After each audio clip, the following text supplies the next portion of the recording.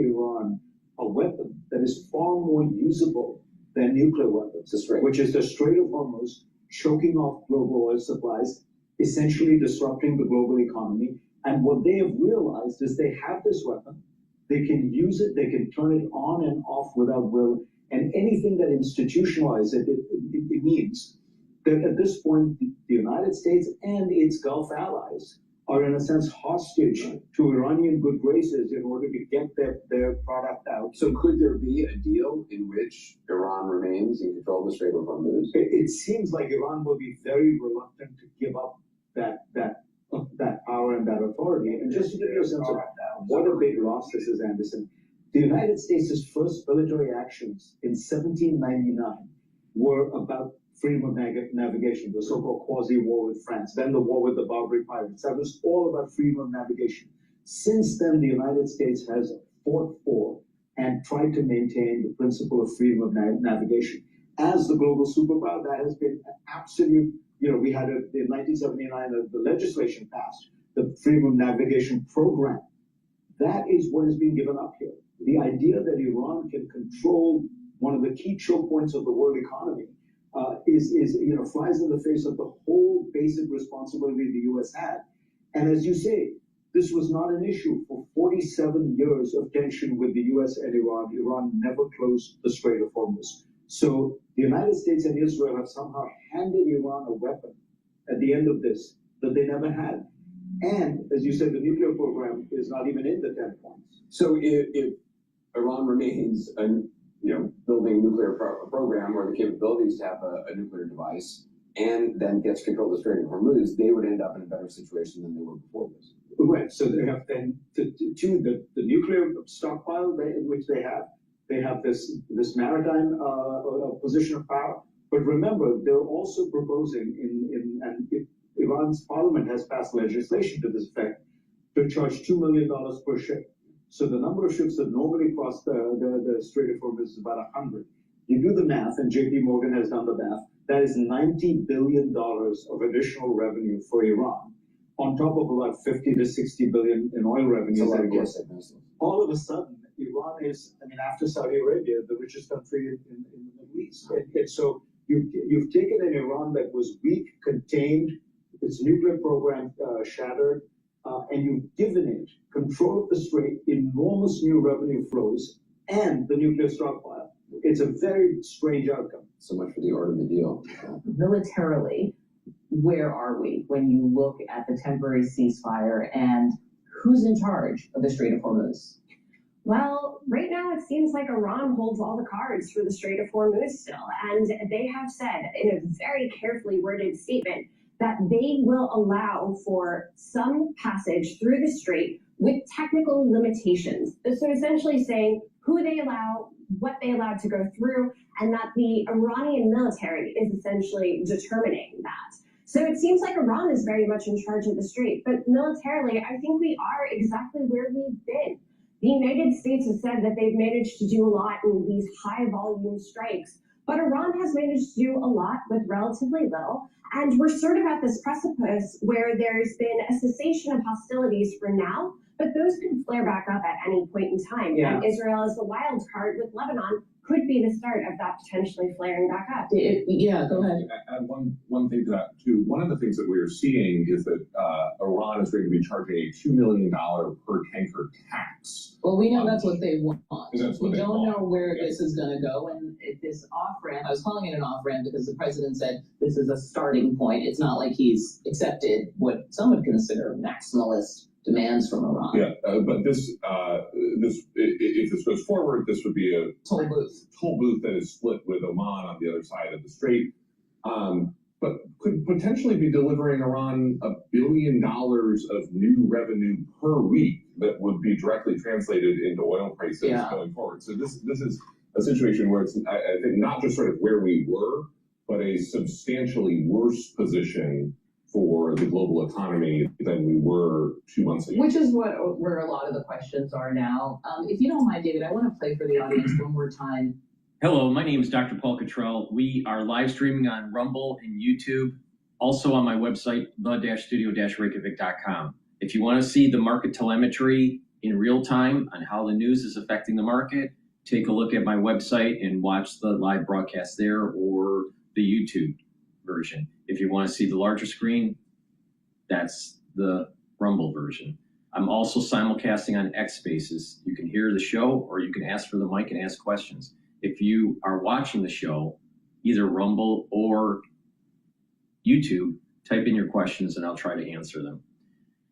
The big news that happened last night was there's a ceasefire. Trump's not going to knock out, at least not anytime soon, their bridges and infrastructure, their power plants or anything like that. Markets reacted positively in terms of the equity markets and the energy markets. Natural gas started to sell down and also oil. Oil was trading at around 117 before the announcement, and now it's trading at $92.40. So it dropped from 117 to 92 handle for WTI. That's a big drop. All right. So what just happened in the energy markets is historic. Now, this is why I was saying that it was super important to make sure that you risk manage. It's very hard to deal with all of these whipsawing news announcements in the energy sector. So it's important to have some long positions and have some short positions and then have some cash on hand to be able to balance that dynamic hedge. In the short term, oil should be continuing to drift down. Now, what you want to take a look at is UCO and SCO. UCO is an ETF that will long the energy market. SCO is to short it. It's a 3 times leverage. So you have leverage decay. So it's something that can only be done short term. You can't do this long term. And right now, pre-market open, UCO is now trading at $36 handle. At the close of yesterday, UCO was trading at $40.96.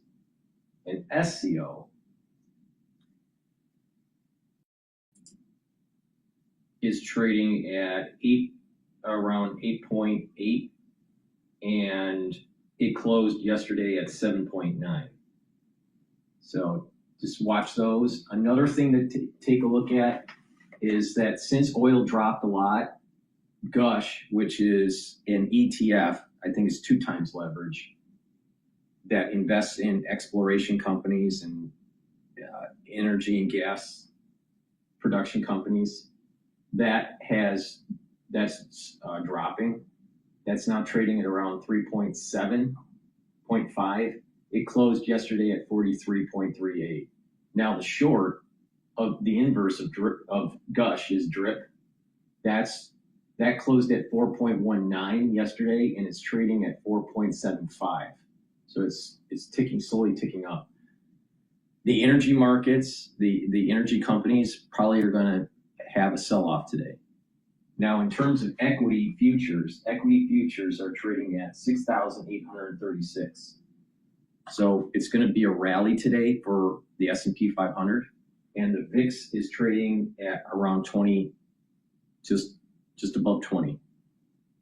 We would like to see it to drift to 19 to 15, but because of the uncertainty that it might, stay at around the 20 mark, maybe bounce around the 18 to 22 for VIX. The currency markets are moving a little bit. The Japanese yen is strengthening and the euro is strengthening. So people are moving out of the dollar because of the crisis. There was people moving into the dollar because it's a safe haven. Now they're moving away and taking risk. So right now we're seeing risk on in the equity market. So if you paid attention to what I was saying, all right, we didn't know what was going to happen last night, but if I kept on saying to people, keep on buying the S&P 500 or some sort of broad index ETF, all right? I kept on saying that, keep on buying. If you paid attention to me, you would have made money. You'll make money if you did what I told you to do, and you closed out your position at 9:30 or 9:35 today. You would have made money on that new position, that new capital that I told you to put in. All right. Now the market. When I told people to do this, I told people to do it at approximately 6,475. All right.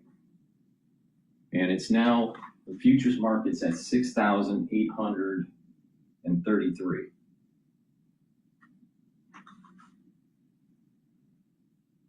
You would have had a 5.5% return just on this new position that I told you to make. Just if you just bought just a few trading sessions ago.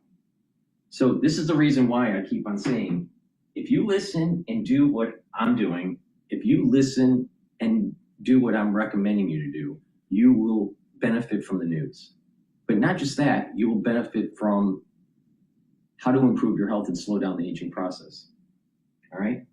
So that's an overview of the market. We're going to continue listening to, what's going on. We'll continue watching the market, how it emerges. It is probably a very fragile ceasefire. It could collapse. And if that does, then energy markets will continue to go up. So, trading the oil markets right now is still in a tumultuous situation, and it can go either way. It can continue to drift. I think it'll continue to drift. But if the Israelis do something, or if the Iranians have it do some sort of sneak attack or something like that, oil is going to go up another $10. We saw a big drop from 117 to 92. Well, it can go back up. It doesn't take much. So you have to be you got to have that, you have to pay attention to the market and preferably have some sort of dynamic hedging that's taking place. All right. Please share the links. I'm telling you how to make money. I'm telling you how to get healthy. All right. Please share the links and ask your social media to follow me. You can follow me on YouTube, Brighteon, Bitchute, and Rumble. You can watch my content on my website. I have live streams and archival broadcasts that you can watch. You can help support the work that I do by donating. You can donate through Stripe, PayPal, or buy me a coffee on my website. You can also be a paid member to my Patreon channel and my Substack channel. I do all these videos for free. I'm telling you how to make money in the market and how to get healthy. All right, it's a win-win. So go to my store, the-studio-reykjavik.com, and get the great products that I offer. You're going to be able to slow down the aging process and improve your different organ systems. And just briefly, there was a book, and I'll do a video on this, a separate video. There's a book that you should get. This was published this year. It's called The Invincible Brain. This book explains, this is by Fatuhi, Dr. Fatuhi, MD, Ph.D. And he is a neurologist. He's an adjunct professor at Johns Hopkins University. But the point here is that he proves what I've been saying on how to improve your brain function that I've been saying for 6 years. All right? He published this book this year in 2026 and proves what I've been saying for 6 years. All right? So if you just pay attention to me, you do what I tell you to do, you will radically mitigate early onset of dementia, radically improve your brain function, especially in the context of what we went through in 2020. There are going to be a lot of people that are going to have early onset of dementia. If you pay attention to me, I'll get you through it. If you don't pay attention to me, don't be surprised that bad things happen. But this book, which was published this year, proves what I've been saying for 6 years. All right? So it's not like I read the book and, told people what to do. No, I invented a process. I invented something that actually helps to slow down the aging process. And it's based on research in sports medicine, in geriatric medicine, and understanding how the immune system works. It's about soaking up free radicals. It's about bringing down inflammation, and it's about stacking certain types of supplements in a holistic approach. You do it this way, you won't need to rely on allopathic medicine as much. Now, of course, there's going to be outliers in the patient population, but the far majority of the people out there, if you listen to me, you will do better. I said that you have to prepare for the big drop for oil. It happened. So if you bought SCO, when I was telling you while I was doing all these videos, you would have made money. You would be making money today. You open up, if you did what I told you to do, and you open up your account and you shorted oil, you made some money. If you did what I told you to do to buy equities, when you open up your account today, you made some money. All right? So the proof's in the pudding. There's tons of videos out there that all data bank that prove what I've been saying. So please help support the work that I do by listening and getting the great products, sharing the links, so I can reach more people, so I can tell them how to navigate through the crisis that we went through in 2020. I'm also telling you how to not to be a victim. Everyone's complaining about inflation. I'm giving you a solution. Make more money so you can offset your inflationary costs. Don't be stupid, right? So please go to my store, the-studio-reykjavik.com, and get the peppermint structural nanosilver soaps, and also you can get the structural nanosilver lemongrass. These are the two versions of the soaps that I have in stock. Get a few bars for your household. These are very high quality because they're made from structural nanosilver. They'll help to improve your skin and your pores and neutralize. That's the important part. You can't neutralize with Dove, all right? Neutrogena is a good product, but the structural nanosilver soaps are really important, especially during the cold season, but you can use them year round, all right?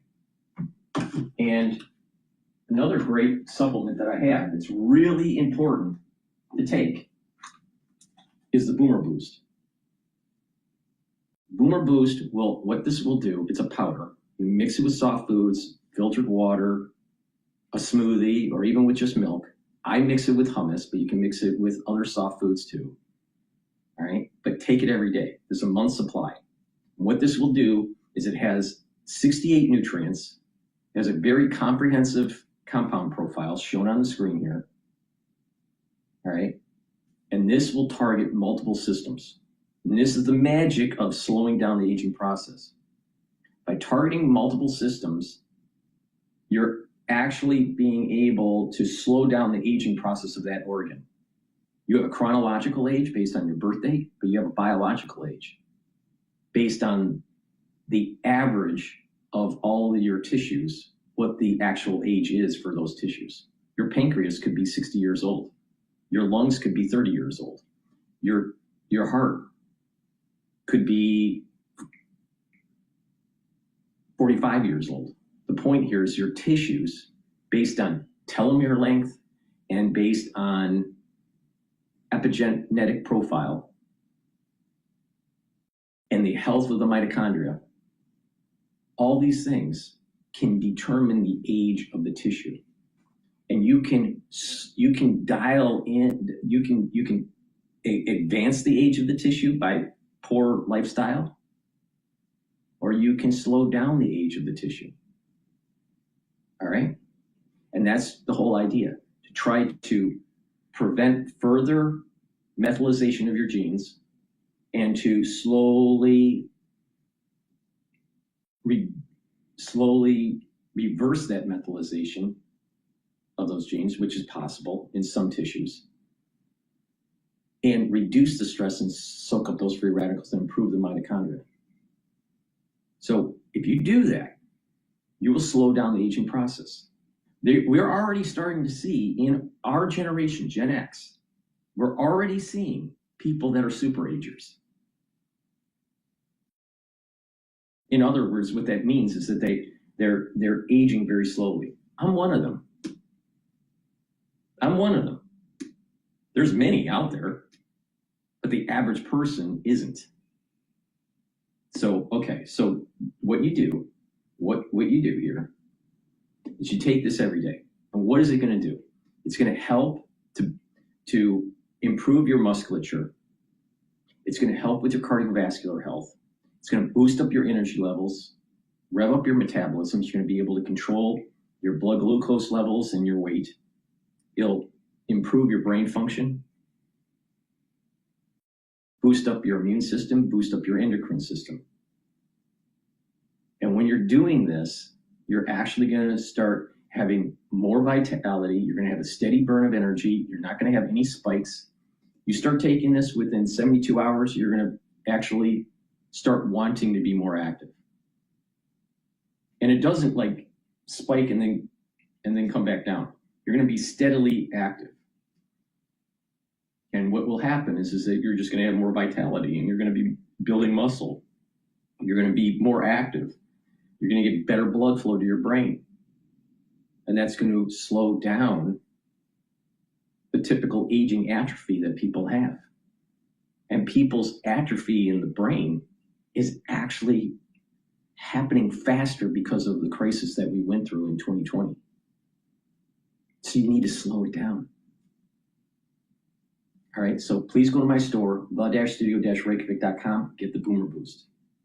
But if you pay attention to this show, you'll learn on how to stack this. And by stacking and applying a holistic approach, proper diet, proper exercise, proper sleep, learn new things, have some spirituality or some sort of mindfulness to bring your body into parasympathetic mode. Staying away from processed foods and sugary foods, control your blood glucose levels. All of these, when you stack with the proper nutrients, you're going to slow down the aging process. Now, people would say, well, the FDA says the recommended daily allowance of, such and such vitamin. You need to take higher than the recommended daily allowance if you want to do an anti-aging protocol. If you want to just have enough nutrients to live, that's the FDA. Totally different concepts. Totally different concepts. So please go to my store, the-studio-reykjavik.com. You pay attention, you'll make money, and you'll get healthy. All right. Oh, make sure that you use discount 5 to save some money, right? I want you to save some money. Why? Because there's a lot of stupid people out there that are wrecking the economy, raising prices because of poor monetary policy at the Federal Reserve. But don't be a victim. If you pay attention to me, you'll benefit from the stupidity of the Federal Reserve. All right, let's listen into CNBC. And operated by NFI, which is East Coast.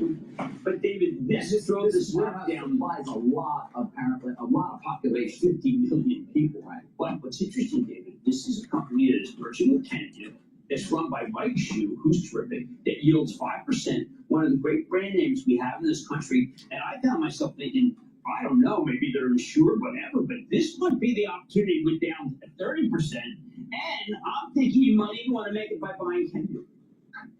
But that's in year one. No, I know, and you could. I'm just saying, look, it was arson. I forget. It was arson. Deal terms, but what do you do if you're Kimberly? They haven't closed the Kenvue deal yet. To your point.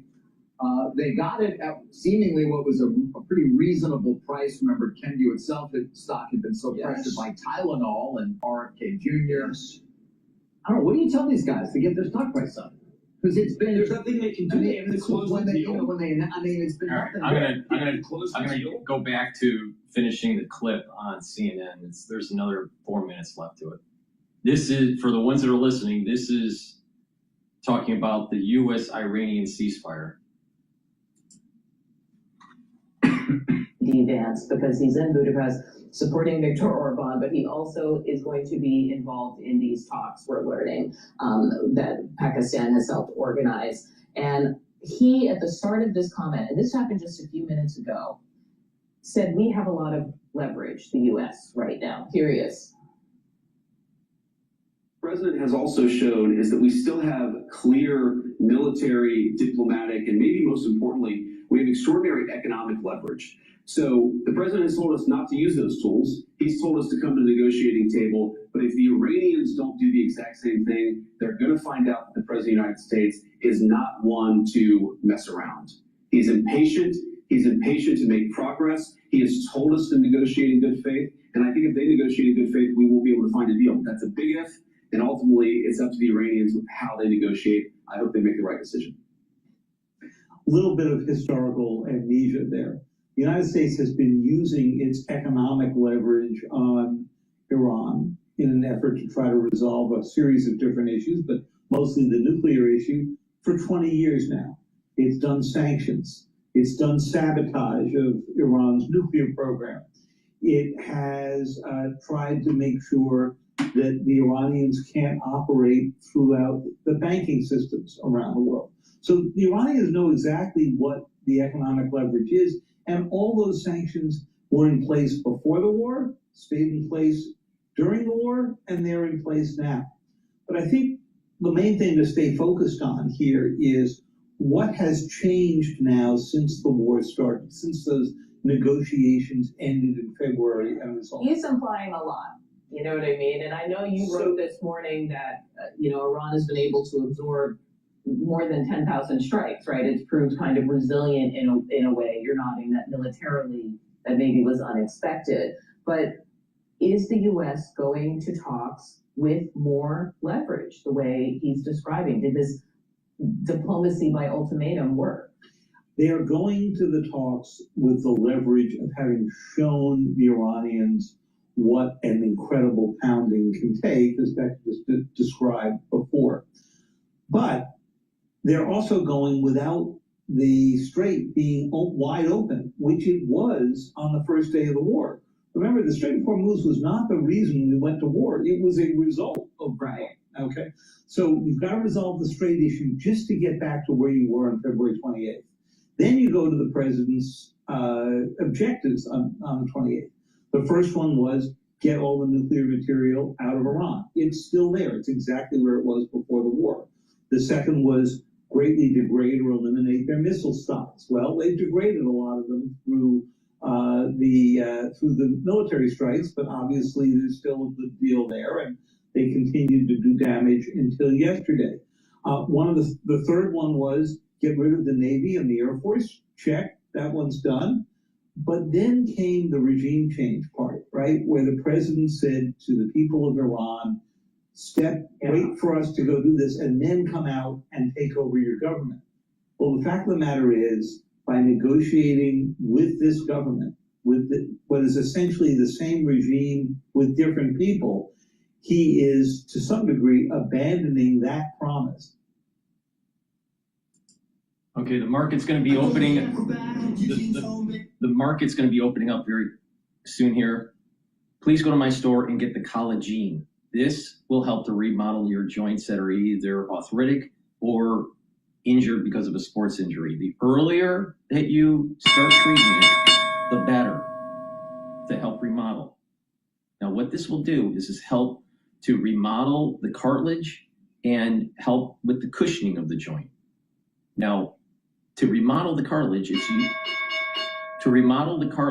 it's using collagen type 2 and also glucosamine. All right, it helps to recruit glucosamine to help to remodel the cartilage. It's to rebuild the cushioning of the joint. What collagen will do is help to recruit chondroitin and also ACAN. And so now you have the cushioning and the cartilage remodeling. To block the erosion of the joint, it blocks two enzymes, MMP3 and MMP13, to stop the erosion of the joint. This is the reason why it's so important to take it right away. Don't let it fester, because you don't want your cartilage to be completely eroded. So then what happens is that you want to bring down inflammation. You want to bring that chronic inflammation that also causes certain types of pain in the joint. Collagen will block that by blocking EP4. So by taking this and stacking it with the collagen, which is a powder that I have on my store, you can help to slowly remodel your joint. Again, if you have arthritis, or if you have like osteoarthritis and you have or you have some sort of sports injury, it's important to take. Now, you can take this without having those as a prophylactic to maintain joint health. All right. So please go to my store, the-studio-reykjavik.com, and get the collagen. Very effective and a great way to really mitigate some of the problems that people have when they start getting older. Now, I have another great product that helps to relieve pain temporarily. It's called Super Strong Relief.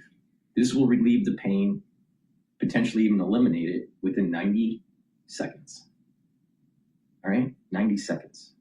You apply it on your skin where you have that pain, either arthritic, a bruise, a sprain. It even helps with tension headaches or pulled muscle. So get the Super Strong Relief, and if you can stack this, reduce the pain, and you can also use the collagen, the collagen and the collagen together to help with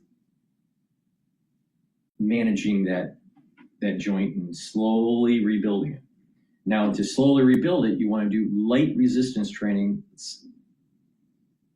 Depending on how bad it is, you're going to need to do stretching exercises, flexing, extensions, right? Not too much, but you want to open up that joint, right? And you need to slowly rebuild, slowly, depending on how bad it is. But if you do this and go through the pain, like for example, if you have a shoulder pain, right, because of a sports injury, a lot of people have sports injuries with short shoulders. So sometimes however the pain starts, you have to open it up to the point where it's painful, all right? And then go a little bit more, maybe a few degrees more, and then hold it there for about 20 seconds, then go back down and let it rest. And then do it again, right? 20 seconds and let it rest. And you do that daily, maybe 2 reps, maybe twice a day, something like that. 20 reps, depends on how you want to look at this. For the ones that are doing this type of exercise, you want to open it up a little bit more than the actual angle where the pain is a little bit more than normal, just a little bit, right? Hold it for 20 seconds and then repeat, all right? Do that twice. All right, so you do 2 reps. But then you want to do that 2 reps twice a day. Maybe in the morning, maybe in the afternoon or in the evening. And then what will happen is you'll be able to slowly open up the joint with less and less pain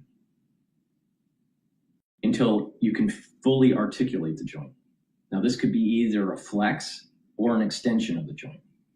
Some people have no pain with flexing, but they have a lot of pain with extension, or vice versa, sometimes both, all right? But the point here is that you have to slowly build it up.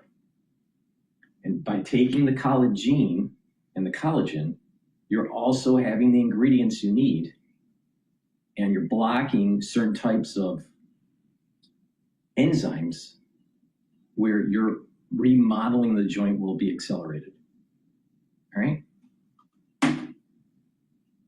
Now, what I just told you is a great way to slow down the aging process and keep your joints healthy, because it's important to do some resistance training, do the stretching and balancing exercises.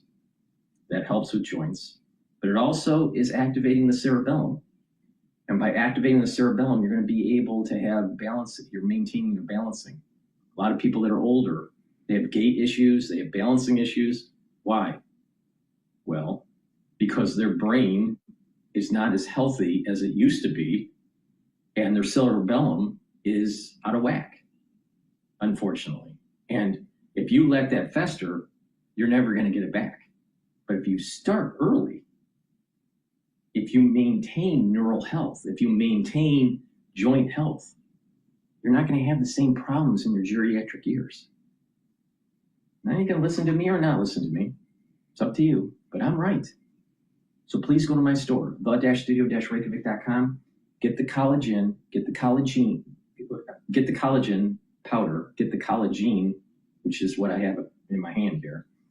And if you want to reduce the pain or eliminate some of the pain that you may have, get the super strong relief. You can stack those, and it's a great way for improving the health of your joint. All right, with that said, let's take a look at the market now. All right, the S&P 500 is trading at 6,785, a lot higher than it was yesterday. VIX is trading below 20. Euro is trading at 116.9. Oil's trading at $93.03. That just went below 93. Bitcoin is trading at 72,000. Japanese yen is trading at 158 handle. Natural gas is trading at 2.7. And Gush is trading at 36.63. DRIP is trading at 4.84. And again, because oil is going down, some of these energy companies are going to start to go down too. And this is the reason why DRIP is going up and Gush is going down. Now, sometimes Gush will go up because equities are going up. Sometimes Gush will go up because oil is going up. So that correlation does change. Depends on the news. In this case, what's happening is that what's driving Gush, what's driving the energy companies, is the actual movement of oil, the oil futures market. All right, but sometimes that's not the case. Sometimes the oil futures market is somewhat stable, and Gush is more in line with what is trading relative to the S&P 500. All right, so that correlation does break down depending on the news, what's happening. In this case, the cause of the drop in Gush is because of the drop in oil. All right, with that, what's the new positioning for the S&P 500? All right, you have a support level now at 6,600. All right. And now you have a resistance level of 7,000. All right. I have a full end of year target for the S&P 500 at 7,400 to 7,800. Now that may change based on new information, but that's where I've been saying this from the very beginning of January. I still have a year-end target of 7,400 to 7,800 for the S&P 500. It's trading at 6,700 handle. All right. So if you take my advice and you are thinking your event horizon is the year end, it may behoove you to buy some equities. If your event horizon is years down the road, you better start buying equities, because years from now, we're going to have an S&P 500 that's over 10,000. All right. I wouldn't be surprised if we hit 10,000 before Trump leaves office. But okay, but that's still way out into the future. That's a pretty bold, prediction there. But 7,400 to 7,800 is my target at this moment in time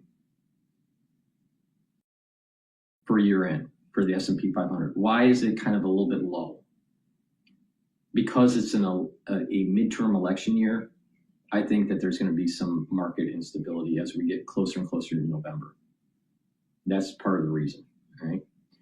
But anything can happen, as you can know. I mean, yesterday everyone thought that Trump was going to blow up Iran, and he didn't. And markets,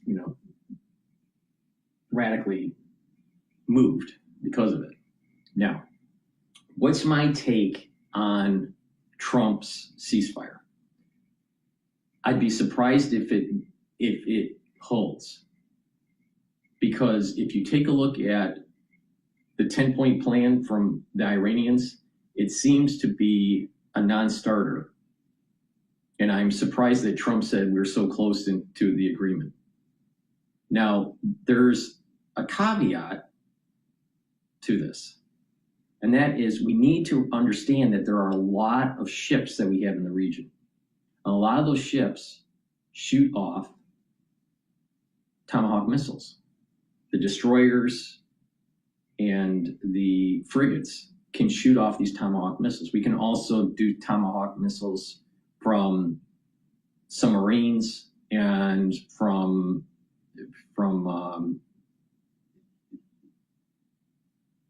fighter jets, all right? So these Tomahawk missile bays that are in the destroyers and in the frigates, they usually have about, around 196 bays or so. Once they shoot them off, they can't be reloaded when you're in the water. They have to go to port, and they have a crane that comes in to actually load the actual Tomahawk missile back into the bay that it shoots out of. You've seen these pictures where the Tomahawk missile comes out of the bay and then goes to their target. Well, it's really heavy. And with the ship moving around because of the water, it can't be loaded without potentially blowing up the ship. Now, there are some devices where the crane is actually attached to the ship. So if the ship is moving, the crane is moving with the ship, and therefore everything is parallel and perpendicular that needs to get into the actual bay. But that is not fully, that loading of the Tomahawk missiles is not fully implemented with all the ships. Therefore, it takes the ship to go to port to be able to get the Tomahawk missiles back reloaded into the bay and then go back to the Middle East. Now, where is it that they need to go to get reloaded? Well, some of it's by the ports in Saudi Arabia or even Kuwait, but also in that island of contention with the UK in the United States. And it takes 2 weeks. It takes a week to get there. You have a 3-day load and then another week to get back. This is part of the reason why Trump needs a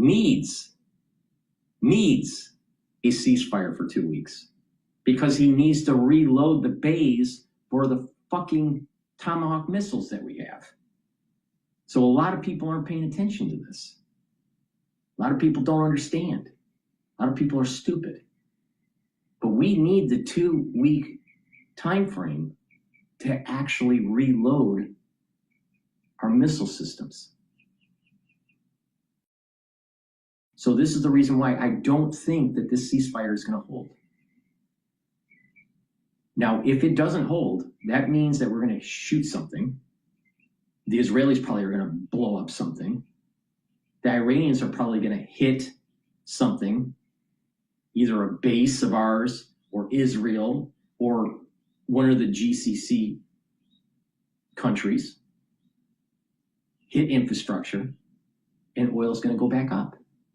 That's why I'm saying be careful in assuming that oil will continue to drift down to $75 a barrel. If the ceasefire doesn't hold,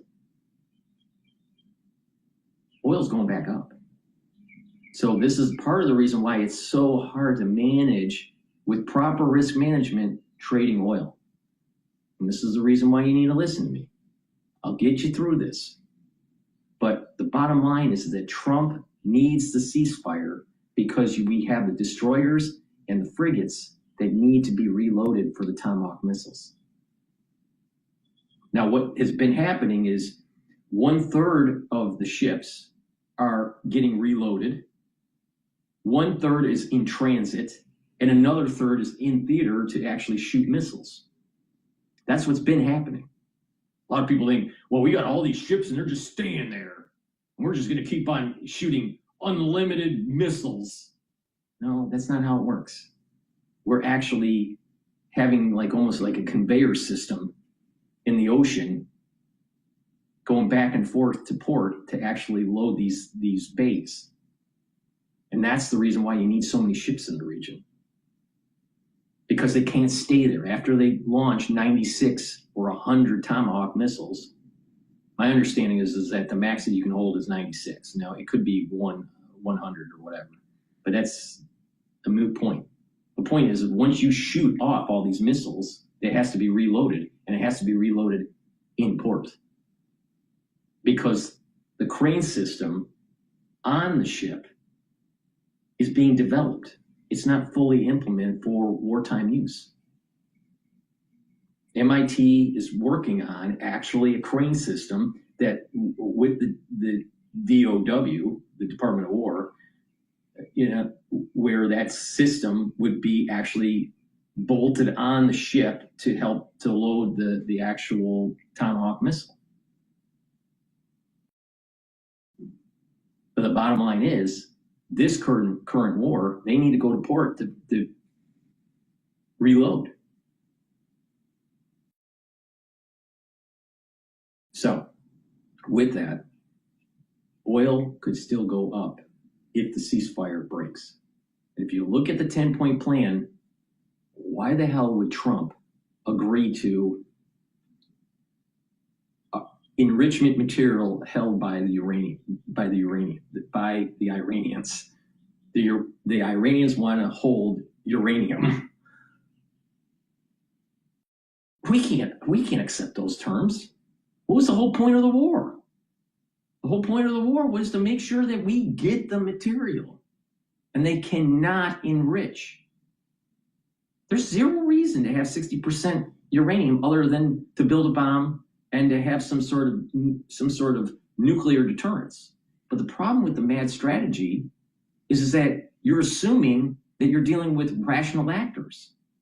Well, are the Iranians really rational actors when it comes to theocratic regime, where it's built into the religion that they're going to set the whole world on fire? I mean, I don't like Marxism. I don't like communists. But at least the Russians and the Soviet Union were rational actors. They didn't have built into the Communist Manifesto to set the world on fire.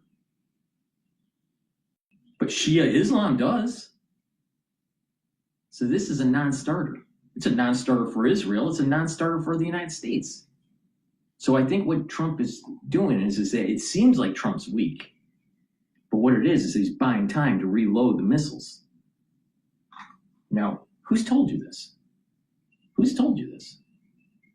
This is not on mainstream media, because mainstream media is stupid. All right. Back to Al Jazeera. Is still carrying on in Lebanon. People there are still acutely feeling Israeli attacks. And as long as these regions and these conflicts remain interconnected, the fear is that that could once again much further impact here. Zayn, thanks for that. That's a picture in Dubai, and Zayn Basravi reporting on the situation across the Gulf. Okay, you're watching Al Jazeera. Reminder of our top stories this hour. The US President Donald Trump says many of the 15-point peace proposals on the Iran war have already been agreed to. He says the US will work with Tehran to remove enriched uranium. Now, thank you for ones that are joining. If you have a question, type it in the chat, and you can type in Rumble or on YouTube. I'll try to answer them. I also have a simulcast on X Spaces. You can type in the chat for X Spaces or even ask for the mic. But the question that I received here from MG was, when has Iran shown aggression towards the US? No one in this situation is rational.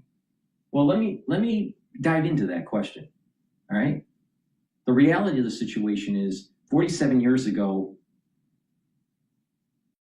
they took American hostages. And because of the failed leadership of Carter, President Carter, it was a major political embarrassment, and the Iranians have been hell-bent on trying to fight the United States.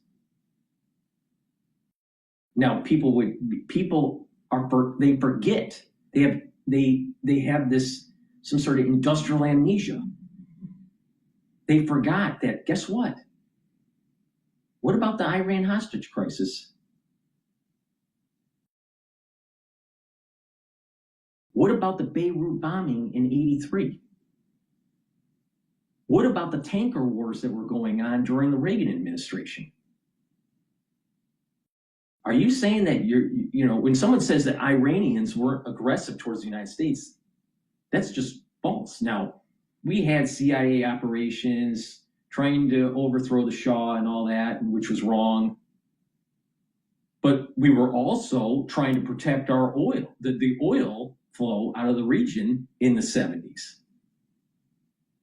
So it was a little bit complicated because we didn't have energy dominance back then in the United States.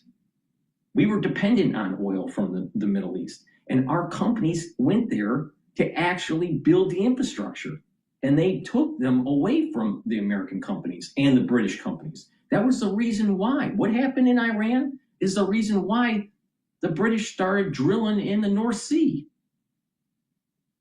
So don't forget what the Iranians did in the 70s.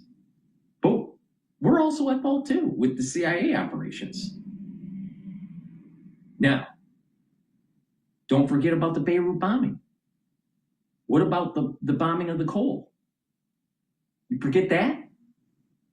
What about all of the IUDs that were blowing up in Iraq and in Afghanistan?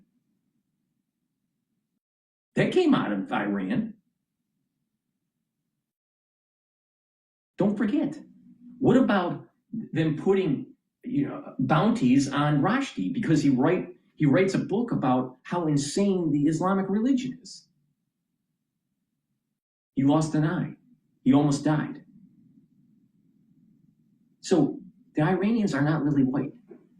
Now, the Iranian people, more than 50% are secular, very educated, and deserve a constitutional republic, not a theocracy.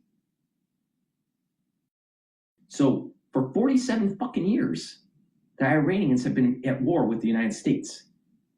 And every single service member that has died post 9/11 has been a direct cause from the Iranians. So don't pretend that the Iranians are lily white here. The theocratic regime must fall. The Ayatollah that whole Ayatollah line needs to be killed off. And the IRGC needs to capitulate. If they don't, then we're going to have a curse. And this is the reason why I said that the curse is emerging. The curse is going to start in spades on 9/11, 2026. Why? Because Rosh Hashanah coincides with the Sabbath, and the shofar cannot be blown. The ram's horn cannot silence the Satan, and there's going to be a curse on this earth that no one is going to be able to hide from. You can be a prepper that's been prepping for 30 years. God will find a way to take away what you prepped. No one will be able to hide from this. No matter how religious you are, no matter what religion you are, no matter how much money you have, no matter how much you don't have, there is an Achilles heel that will be found, and you will be cursed. Because mankind let this fester. And this is not just some sort of blowhard statement, contemporary blowhard statement. This has been written down for 2,000 years. That if you pick the wrong path, this is what's going to happen. So people would say, well, that's kind of a religious, metaphysical thing, you know. Guess what?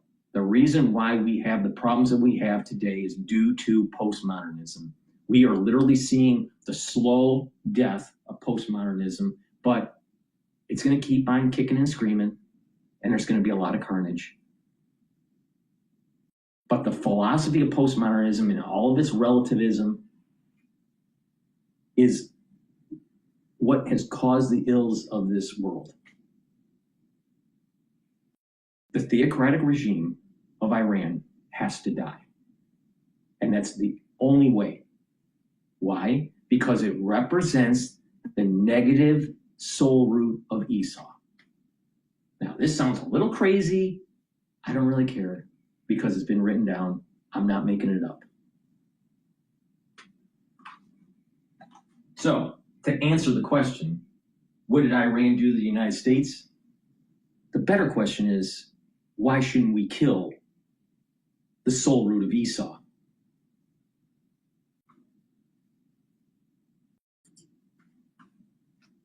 Daughter and other relatives who died in that strike. And here's his story.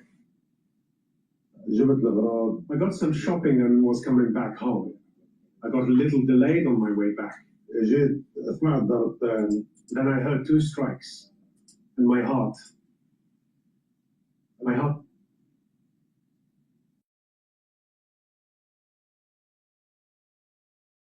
All right, let's listen into MSNBC. Now they're spinning it that Trump's decision to take U.S. to war with Iran influenced by presentation, I guess, from Netanyahu.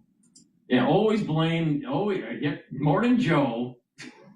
I have already indications that many targets that were recommended by the Secretary of Defense were rejected by CENTCOM, that they were civilian targets. I believe that people are already saying no to the hierarchy. The CENTCOM commander is walking a very thin line where he is trying to do the best he can to implement military objectives as he understands them without getting fired.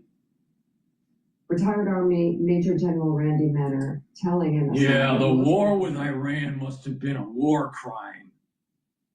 See, this is the liberal media. And oh, by the way, Mika, her father, Brzezinski, he was in the top 3 in terms of national security advisors and international gurus. The top 3 are Kissinger, Brzezinski, and Mearsheimer.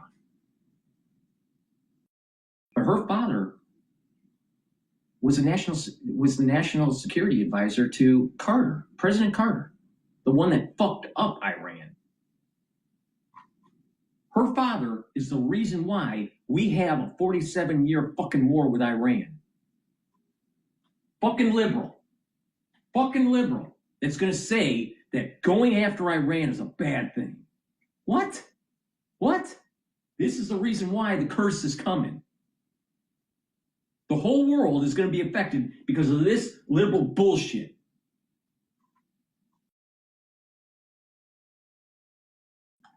Have said no to targets in Iran recommended by Defense Secretary Pete Hegseth. Hold that thought, General Erdling. I have another hold that thought moment. All right. If we're not successful in Iran, guess what's going to happen? They may have nuclear breakout. Then what does the United States do? Like Newt Gingrich said last night with Cottrell. You're going to lose Boston? You're going to lose Washington, D.C.? Maybe you'll lose Seattle or maybe Los Angeles with a nuclear warhead. Is that when the liberals are going to wake up? Is that when it's imminent? And what I'm worried about is the low barrier of entry for biological warfare. You can literally kill half of the world population in a 1,000 square foot laboratory. And you can't find it. How are you going to find it? How's the CIA going to monitor This is the reason why you have to kill the enemy. Now, why are we so afraid to, channel our inner Julius Caesar and go into Gaul and chop their fucking heads off? Why? Why is it that the liberals so afraid?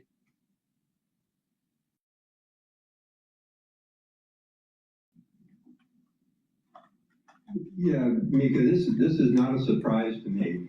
Anybody that's been in a room where a kinetic strike package has been put together, a time-sensitive target or a strike package, understands what goes into it. It isn't just issuing orders to hit something.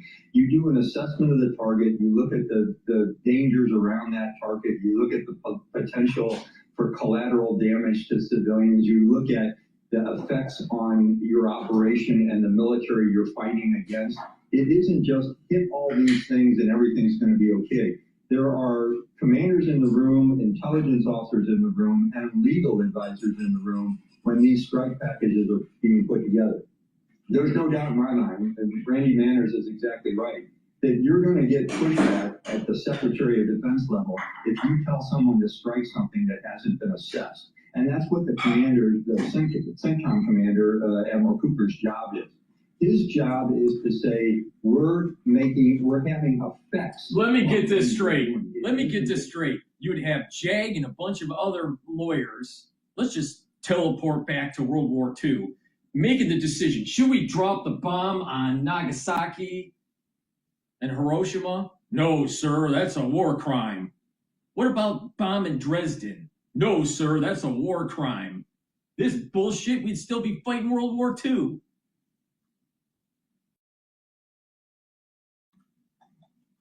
An overall genocidal push, which I believe was coming out of the mouth of the president when he said we were going to level Iran and destroy all the energy plants and the water plants and all those kind of things. You just don't allow that to happen if you're a commander, because you could go to jail for it.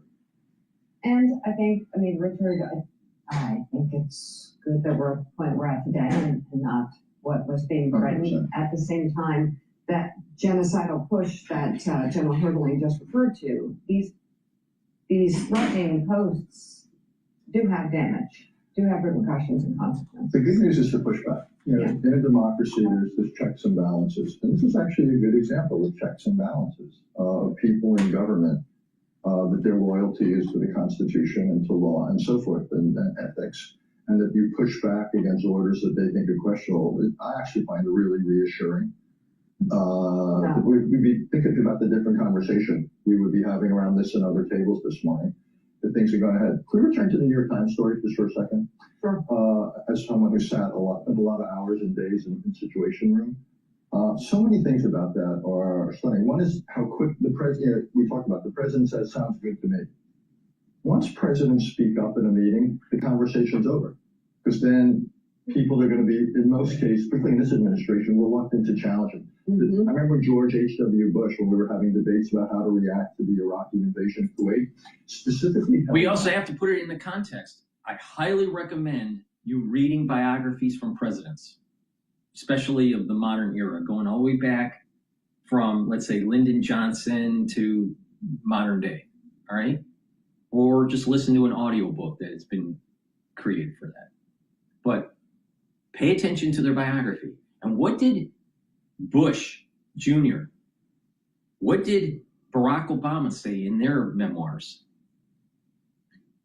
They said that when you're in a war and you're trying to de-escalate it, it's very hard because there's this organizational momentum.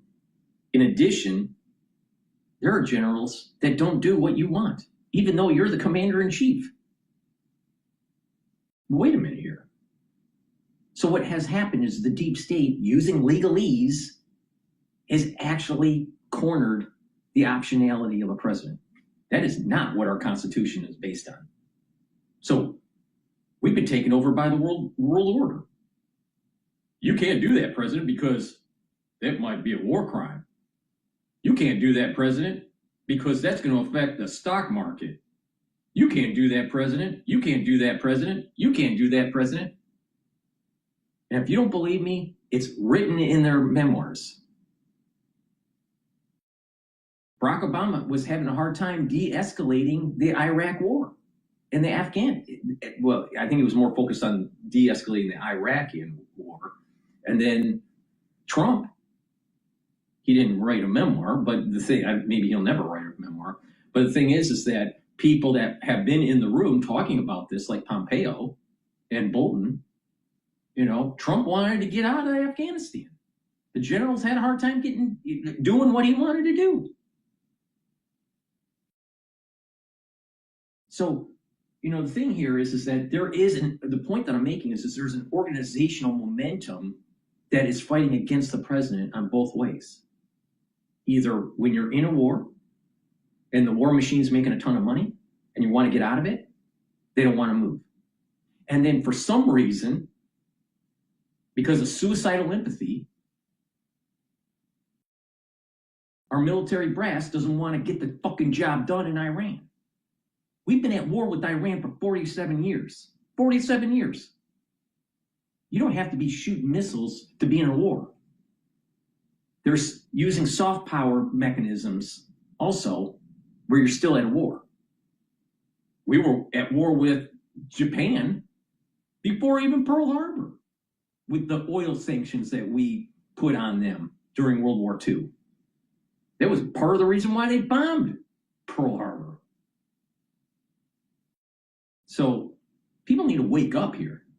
We're gonna give it to the legalese to determine what our human future is. Lawyers are stupid. Lawyers, based on definition, are stupid. They couldn't get into medical school. That's why they became lawyers.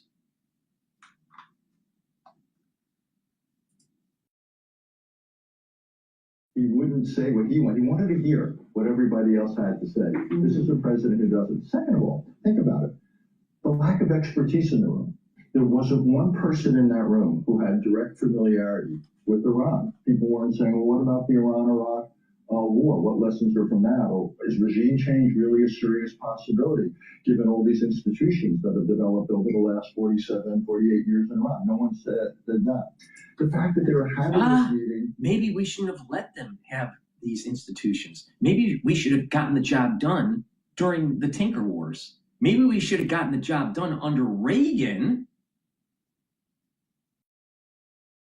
with Operation Praying Mantis. Nope. He only did half-hearted measures and then put his tail between his legs and ran away because he was afraid the Russians were going to get involved. Hello? Because of inaction from previous presidents that I like Reagan, but inaction from previous presidents led to this. If you kick the can down the road, it only costs more in terms of blood and treasure. And there's going to be more collateral damage and more economic damage. So do we just wait? Maybe we should wait another 47 years so it can cost even more. Maybe we should wait another 47 years so we don't measure the deaths in thousands. Maybe we'll be measuring the deaths in mega deaths. Because the lawyers know better.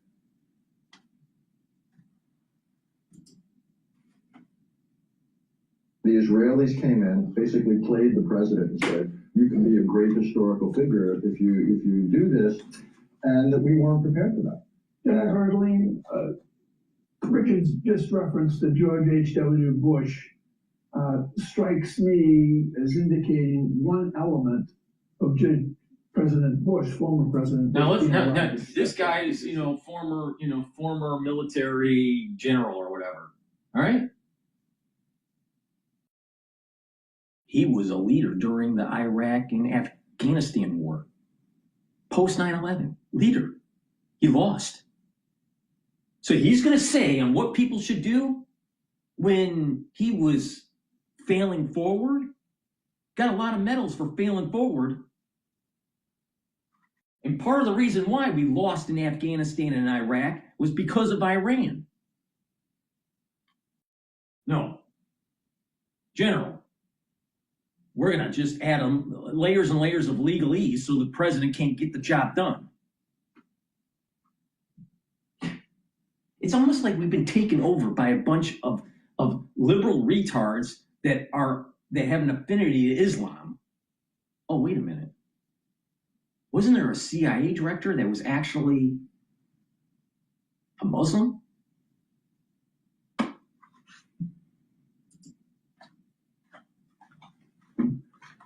Unlike anybody in the situation other than perhaps a few military people, President Bush had actually been to war, and that makes a difference in decision making. He had seen war up close and personal. General? What do you? Yeah, I'm sorry, I missed your question, Mike, but what I want to comment on what Richard just said, because there was one person in the room that should have had a lot of information about Iran, because they get briefed before they go over there, and that's the military advisor to both the president and the Secretary of Defense. Let me get this straight. So the guy is making the statement that the news anchor, well, you can't go to war unless you had a president that was in war, that had combat experience. Okay, all right. What happens when you have a society or a couple generations where there's not any war, that there's just peace? Does that mean that we eventually never go to war because we never had combat experience? What about the peace dividend that was supposed to happen right after the fall of the Berlin Wall? Well, in theory, we wouldn't have gone to war. And in theory, we wouldn't have any presidents that had combat experience. And therefore, we never should go to war then? That doesn't seem too rational to me. Secondly, there is a collective wisdom, even though 80% of the United States is stupid, but there's a collective wisdom in electing our officials. There's a collective wisdom in the electoral process. Now, yeah, there's some nefarious games going on with lobbying groups and donor support and PAC money and all that. But there is some collective wisdom. And in our Constitution, in our constitutional republic, our military leader isn't a general, isn't a war veteran. It's the President of the United States, based on the collective wisdom of the electoral process. What they're espousing to is a technocracy, is specialists will tell you how to live your life. Specialists will decide. The technicians, the ones that are no better, will tell you what path to take. Not you, not your representatives, the technocrats. That's what they're saying on here. And oh, by the way, why am I bringing up technocracy? Brzezinski, the father of Mika, believed in the technocracy. Well, wait a minute here. You had a national security advisor that was believing in this whole technocracy for our government, and he's the one that set in motion the bullshit that we have with Iran.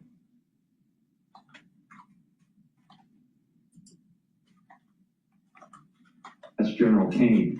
And reading the report in the New York Times was fascinating to me, because Kane did exactly what a chairman of the Joint Chiefs is supposed to do. It's to give advice and recommendations. But it seemed like everybody else in the room, as Richard said, became quiet when asked the question and when the president started speaking. And I've been in those rooms too, and it does put a pale on everyone else. But you're getting the the director of the CIA saying it's farcical, and you're getting the Secretary of State saying it's bullshit, and then you're getting the chairman of the Joint Chiefs saying an assessment of the area and also the logistics capacity of delivering weapon systems that are in short supply. And then you have the president saying, well, it's my gut telling me that we should do that. Boy, there should have been a whole lot more pushback, but you can understand the Maggie Haberman piece is giving it from a view of very limited information, probably leaked by someone in the room, and we can all guess who that is based on who. You know, the bottom line is that we've been kicking the can down the road for 47 years, and now they have 60% enrichment of uranium. They're a hop, skip, and a jump away from a nuclear warhead. 47 years of failed policy. General, who lost in Iraq and Afghanistan. General. The best in this reporting and saying, well, you know, it was the president's gut. It does quash all of the conversation, but I got to tell you, from the standpoint of what I read about what the chairman did, he has a lot of information because he has an entire staff in the J5 that can tell him all the cultural dynamics, and in the J3 of the Joint Staff, they can tell him the operational dynamics. And he goes over to that Oval Office meeting, and I'm sure Richard will reinforce this, with a huge book about everything regarding the area. The other thing that strikes me about that article is when the meeting was taking place and when the action occurred afterwards. We're talking weeks, not even months, between when those initial meetings were taking place and when we started shipping carrier strikes groups to the area. That tells me that it reinforces everything we've been saying for the last several weeks, is there wasn't much of. He is thinking there wasn't planning. First of all, 5 years in the planning of this. 5 years. That goes into Biden's administration. All right? 5 years. Don't believe me? Go to Naval Institute. One of the guys that actually made the plan was interviewed. Next. New information is updated based on geopolitical dynamics. But there's a bigger play that's going on here. You knock out Venezuela, you get the oil for heavy crude to supply our refineries in Pad 3 and Pad 2. Because they're designed to have heavy crude. The United States doesn't make heavy crude at any large amounts. It's light sweet crude. There's different densities of crude. We get it from South America. We get medium density crude from the Middle East, and we get heavy crude from the oil sands from Canada. That's the reason why it's Pad 3, which is Texas and Louisiana, and the Midwest for Pad 2 to get the energy from Canada to help with our refineries. That's the reason why. So you had to go into Venezuela first to make sure our refineries didn't shut down. So we're not relying on Middle Eastern oil. Because the moment you shut down a refinery, you can't boot it up right away. It takes months to reboot it. So, how can this dipshit say that the move into Iran was helter-skelter, just so whimsical? It was planned for months because they had to knock out Venezuela first. Now, take this one step further. By being able to control the oil or to have less supply of oil from the Middle East only strengthens the United States' position against China when they try to move into Taiwan. We either control the flow or there's no supply. And Asia has to go to Russia and the United States. So what's really happening here is a major realignment geopolitically. There are more chess pieces being moved. General, why the fuck doesn't he say this? Is he this stupid where he can't see this? Or is it that he's on a liberal media trying to demonize Trump? Even though what Trump's doing in the large geopolitical game is far better than the 47-year chess play that Brzezinski set in motion. Actually, what Trump is doing is actually unwinding what Brzezinski did.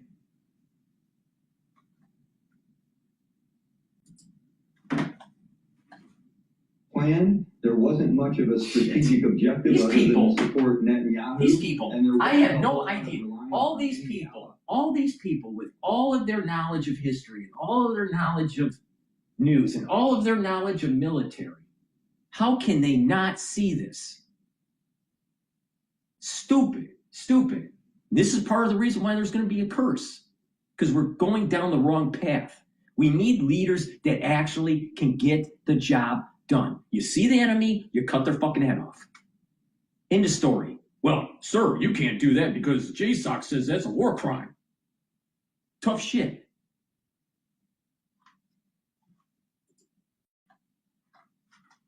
Is getting them to support us. All those things will contribute to dysfunction and eventual failure.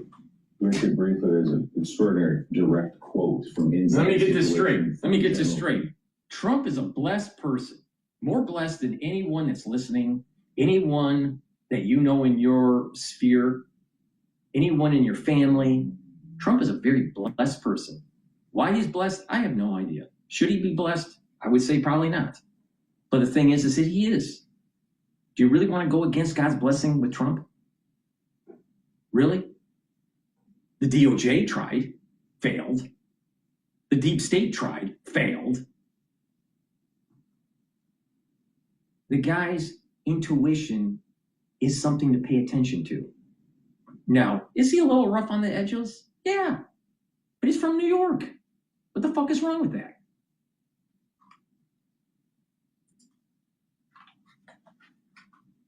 When President Trump is touting the presentation that Prime Minister Netanyahu has made, said, "It sounds good to me." Here's what General Kane says, quote, "Sir, this is, in my experience, standard operating procedure for the Israelis. They oversell, and their plans are not always well developed. They know they need us, and that's why they're hard selling." That's from General Kane to the president. Yes, so two reactions to that. One is I wish the general had been more forthcoming speaking about his own doubts about the war. You know, just chairman of the Joint Chiefs of Staff, they have a responsibility, and he fulfilled that exactly. But I've also been in the room where several chairmen have said they're setting in motion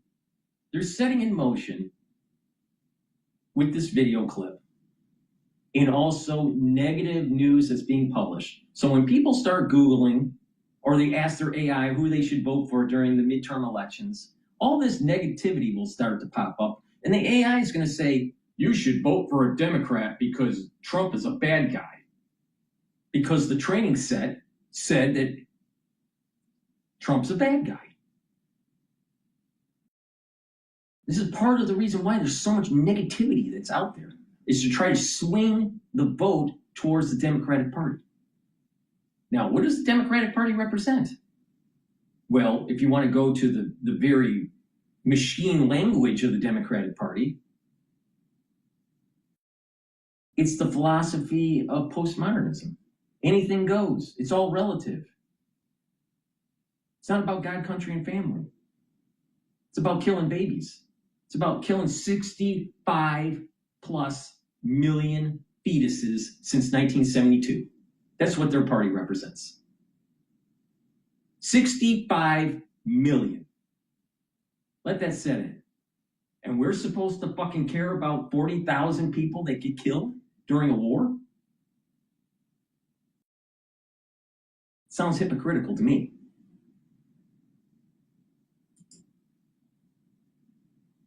not speaking as chairman, but speaking as myself, here's what I think. And General Kane never pivoted to that. The chairman never, if you will, gave the, because it comes out in the article that he and others thought this was a terrible idea. The president never heard that. You know, what you don't say in these meetings, in some ways becomes as significant as everything you do say. Secondly, yeah, one of the losers of this war is going to be the U.S.-Israeli relationship. Israel's standing in the United States was already coming under pressure from the left because of Gaza. Yeah. Really worries me. He's right about I would argue this. that the Prime Minister of Israel overplayed his hand, overpushed. I agree. And I think one of the casualties of this is going to be the U.S.-Israeli relationship. You heard it a little bit from the chairman and his comments. I think as time goes on, especially as they move towards the midterm election and into the general election in 2028, there is going to be a political distancing of the Republican Party with the Israeli lobbying group and a political distancing from the administration and Netanyahu. And it's very possible that it never recovers. But this is also part of this world curse that I'm talking about here. The world curse starts September 11th, 2026. It opens up a gate, and everyone's going to get cursed at different levels. You may have a blessing at first and then a curse later, or you may have the curse first and the blessing later. But everyone's going to get cursed. You can't hide because the world is out of control. I personally think part of the reason why this is happening is that the religious scholars in Israel did not do the ritual slaughtering of the red heifer called the paraduma. That's part of the reason why this is happening. And it's getting to the point where it's getting too late because now the animals are increasing the probability of not being pure enough for the ritual slaughter. But that's only one piece of this. Look at how people acted after October 7th. Do you think the world is a better place since October 7th? And all of the infighting within Israel, within the United States, amongst different countries in the world? Mankind is going to get a curse it's going to get Godsmacked because it needs to be rebooted.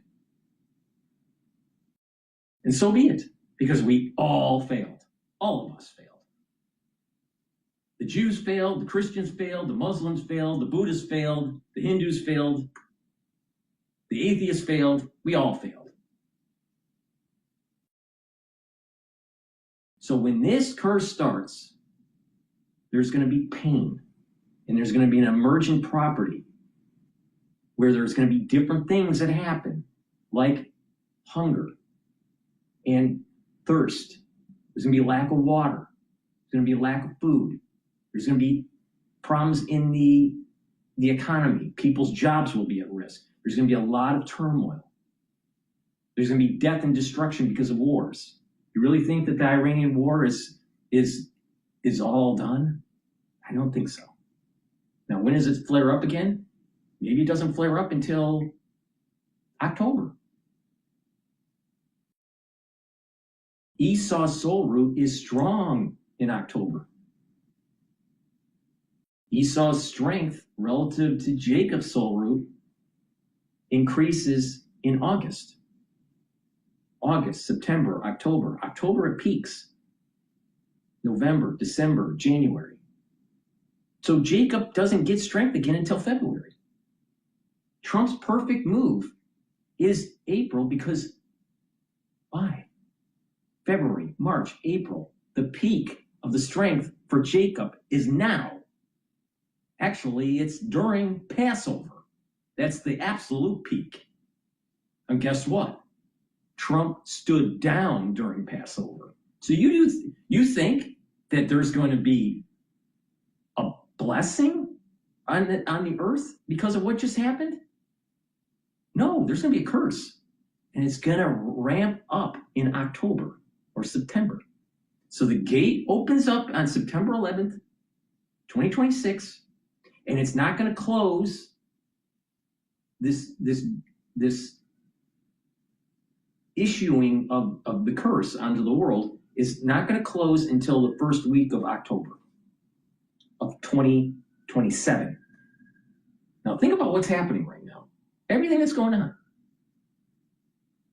Midterm elections. It's very possible that the Republican Party ends up losing the House, maybe even the Senate. Now let's play some little simulation game here. What if the Republican Party loses? What if there's impeachment of Trump, which the mainstream media is setting up for? Still think that the world's going to be safe?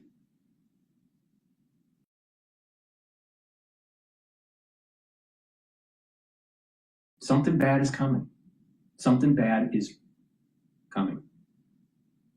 And you don't have to be 90% enrichment. They could take that 60% enrichment and make a lower yield bomb, not a high yield bomb, that could devastate a city with radioactive spread. So it's a low yield, but there's some radioactivity. Let's say you live in that region. Let's say you're in the suburbs of that city. You think your home value is going to be worth anything after that happens? Not for the next 10,000 years. That's what we're playing with here.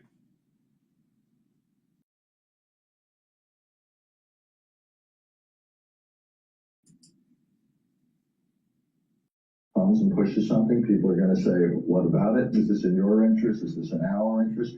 I just worry that the repercussions of this over time, this is potentially a somewhat damaged relationship over the medium and long term. Yeah, many aftershocks, that'll be one.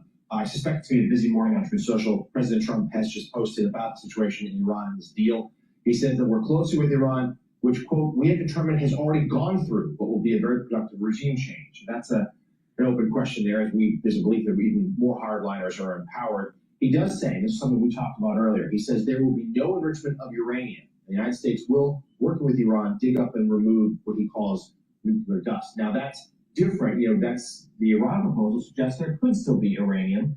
The U.S. is insisting no. So all right, so Trump's saying no for the uranium. Iranians are saying we haven't made that agreement yet. So do we really think that this is going to be a true ceasefire?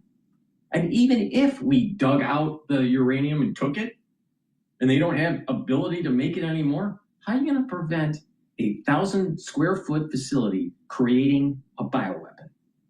How are you going to stop that? How are you going to even know that it's happening? Oh, the CIA is going to know, right? No.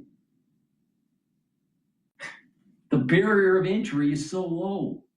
And the Iranians are smart and educated.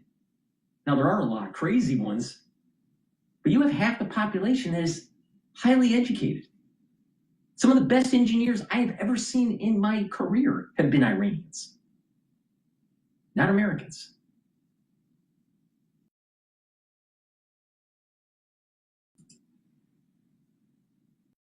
This is something that's been agreed to, or just Trump imposing or claiming, that's what we don't know. This is going to be sort of the heart of what we see coming up this week as negotiations begin in Pakistan. And he also notes that we are and will be talking tariff and sanctions relief with Iran. So that's a victory for Tehran.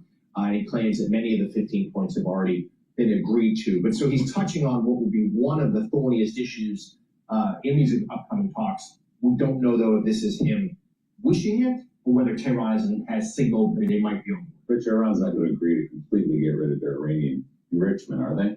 Highly unlikely. I can imagine what's the disposition of the uranium that's been enriched up to now, the 60%, the stockpile, whatever it is, in the rubble near Isfahan. What happens to that physically?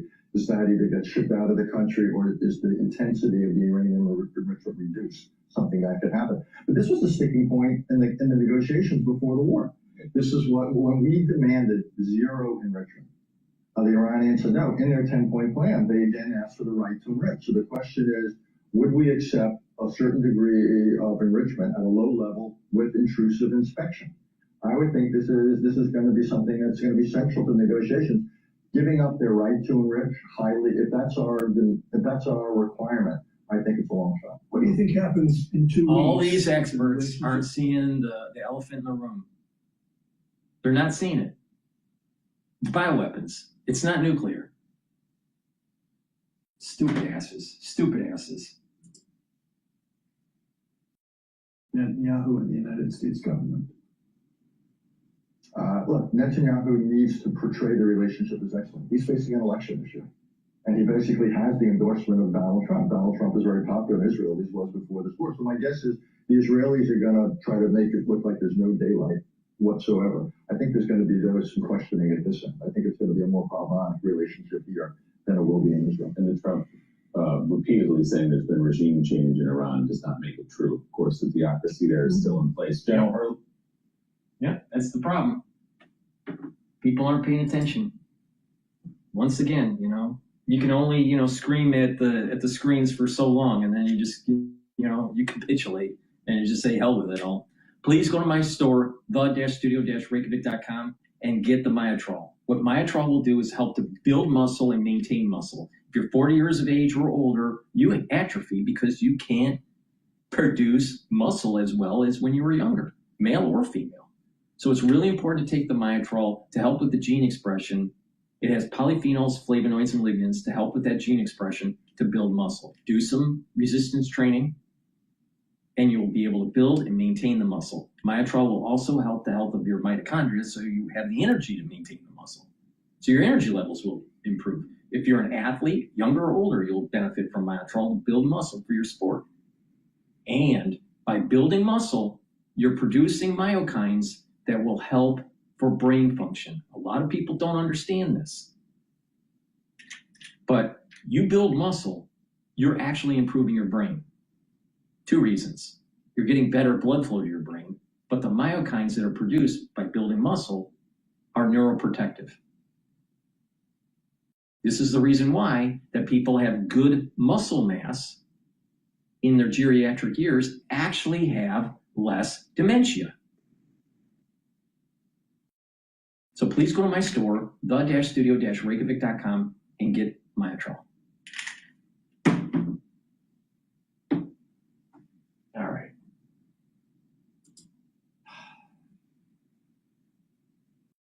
Let's listen into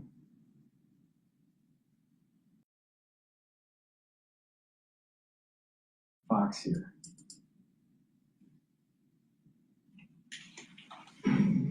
Welcome back. The U.S. and Iran agreeing to a 2-week ceasefire hours before President Trump's deadline to reopen the Strait of Hormuz or face destruction.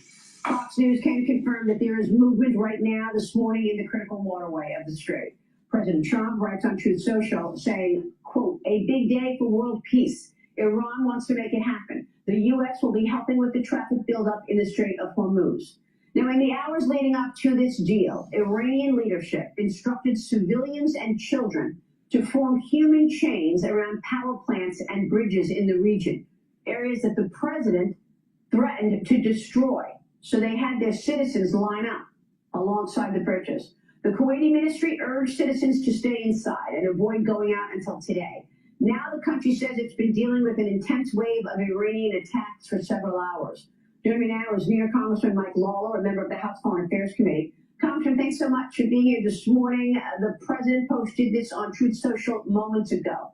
The United States will work closely with Iran, which we have determined has gone through what will be a very productive regime change. There will be no enrichment of uranium, and the United States will, working with Iran, dig up and remove all of the deeply buried B-2 bombers. Nuclear dust it is now, and has been under very exacting satellite surveillance.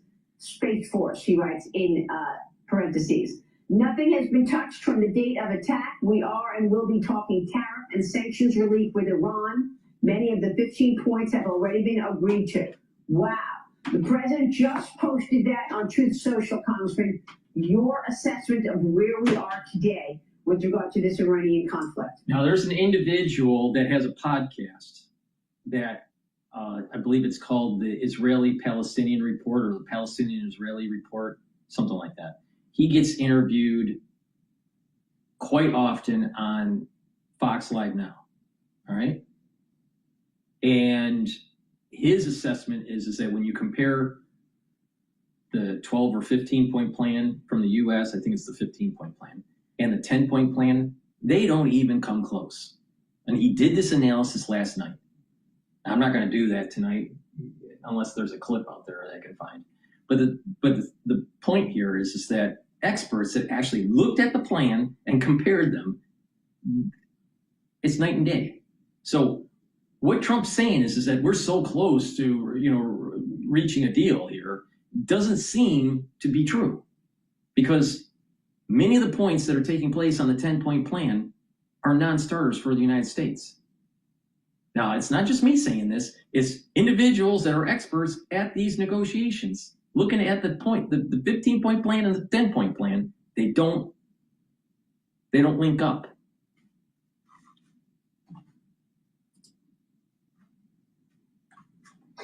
Well, Maria, after a 5-week incursion in Iran, in which we have eliminated much of their leadership, the Ayatollah, the clerics, the IRGC, we have severely destroyed their ballistic missiles capability and decimated their naval fleet, and basically have air superiority for the better part of 3+ weeks.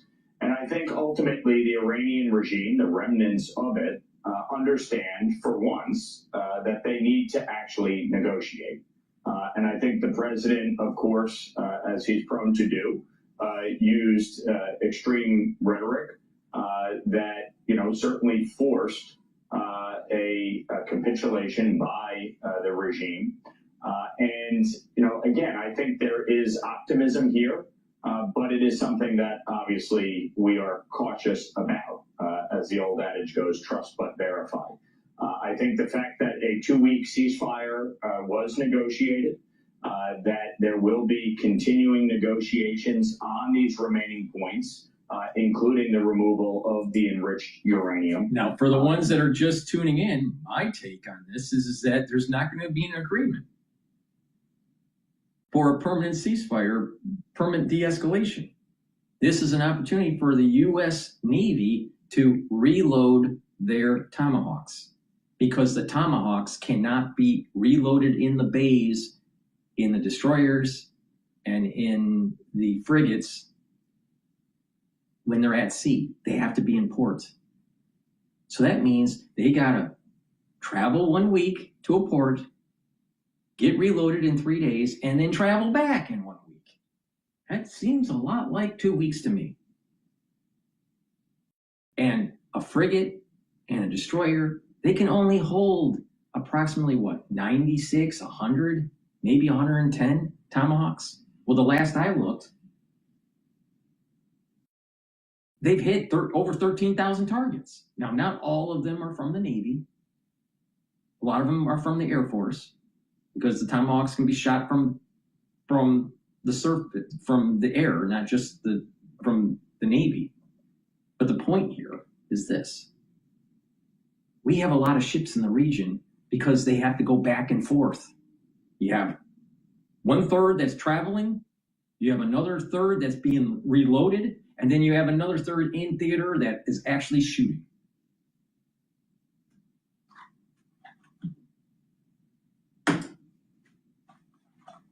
It's vital. And for my Democratic colleagues who have all but been rooting for failure here, I think they need to wake up to the fact that after 47 years of a terrorist regime that has sought to ensure death to America, that it is time for all of us to unify behind the objective here, which is to ensure that Iran never possesses a nuclear weapon, that their reign of terror and funding of terror proxies in the region.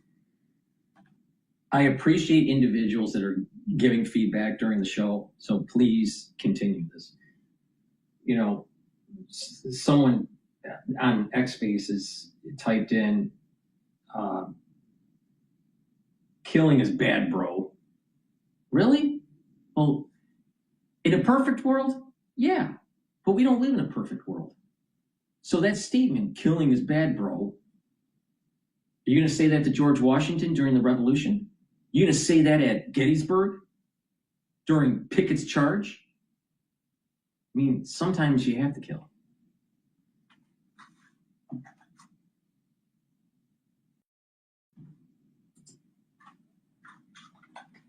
Comes to an end, and that the threats they pose to their neighbors and our allies and assets, our military assets in the region, be eliminated. That is something every member of Congress should embrace. And sadly, some of my colleagues on the other side of the aisle fail to recognize what has happened over these 5 weeks, because they've allowed their hatred of Donald Trump to reign supreme. Yeah, well, I wonder what you think is the best way to trust but verify. How will the United States ensure that, for example, the Iranians are not continuing to support terrorist proxies like Hezbollah? Well, mean, one of the things that has allowed them to finance that is the illicit oil trade between China and Iran. China is the biggest purchaser of Iranian petroleum. 90% of Iran's oil sales go to China. And so that is going to be a big component of these negotiations.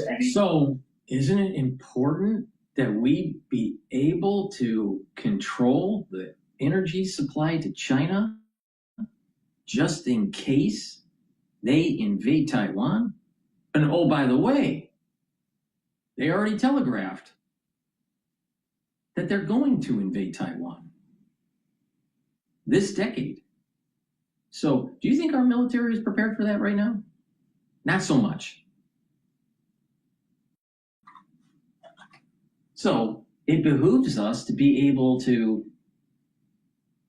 either control the flow or wreak havoc and destroy infrastructure, so the Chinese have to go to the Russians or the United States for the oil. And it would be a lot easier, and this is the reason why Greenland is so important, that when they're using the Northern Passage to ship oil to China or LNG, that the United States can stop that. Now, there are pipelines that are moving from Russia into China, but we could blow those up too.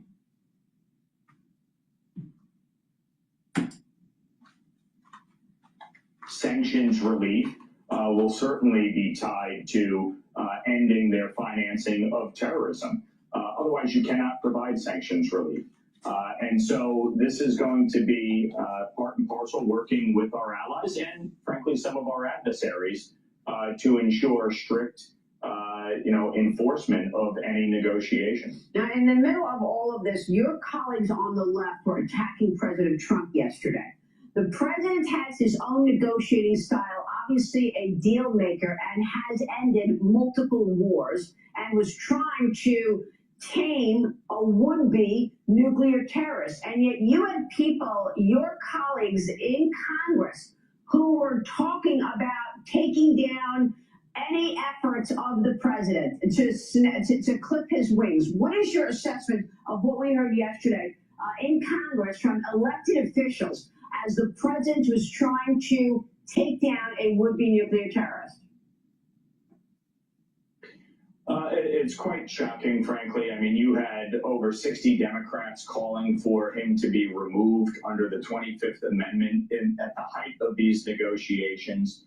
You have Democrats calling for the United States to no longer fund Iron Dome at the very moment Israel is continuing to be barraged by missiles from Iran. They've lost all perspective and reality. And when it comes to foreign policy, the fact is the old way of doing it, the conventional way of doing it, where the State Department signs off on everything, ain't working. It didn't work for 47 years. And the fact is you had a terrorist regime that was hell-bent on obtaining a nuclear weapon. You know, everybody talks about what has happened in the Strait of Hormuz and the fact that they, basically put a blockade in place. But this is the whole point. You're not dealing with rational actors. And so imagine if they had a nuclear weapon and they were able to use the threat of using that to exact concessions or exact certain. All right, breaking news here. Breaking news. Oil ship passage via Hormuz halted after Lebanon strikes. See, hasn't even been 24 hours, and they're already clogging up the strait. Now, what is happening is oil is now ticking up. It's now above $95 a barrel, and Gush is now moving up. It's now trading at 38.21. It was trading as low as 35.86. And right now, UCO is trading at 37.81. It was trading as low as 35.94. All right? The curse is emerging. I'm telling you, the curse is emerging. Now, to me, it's obvious. Now, maybe, You know, other people aren't smart enough to see it. But it's happening, and it's not going to stop. It's going to continue on getting worse and worse and worse.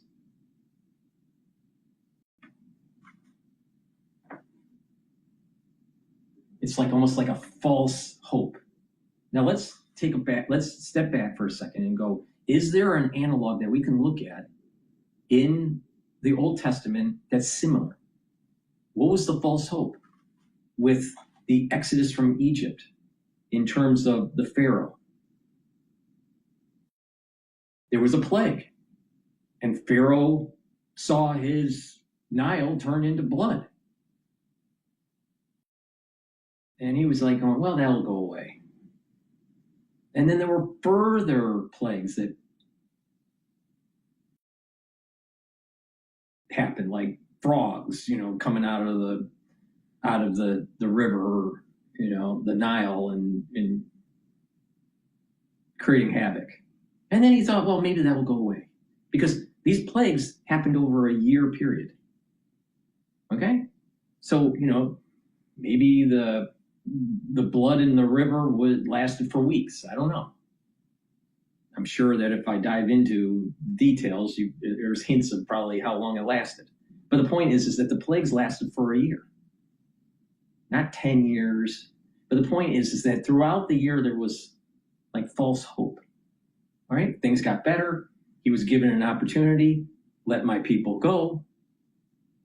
And guess what? He said no, and there was another plague. That's the analog here. We're given a false hope. We think that things are going to get better, but we don't change our way as man in the amalgamation of mankind. We don't change our way. We think that things are going to get better, but we don't need to repent. We don't need to change our ways and how we conduct our lives, how we relate to each other with interfaith or even interpolitics or international. So we get this false hope. And then another emergent curse happens, another plague. Look at what happened during 2020. You think mankind's better off now? Physiologically, emotionally, spiritually, economically? The answer is no. So there's going to be other false hopes. And then we go back into our normal way of doing things. We don't change. And it continues to get worse and worse and worse. And literally, we're seeing it playing out in the news in real time.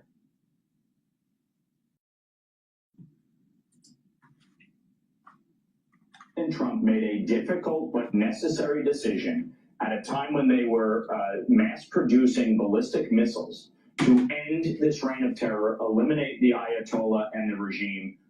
And so now you are dealing with the remnants of this, and we will see what comes out of these 2-week negotiations. Mm-hmm. Meanwhile, your colleagues won't even open the Department of Homeland Security. No even matter how many Harvard graduates out of the Kennedy School, no matter how many lawyers are involved, no matter how many generals are involved, it boils down to a very simple thing. Esau must die.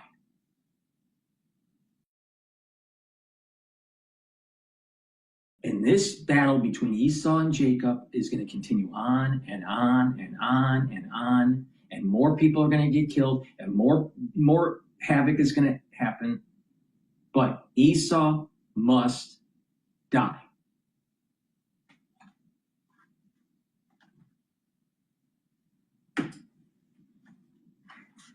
Okay, the DHS shutdown is now stretching into day 54, longest in history, obviously. The House Freedom Caucus rejected a partial funding plan backed by the president. Instead, they want the entire department funded through a single GOP reconciliation bill. Now, what are your thoughts on this? This is in opposition to a two-step approach some of your colleagues have talked about, splitting general funding and immigration enforcement.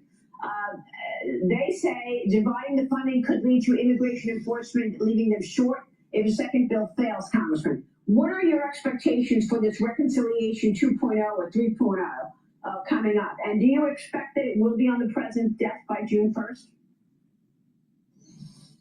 Maria, think about this insanity. Since October 1st, the Democrats have shut down the Department of Homeland Security for 97 days. 97 days. We are approaching the 25th anniversary of 9/11. You have hostilities in the Middle East. You've had 4 attempted terrorist attacks or terrorist attacks in the United States since the incursion in Iran began.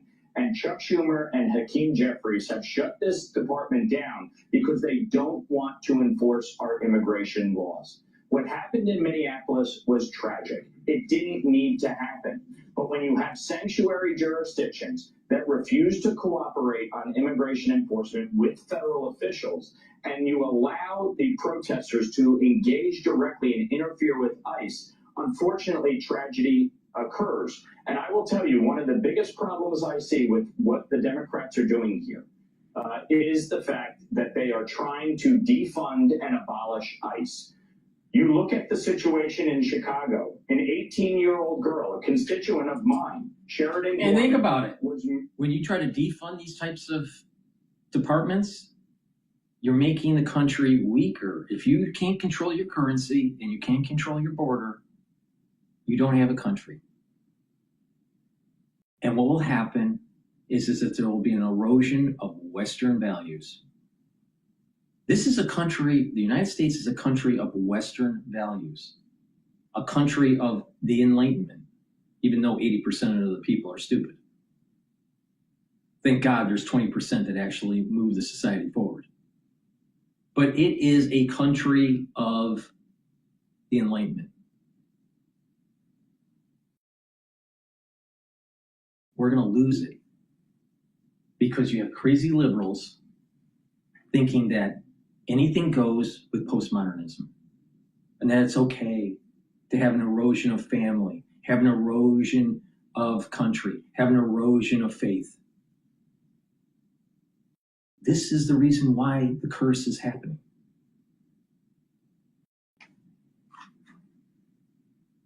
Think about it. All great societies, once it becomes too liberal, once it becomes too comfortable, what happens? They fall. Every single one of those civilizations.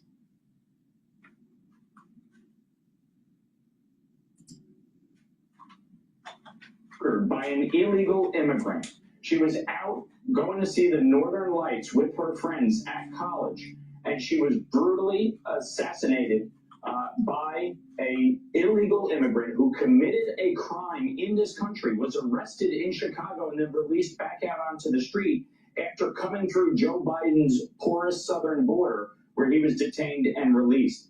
This needs to end.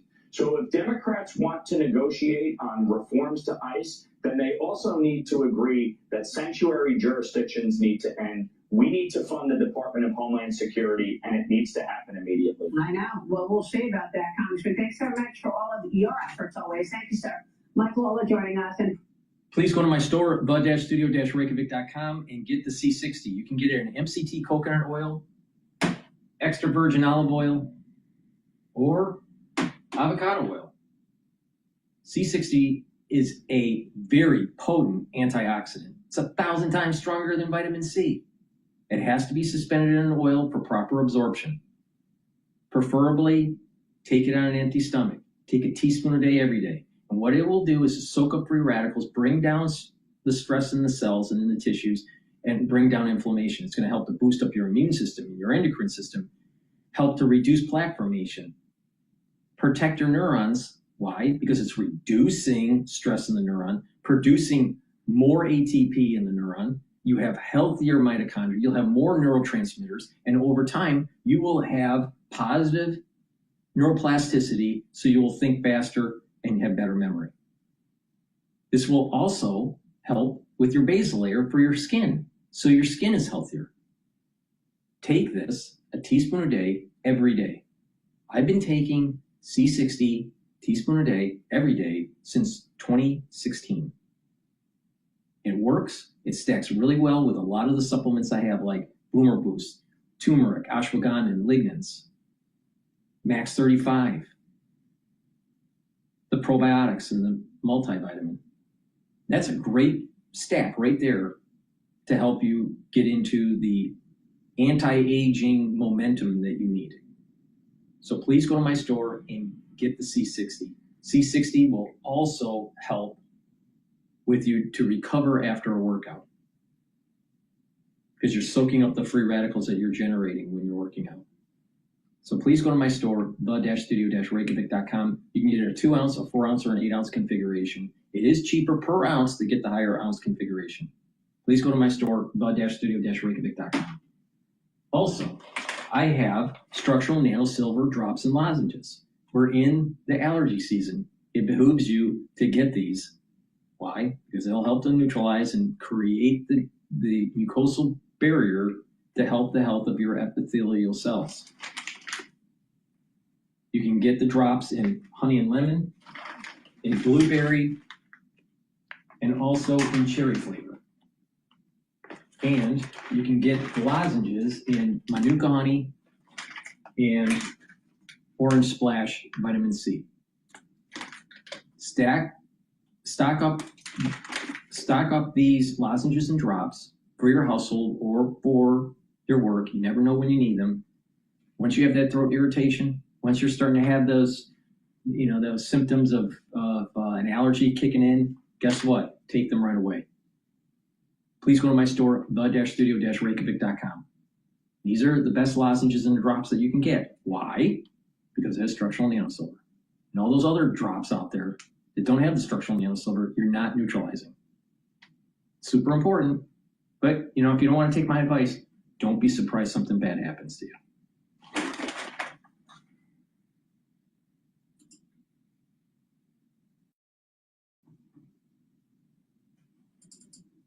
All right. This is Fox News talking about first ships. Better buckle up. Things are moving fast at Legoland New York this year. Like the brand new Lego Ferrari Build-It Race. And we now go to Trey Yang standing by in Tel Aviv. Hi, Trey.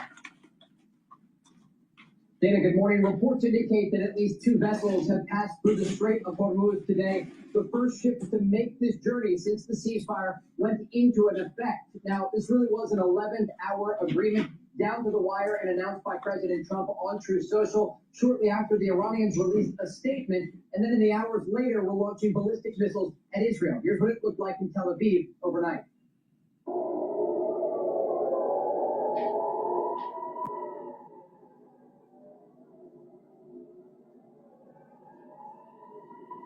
What you just saw there was an Iranian ballistic missile with a cluster warhead, those bomblets raining down on Israel's second largest city of Tel Aviv. This came after the ceasefire was announced by President Trump and an indication that it will take time to get this agreement in place. Since the overnight hours, fire has stopped toward Israel, but the Iranians are still targeting Gulf countries with drones and missiles. Kuwait says both ballistic missiles and drones targeted facilities there. The UAE, similar reports. As this is taking place, we're also following reports out of an Iranian island called Lavan, where an oil refinery was targeted early this morning with airstrikes. New images here from the Iranian capital of Tehran show protesters, pro-regime demonstrators in the streets of the city early this morning, calling for the destruction of the United States. They chant death to America and death to Israel, some holding photos of Iran's former supreme leader, the Ayatollah Khamenei, and others burning American flags. I do want to shift your attention to Lebanon, where today the Israeli military, after the ceasefire went into effect, launched dozens of airstrikes, more than 100 according to the IDF, targeting not just the southern part of Beirut, but a variety of targets across the country. Lebanese health officials say hundreds were wounded in those strikes that took place. Now, Bill and Dana, as all of this is happening, the region is waiting to see if this ceasefire will hold. And they look at the post from President Trump on Truth Social about Iran's uranium enrichment. Israeli officials say to them that is the most important item on the agenda for negotiations. Guys? Yes, thank you. Okay, so now we're going to pivot to this breaking news with now the Strait is being halted for shipments going through because of this Lebanon strike. Now let's go to Al Jazeera to get their take on this. Calls for doctors to come and help out in the hospitals that are overflowing with patients, people injured in these strikes in very densely populated neighborhoods in Beirut, as well as places here in Tyre, the locations that were targeted. Still civilians living here, only about 20,000 people still here, but those are still civilians living in their homes, women and children. I spoke to a few people within the last couple of hours, and they are extremely concerned. They're concerned about some relatives that are still living in neighborhoods here in Tyre and in other parts of the country, trying to figure out how to move them out of harm's way and possibly bring them to a safer location. But what people are realizing is that there really isn't any place that's actually safe here in Lebanon right now, especially as Israel says it's going to target any place that they deem to pose a threat to Israel's national security and its citizens in the north of the country. It's a very dangerous situation. They're very hit it there in Tyre in southern Lebanon. Thank you.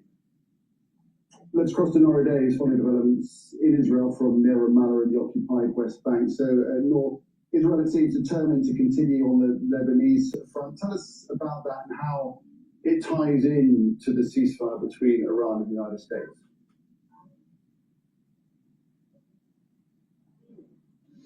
Well, it ties in because it could do one of two things for the embattled Israeli prime minister. It could, at the very least, disconnect Lebanon, the Lebanon front from the negotiations between Iran and the United States. Israel doesn't want to seem like it is receiving orders, like it does not have any say, especially when it comes to the Lebanese front. So it wants to disconnect those two fronts, even though when Israel started launching attacks on Lebanon and Hezbollah at the beginning of this war, it treated Lebanon as part of its war front against Iran. The other thing that it could do, which could also serve the Israeli prime minister, is sabotage the deal between Tehran and Washington, a deal that is costing the Israeli prime minister a lot of political support. In fact, not even his usual supporters have come out to cheer a supposed victory achieved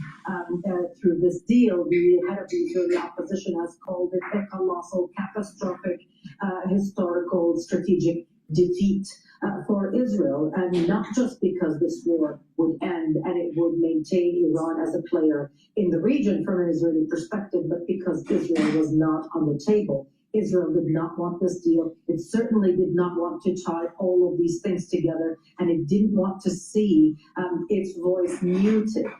The approach of Israel to all ceasefires, let's just remember, is that when a ceasefire is imposed, Israel retains the right to target the country or the group with which it reached a ceasefire. We see that in Gaza. We saw that with Hezbollah after the 2024 war, and Israel was trying to get to that same formula even with Iran. None of that has happened, and now Netanyahu is trying to fend for himself. His defense minister promising even more attacks. But looking at the map of where those attacks have taken place in terms of the sectarian divide and the sectarian composition of Lebanon, one begins to tie that with discussions in Israel about needing to fan the flames of pressures and strife inside Lebanon, because perhaps that could present Israel with a plan B so that the Lebanese would deal with Hezbollah and not having more soldiers lost in the battles, which are quite fierce in southern Lebanon. And I'll just give us a little more context of the Benjamin Netanyahu's position as prime minister, and the precarious nature of that and how that implicates how things might pan out.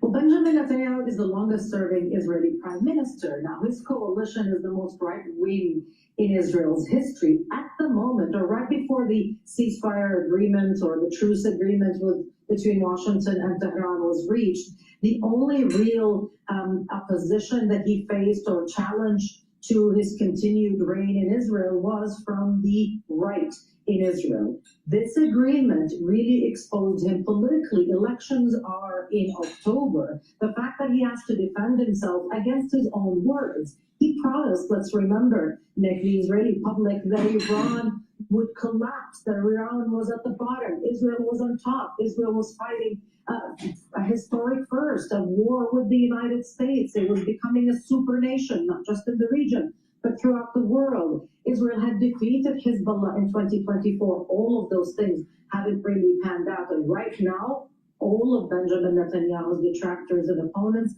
politically have their knives out. They know that this is an opportune moment to take as many jabs at him as possible because October is not too far away, and it is very difficult to see a way for Netanyahu to save himself from what has happened here, from finding out the limitations of geography and even military power, save for succeeding in sabotaging the truce and the agreement and the diplomacy. Didn't I say October is the peak of Esau's strength relative to Jacob? October is after 9/11. This year, a curse is coming. You're seeing it playing out in real time. And I've been warning people for 2 years that this was coming.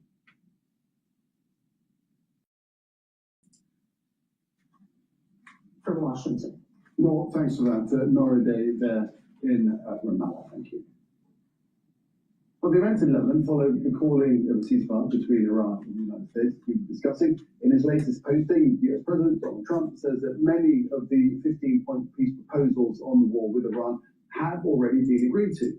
Well, the US will work closely with Iran, which we have determined has gone through what will be a all right, we're gonna play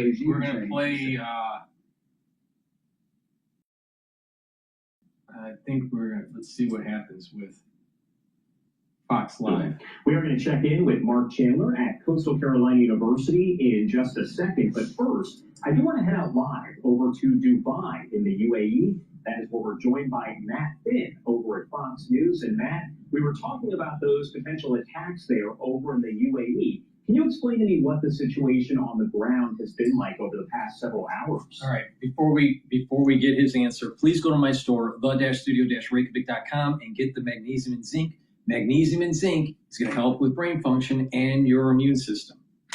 Vitamin C magnesium helps with brain function, your immune system, and your skin. You can stack these together. A lot of people don't realize you're not taking enough magnesium. You need magnesium for vitamin D3 to work effectively, and you need magnesium for brain function to help protect your neurons. Super important. You're going to know a lot of people that are going to get early onset of dementia for many reasons. Our environment has a lot of microplastics and nanoplastics that are increasing dementia. There's the aftershock of 2020. A lot of people are, because of the inflammation and the amyloidosis, a lot of people are going to have early onset of dementia. Pay attention. If you don't, you're going to have problems. Please go to my store, the-studio-reykjavik.com, get the magnesium and zinc and the vitamin C and magnesium. It's the-studio-reykjavik.com. Make sure you use discount 5 and you get $5 off.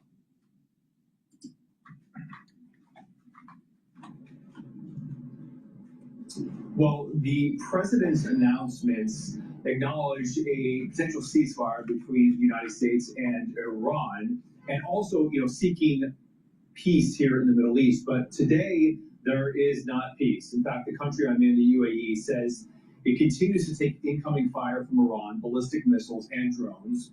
Kuwait reports the same. And the IRGC, the regime, is taking credit for allegedly attacking Israel and Saudi Arabia overnight. So it seems like the American peace deal may include an agreement that the United States and Iran will stop attacking each other. But so far, there's no indication that Iran is going to stop launching missiles and drones at countries here in the Gulf. So one of the big questions is, when this final... So do you really think that there's going to be world peace? Or do you think that there's something bad coming right after 9/11?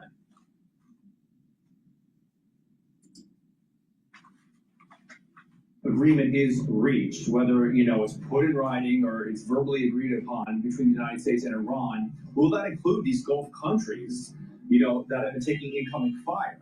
and perhaps Israel.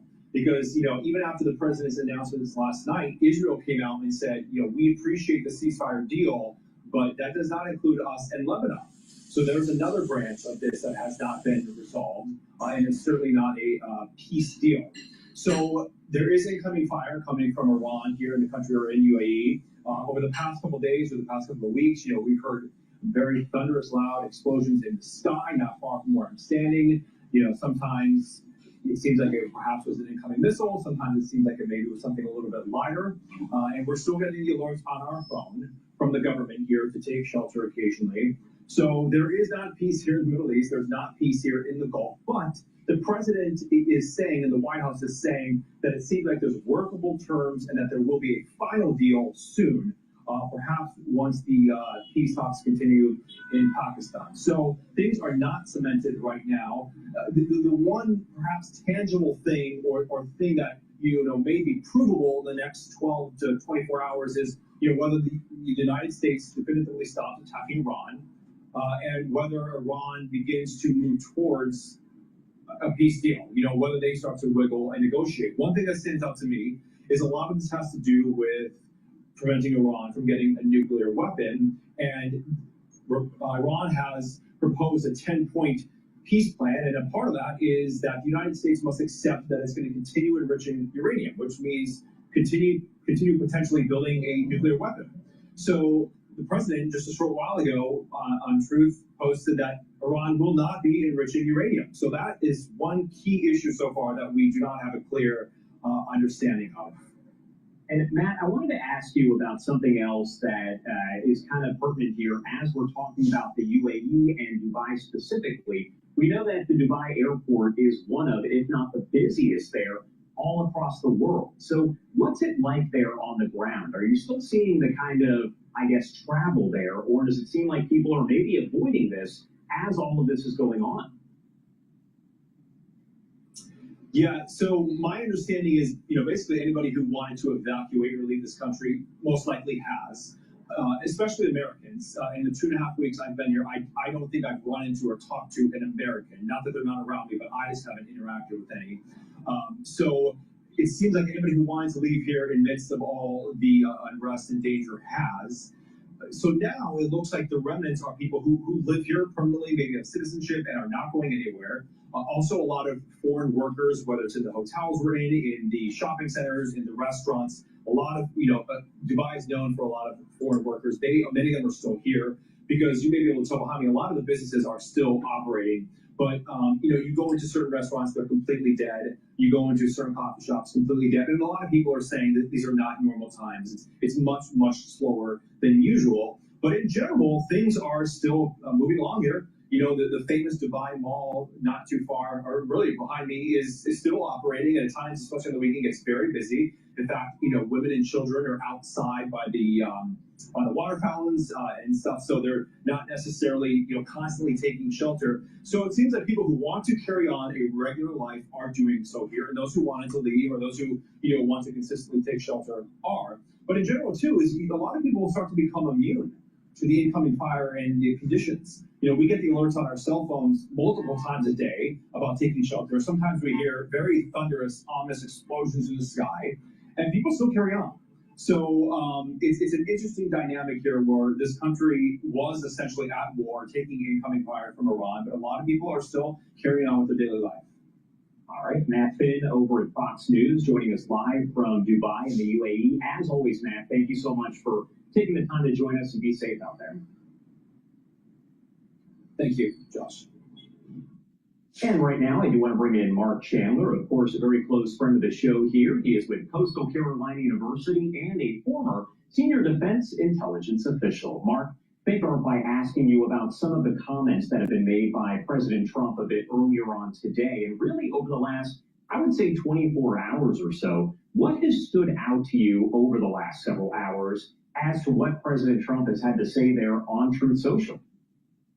Well, I think what the president's trying to do is tout that we're making progress with this deal, that he is, I would essentially say, marketing the U.S. position a little bit right now.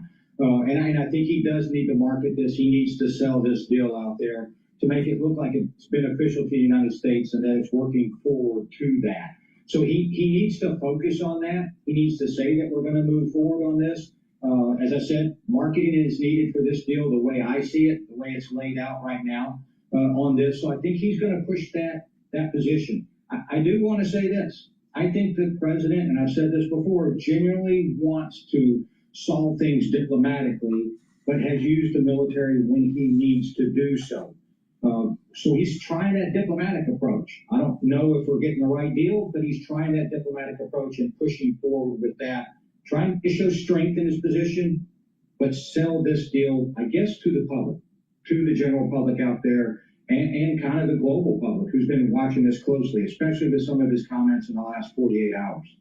And what I want to do is pop up this post. We showed it a short time ago, but it's coming in from Phil Stewart, who is over with Reuters. And you can see it says, senior Iranian official to Reuters, Iran could open Hormuz on Thursday or Friday ahead of meeting with U.S. and Pakistan if a ceasefire framework reached. Senior Iranian official to Reuters, reopening would be limited and in coordination with Iranian military still required for all vessels. What do you make of that? Because, again, they're not only saying that they would reopen it in a limited capacity, but also that essentially they would still be controlling it. Well, I think that's a key element right here, Josh. When you look at how this is progressing, there have been a few vessels to pass through today, but there have also been a few vessels passing through in the last few days. So I don't think we're going to see an uptick in shipping traffic going through the Strait of Hormuz, either exiting or entering. I think you'll see as many ships get out as possible. You're not going to see near the level of traffic of 100 ships a day going through. A couple of reasons. One, Iran still controls. So what's the security environment for those shipping companies putting their valuable vessels through that Strait of Hormuz? They're going to want some assurances. Because if you lose $1 billion ship or you lose its multi-million-dollar cargo, that's a lot. And so now you still have insurance concerns that you have to calculate in there. What is the true safety guarantee? And the key element here that you're seeing is Iran is exercising its complete control over the Strait of Hormuz. And that's kind of lost in the hoorah, if you will, of let's celebrate this potential agreement. Iran remains in charge of the Strait of Hormuz. And that's kind of a strategic benefit for Iran, if you will, at this time. Something else that's interesting that a lot of people are discussing right now is the image that we're looking at that's over in Beirut, Lebanon, where just hours ago we saw a lot of smoke rising as the Israel Defense Forces said this does not include the ceasefire, Lebanon, Beirut, and Hezbollah. So can you kind of break that down for folks out there? Because that is something that hadn't really been distinguished against, but now you're looking at it and you're seeing those attacks on Hezbollah still continue despite that fragile ceasefire. Well, a couple of things on this. Number one, Lebanese Hezbollah are Iran's number one proxy in the region. They do Iran's beck and call. They focus on attacking Israel. Since the start of this campaign, they have attacked Israel incessantly. So you look at this, 47 years of destabilization by the Iranian regime. 46 of those years have been in concert with the Lebanese Hezbollah.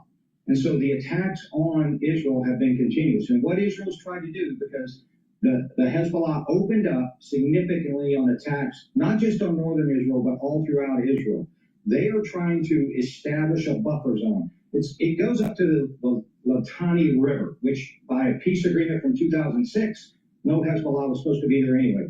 So they want to clear that area out of the Hezbollah threat and take out the leadership for Hezbollah. I think that's a critical and strategic positive move by Israel to take LH out of this agreement. Iran tried to say, no, they're part of the same ceasefire agreement. And Israel said they'll agree to everything else except for that. And I think that's prudent on Israel's strategic interest to protect its own security, not just in the north, but all throughout Israel, because Hezbollah can attack throughout. So you're going to see this continue.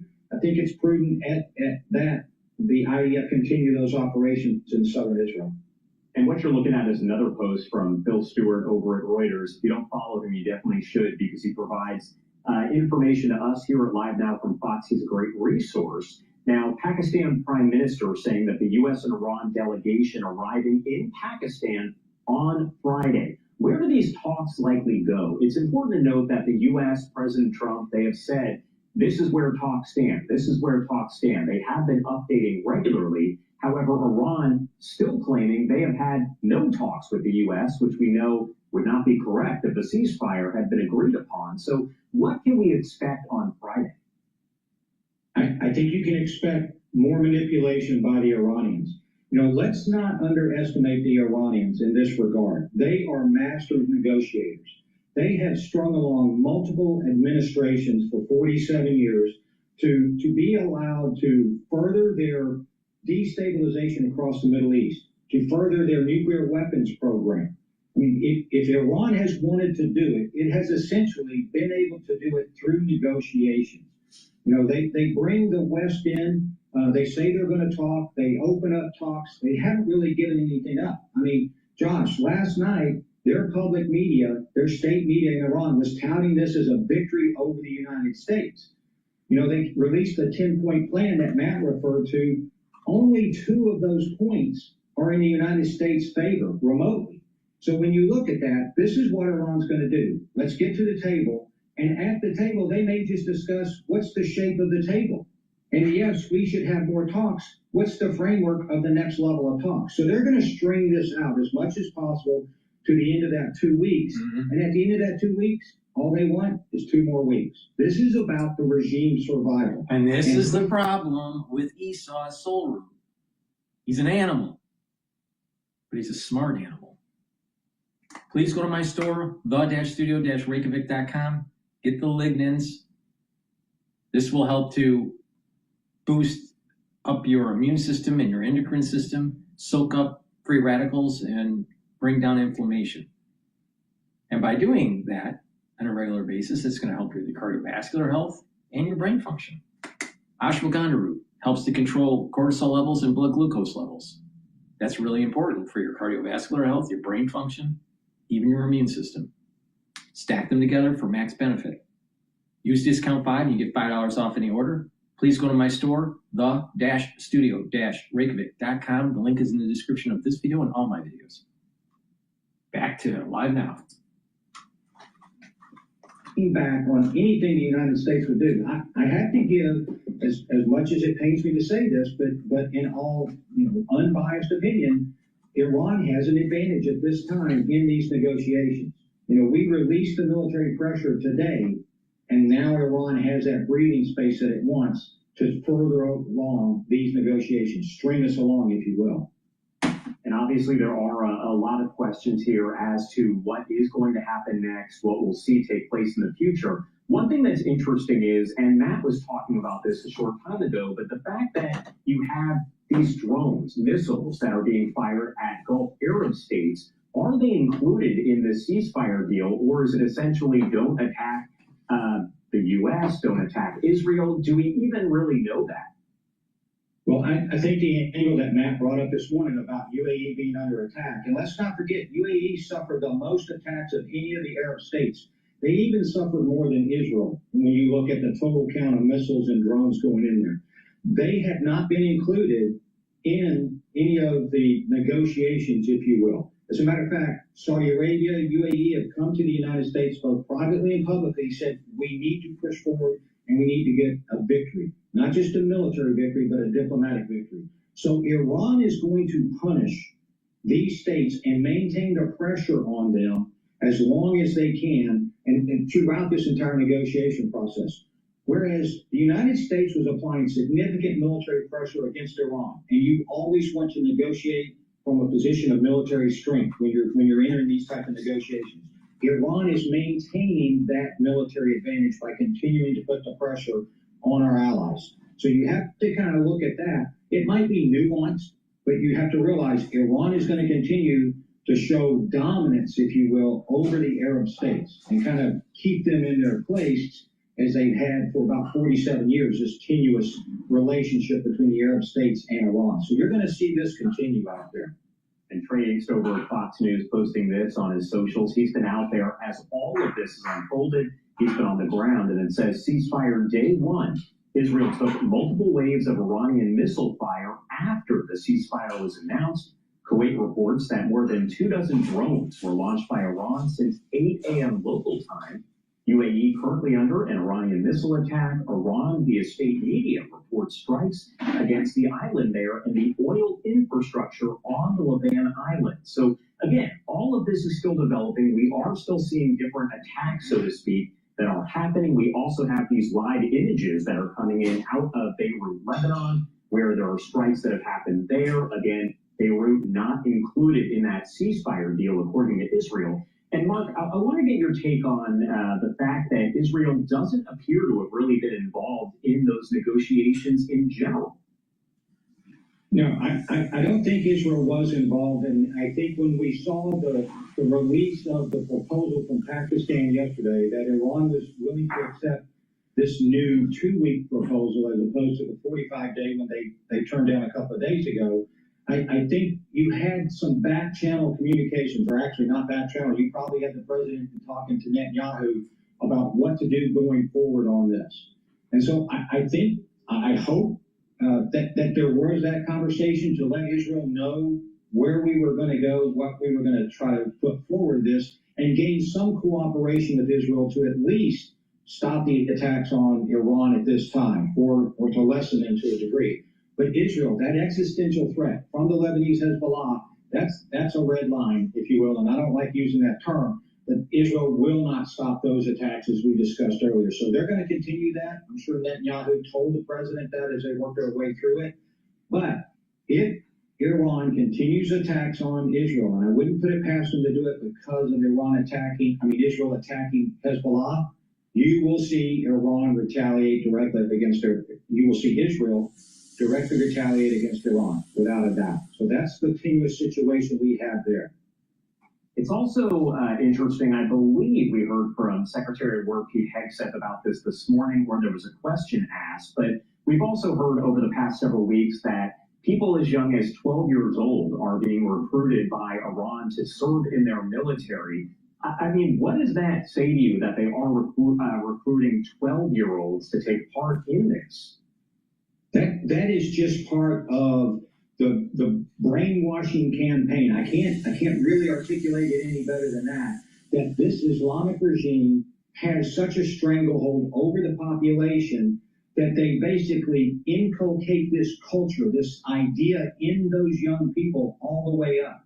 I mean, when we go back to the Iran-Iraq war, Josh, thousands of Iranian soldiers would line up and cross these marshes in the south and be slaughtered by the thousands. And the Islamic regime has no regard for that aspect of human life.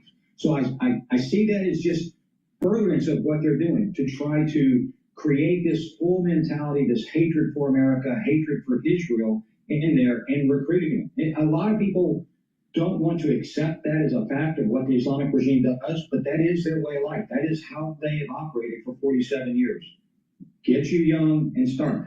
Another thing about this that we see in the talks, there is nothing about stopping the slaughter of the Iranian people.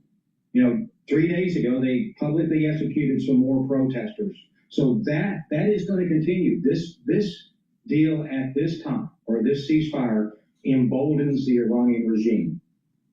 And that's true, because we know that we've heard about these public hangings, and we have protesters that are being publicly executed in front of other people. You have other people who have been jailed there. And of course, the understanding is that they can't really get a fair trial there in Iran. They're essentially just convicted of whatever crime they are charged with. So we'll see, of course, how President Trump responds to that, because that was a big sticking point months ago with the president, as he said, if they continue to execute these protesters, we will intervene, and we are not okay with that.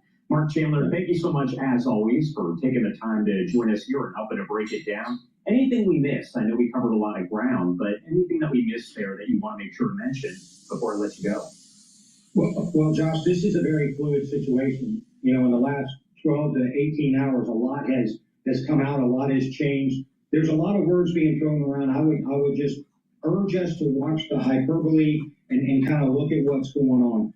Right now, as we said, Iran has pretty much achieved everything it needs. It's had the Americans to stop their attacks. It still controls the Straits of Hormuz out there. the regime remains in place. And as we go forward in negotiations, we need to have a strong position. We've kind of given up our advantage of the military pressure, although we can start that. This has been a phenomenal military success out there. So we can reinitiate that with that pressure, but we're delaying right now. What we have to look at the negotiations is, will the regime change its stripes? Will they allow some sort of freedom of movement? Will they relinquish control of the Straits of Hormuz? That is their strategic advantage right now, and that's what kind of got us back to the table right now, looking at everything. So we have to follow these negotiations carefully and look at the words and go a little bit past, what the public, what the media is trying to get us to look at. You excluded, of course. Of course. All right, Mark Chandler, thank you so much for taking the time to join us. We did.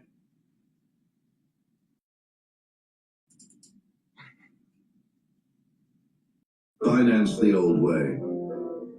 Finance the rent way.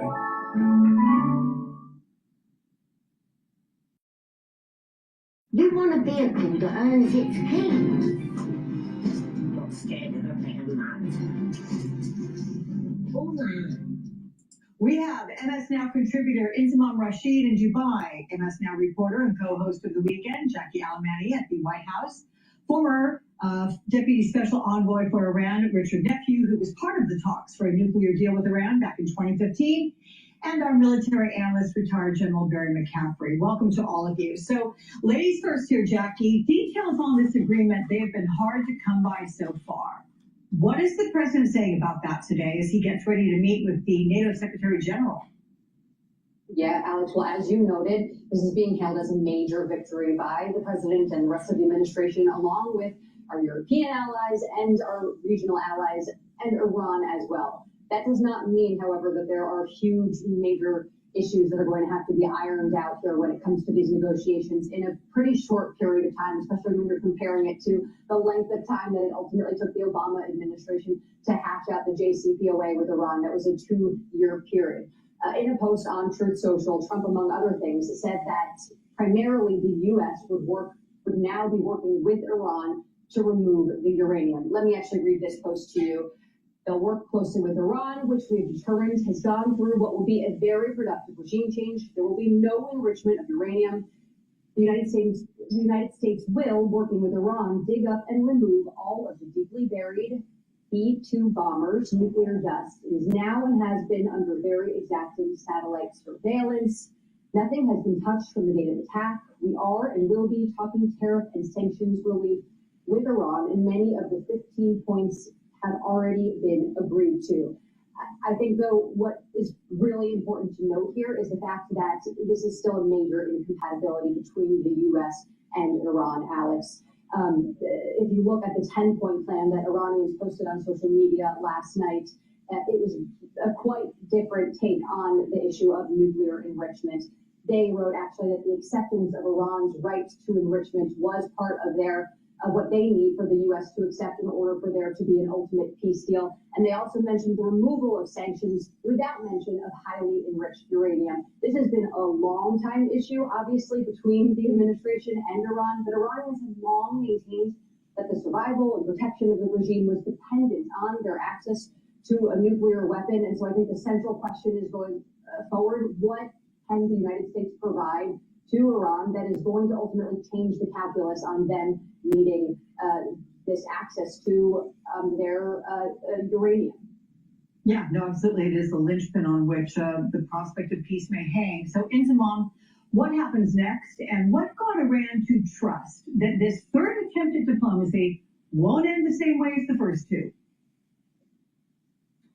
Well, I think they probably saw that President Trump was very desperate to get a deal, but also I think because of the threats from the president that he would have targeted power plants across Iran as well as bridges inside the country. And I think the images that we saw of many people, men and women inside Iran, going out, standing and causing some form of a human shield in front of power plants late last night and in front of bridges as well, probably gave a sense that Iran needed to come up with some form of a deal in order to make sure that these attacks didn't take place inside of the country. But look, Iran essentially has the upper hand in this ceasefire framework. I think that's pretty obvious to see because of, as Jackie was mentioning, this 10-point proposal that Iran had put forward. And the president said last night, it's that 10-point proposal that the US finds as a workable basis on which to negotiate. But that is essentially all of Iran's maximalist demands in this whole conflict, what they essentially want out of this regional conflict. There are things on there which it's impossible for the US to approve, but also for the Gulf states to approve as well. Firstly, things like the Strait of Hormuz, it cannot essentially be in de facto Iranian control. They can't have these technicalities in place, which would mean that they profit from ships passing through what was once a free waterway just 6 weeks ago. And then things like US military bases in the Gulf. I don't think that that's going to be something that America can afford to do, pulling out of the Gulf. And I don't think the Gulf states can afford for America to pull out of here and essentially leave this region when you've got a potentially dangerous Iran still on the other side. And then when you flip this as well, Alex, and look at the Gulf states and their involvement in all of this, well, they do still live with a dangerous Iran. Even in this 2-week ceasefire that we currently have, we've continued to see a number of missiles coming in from Iran into the Gulf states. But this particular point on the 10-point plan, I think for now, Iran felt, let's put that forward. Let's see what the president has got to say. If we get to some form of 2-week ceasefire, then fair enough, we can recalibrate and then we can go into these discussions potentially being held in Pakistan on Friday with the US and Iran. But very much so, this is now a ceasefire framework, which I think gives Iran some leverage, and the ball is pretty much in their court. So, Richard, it's a starting point. Based on what we know about this temporary agreement, do you see it as workable? And are the negotiation positions that much different from what they were before the war? Yeah, candidly, I think all the positions are still the same, and that doesn't augur well for trying to get to an actual comprehensive deal. I think the most likely outcome of all this is that we're still in a ceasefire mode, maybe 2 weeks, 3 weeks, 4 weeks from now. Because ultimately, both Iran and the United States are reluctant to re-engage in this conflict. I will say that if any side is indicating a willingness to continue, it's the Iranians. And you can see this in some of the positions that they've taken over the course of the last 24 hours, the insistence that they'll continue to control the Straits of Hormuz, the idea that they are going to continue to hold on to nuclear enrichment, the idea that they're going to continue to support Hezbollah in Lebanon. I mean, all these are positions that are very consistent with the 10 points, but not consistent with the 15-point plan that's been put forward by the United States. And I think ultimately what they are banking on is that the president is going to be disinclined to restart all of this with the economic and political costs that it would come. So, General, the president says the U.S. achieved all of its military objectives. VP Vance, Secretary Hegseth both repeated that today. Take a listen, sir. Well, the president... I think taxes are something that makes all of us panic, whether or not you want to admit it. Being able to pass my taxes to a TurboTax expert. What the president set out to do was decimate the Iranian military, decimate their ability to wage conventional war. And that military objective, as the president said yesterday, as I said yesterday, has been achieved. Iran suffered a devastating military defeat. Together with our Israeli partners, America's military achieved every single objective on plan, on schedule, exactly as laid out from day one. So, General, despite what we're hearing at the Pentagon, we know Iran still has missile strike capabilities. They now may control the Strait of Hormuz, or at least have a new revenue stream from it. The same regime is in power despite Trump's claims otherwise. Iran's ground forces, they're intact. So did the U.S. achieve its military goals? Well, one thing we achieved is a ceasefire for the next 2 weeks, which is vitally important. And for the first time in a long time, hopefully, face-to-face negotiations starting Friday in Islamabad. And as our reporter just reiterated, now, it's important to put context to this.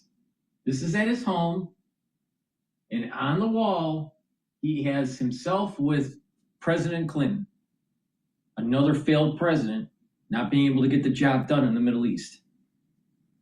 So, he's a general. What war did you win, General? What war did you win? He failed forward.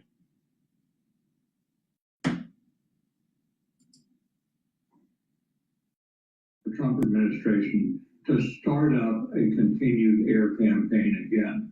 The air campaign was brilliant, sea, air, defensive THAAD and Patriot missiles.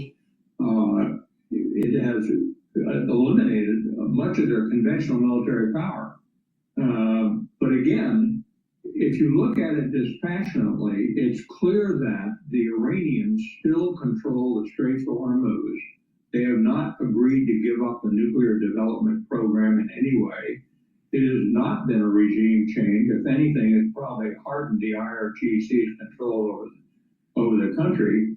And we have devastated, most importantly, our allies, both in the Persian Gulf, in Europe. I don't think the South Koreans, Australians, Japanese will trust us the next 10 years after our behavior and all this. But Alex, back off all this, the legalities, the negotiations. The President of the United States put out 2 Truth Social posts on Easter and then yesterday. And it appears that he is unhinged, incoherent, saying things that are flat unacceptable for American values and the Constitution. It is an astonishing state of affairs, and we got 2 more years with him as the Commander-in-Chief of the U.S. Armed Forces. That is a sobering thought right there. Our allies were raising eyebrows all around the world, and of course Congress will have issues to deal with on that front, General. But Jackie, earlier in the war, Trump said that it would end with Iran's unconditional surrender. No description on what that meant after they would wave a white flag and what the U.S. would do with that. But how is the White House squaring this? Because there doesn't seem to be surrender on the table. Yeah, Alex, well, I'll remind you when Caroline Leavitt was actually asked about this end game a few weeks ago, she defined it as that surrender would, quote, essentially occur when Trump concluded that his war objectives have been met. So to be honest with you, I think the phrase ultimate surrender, at least for this president, is extremely malleable, depending on what happens during negotiations, which at this point, it could really go anywhere. I mean, if you're just taking stock of the last few days, we went from threats to committing a massive war crime, wiping out an entire civilization that essentially undermined the U.S. as a benevolent superpower, to then just... Breaking news by NHK World. Japanese Defense Ministry announces North Korea launched possible ballistic missile early Wednesday afternoon. 24 hours later, the president saying that the U.S. was now going to try to work with Iran to achieve these objectives. I think that the amount of pressure that Trump is feeling, not just politically with the economy, but also from lawmakers, a slate of Republicans beyond sort of the MAGA influencers, the Tucker Carlsons and Megyn Kellys of the world, but people like Ron Johnson, again, diehard MAGA Trump supporters who have unflinchingly been throughout the president's side throughout a lot of the turmoil of this administration, who finally came out yesterday and called some of the rhetoric, the maximalist rhetoric around the war, unacceptable. All right. Well, more issues in the world. Before we continue on, please go to my store, the-studio-reykjavik.com, and get the heirloom barley. This will bring down inflammation, soak up free radicals, and detoxify your body. This will help to boost up your immune system, help with your endocrine system, help with your cardiovascular system, help with your joint health, also brain function. Bringing down inflammation is going to slow down the aging process. Soaking up free radicals is going to slow down the aging process. Detoxifying your body regularly will help to slow down the aging process. Get the heirloom barley, very high quality, it's a month's supply. You can stack this with Boomer Boost for added benefits like controlling your A1C levels, and You'll recover quicker after a workout because it's bringing down inflammation. Please go to my store, the-studio-reykjavik.com. Make sure you use discount 5. I want you to save some money. Why? Well, there's inflation out there. Make sure it's all caps, discount the number 5. You get $5 off. Go to my store, the-studio-reykjavik.com. Alrighty. What else is going on here?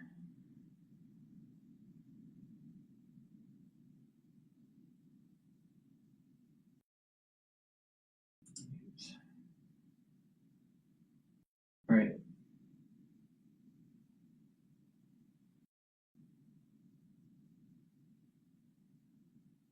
All right, let's listen into Fox Business here. Welcome back. Secretary of War Pete Hegseth giving an update at the Pentagon moments ago as the U.S. and Iran agree to a 2-week ceasefire, hours before President Trump's deadline to reopen the Strait of Hormuz or face destruction. Fox News can confirm that there is movement right now in the critical waterway of the Strait of Hormuz. Ships are passing through. President Trump said on Truth Social this morning this. The United States will work This is old news here. And are, quote, talking tariff and This is old news because the strait is actually blocked now because of the hit in Lebanon. So we have to be careful. Make sure that we are playing the most updated news here.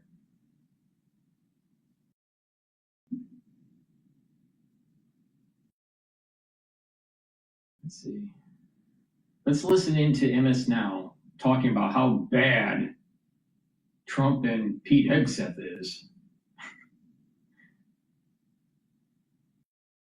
Oh no, you know what? I want to listen to Time News. This is Times Radio talking about the Suez moment.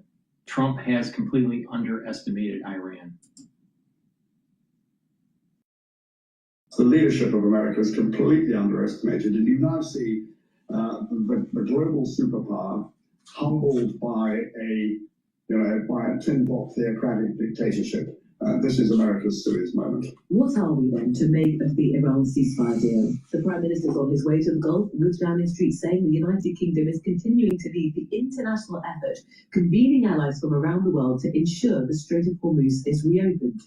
President Trump has hailed today as a great day for world peace, but Iran is now likely to charge fees for ships passing through the strait, and this move is likely to be a sticking point during talks which we believe will take place in Pakistan on Friday. The Times World Affairs editor, Catherine Phillips, joins us now. Catherine, good morning. Good morning, Rosie. Can you tell us what details of this 2-week pause currently entail? Well, I wish we knew a bit more than we did. We certainly know quite a few points of the entire plan, the 10-point plan, and some of those points are about what would happen after this 2 weeks. I think that the critical point about this 2-week ceasefire is that the US and Israel stop bombing Iran in exchange for this reopening of the Strait of Hormuz.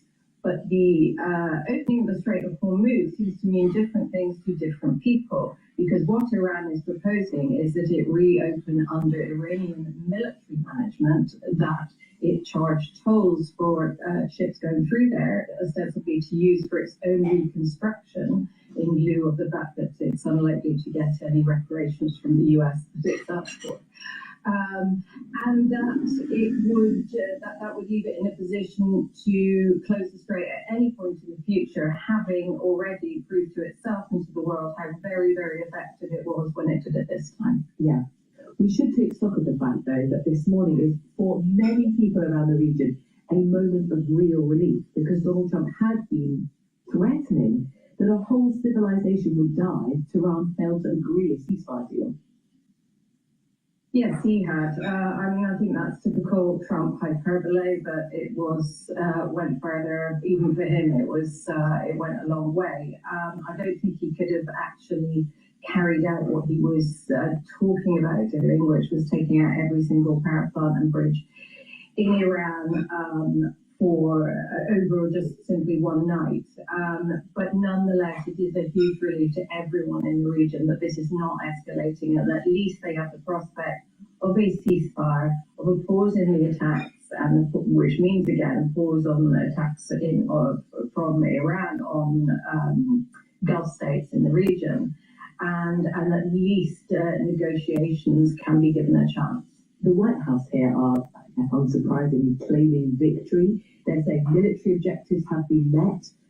To what extent, Catherine, if you assess the situation right now to what it was 6 weeks ago, what materially has the US achieved here? Well, they've taken out a large proportion of Israel's ballistic missile capabilities.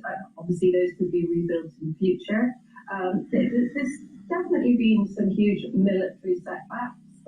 They've wiped out most of the Navy, but the problem is, I think, that Iran has learned from this and previously that it can fight in an asymmetric manner that can still inflict huge pain on the region and the world. So in closing the Strait of Hormuz, for example, that's a pretty low-tech thing to do. They have an almost endless supply of Shahed drones with which they can hit their neighbors.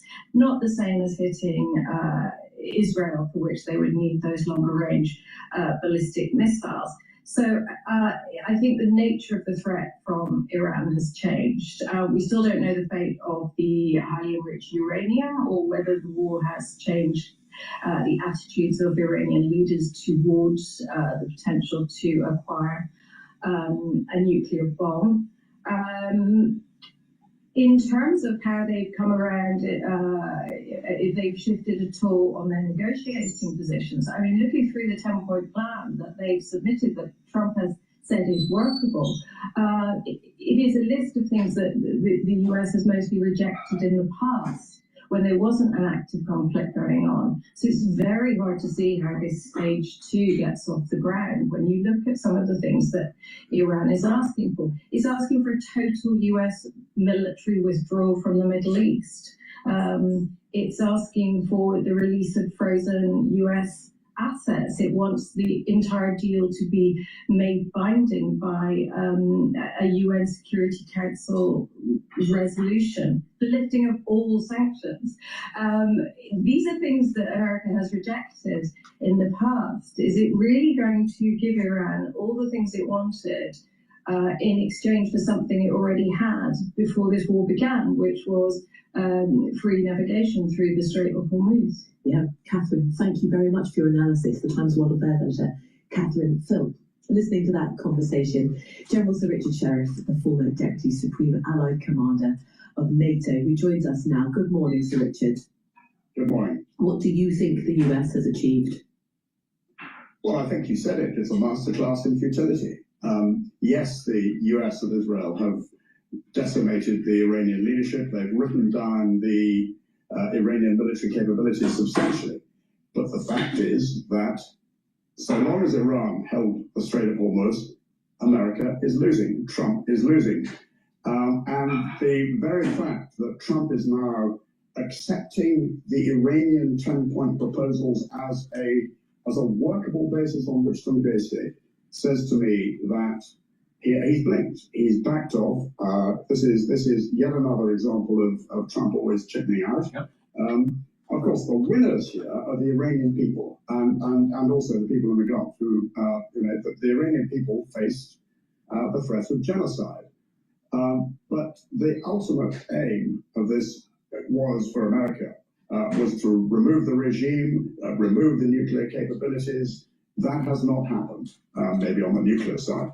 But the other bottom line is this, that Iran wins if it doesn't lose, and America loses if it doesn't win. America has not won, so it has lost here, and has lost massive prestige. Had America underestimated the resistance of the regime? Well, I say America broadly. Trump certainly underestimated, and the acolytes that surround Trump certainly underestimated it.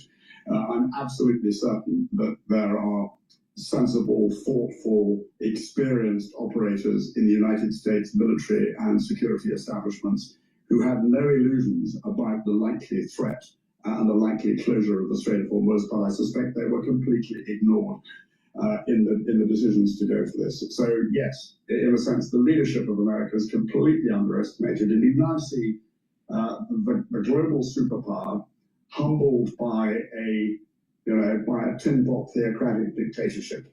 This is America's Suez moment. And well, America have been declaring this as a victory, saying their military objectives have been completed. Watching on largely from the sidelines here has been NATO, who've been called cowards, Donald Trump's allies over the duration of this war. Donald Trump threatening to pull out of NATO. Today, we've got the head of NATO, Mark Rutte, meeting Donald Trump. What do you imagine he's going to say to Donald Trump in terms of how much they need the US? Well, the other loser here, of course, is NATO. The alliance has been torpedoed below the waterline by Trump. And after the deranged statements which we've heard from the White House, there is absolutely no way that any NATO ally can trust America under Trump's leadership. So Rutte needs to get that one on board. And what we do not want to see is the sort of belly crawling we've seen in the past. He's got to recognize that NATO's got to go it alone with America as an outlier, and that Europe has now finally got to wake up to the fact that NATO's got to be a European-led, Canadian-led alliance. Yeah, I mean, can it afford to do that? No, it can't. But we've got to make it happen. I mean, this is a come-as-you-are party. How would you do that? Well, it means, let's take domestic politics for a start. It means that this government has got to take the Strategic Defence Review off the shelf, which it commissioned last year, which is a very good document. It's got to start spending money on defence. It's got to resource the Defence Investment Plan, the Defence Reliance Plan, and every NATO country has got to recognise that it's got to make the necessary sacrifices to fill the gaps left by America. Do you have confidence in NATO as it stands? I mean, Mark Rutte sort of now infamously called Donald Trump daddy when, very shortly after both of them were then instilled in those positions as head of NATO and US president. Do you think that it's time for the end of the flattery? Absolutely. I have no confidence in a NATO leader who goes crawling on his belly to Trump in the way that Rutte has. But I have absolute confidence in the capabilities of Europe to be able to step up to the mark. If we follow the example of our friends in Eastern Europe, Poland, the Baltic states, Finland, the Scandinavian countries as well, up in the north, because they get it. They absolutely get the need to do it. Now, we in Britain, France, Italy, Spain, and the rest need to follow suit. But no, we can absolutely do it if we put our mind to it. How concerned were you by some of the language that was being used by the US president in the last few days, when that was swearing in Easter Day messages saying that he would send Iran back to the Stone Age, then saying that a whole civilization would die if Tehran failed to agree to a ceasefire deal? Well, these are deranged statements, and it demonstrates unequivocally that Trump is not fit to lead anything. I mean, he would say that now they have had a ceasefire as a result of the deadline and the threat that he posed. Let's be real. Let's be clear. Trump was looking for a way out here, and the Pakistanis, he's got a good relationship with the Pakistani leadership and the Pakistanis. This proposal with the Pakistanis has been on the table for some time. Trump realized that there was no way that the Iranians were going to open the Strait of Hormuz. He realized that there was no likelihood of any military operation succeeding in opening the Strait of Hormuz. And he realized the only way out was to accept the proposals put by Iran as a basis to negotiate, and that is where we are now. General Sir Richard Sheriff, thank you very much, the former Deputy Supreme Allied Commander of NATO. It does make it look like Trump is a little weaker. Please go to my store, the-studio-reykjavik.com. Get the digestive enzyme complex. This will help the health of your pancreas. Your pancreas starts to decline as you get older. No matter how healthy you are, your pancreas produces the enzymes to break up carbohydrates, proteins, and lipids. Digestive enzyme complex will help you to break up those food stuffs, such as carbohydrates, proteins, and lipids, allow you to digest easier and reduce the load on your pancreas. This is super important if you're 40 years of age or older. Please go to my store, get the digestive enzyme complex. It's super important. It also has bromelain, so it will help to break up clots, and it has the proteolytic enzymes to break up glycoproteins. That's really important during the cold season. An olive leaf extract. This will boost up your immune system and help with your cardiovascular system. It brings down inflammation, and helps you to control your lipid profile, helps to bring down LDL levels and increase your HDL levels. So please go to my store, the-studio-reykjavik.com, get the olive leaf extract and the digestive enzyme complex as a stack. So you're helping your pancreatic health and your digestive health, and you're helping with your immune system and your cardiovascular system. Please go to my store, the-studio-reykjavik.com. All right, we're gonna go to McMaster. He was being interviewed on CBS. Let's bring in CBS News contributor and retired U.S. Army Lieutenant General H.R. McMaster. He also served as a national security advisor in the first Trump administration. Lots to break down here. So, Joint Chief of Staff Dan Kane has said that there were 3 objectives over the last month. Destroy Iran's ballistic missile and drone capabilities, destroy the Iranian Navy, and destroy their defense industrial base. And he says all 3 of those things were accomplished. Let's listen. Over the course of 38 days of major combat operation, the Joint Force achieved the military objectives as defined by the President. We welcome the ongoing ceasefire, and as the Secretary said, we hope that Iran chooses a lasting peace. So was this Tuesday deadline a real threat, or in your view, sort of a tactic in the negotiations? Well, Sean, I think that we did destroy those capabilities, but they still have some remaining, some missiles, some drones, and I think what remains to be seen is will the Iranians try to reconstitute those capabilities? I think unless there is a fundamental change in the nature of the regime, a regime that is now dominated by the Islamic Revolutionary Guards Corps, an organization and people who are hostile to the great state in the United States, the little Satan or the cancerous boils, how they refer to Israel, and their Arab neighbors. There won't be enduring peace. So I see this as kind of maybe a temporary ceasefire, and maybe along with it, a hope for a change in the nature of the regime in Iran, because they've been under so much duress. I don't know if that's going to happen. I don't think it's going to happen. So I think this is really kind of a temporary arrangement.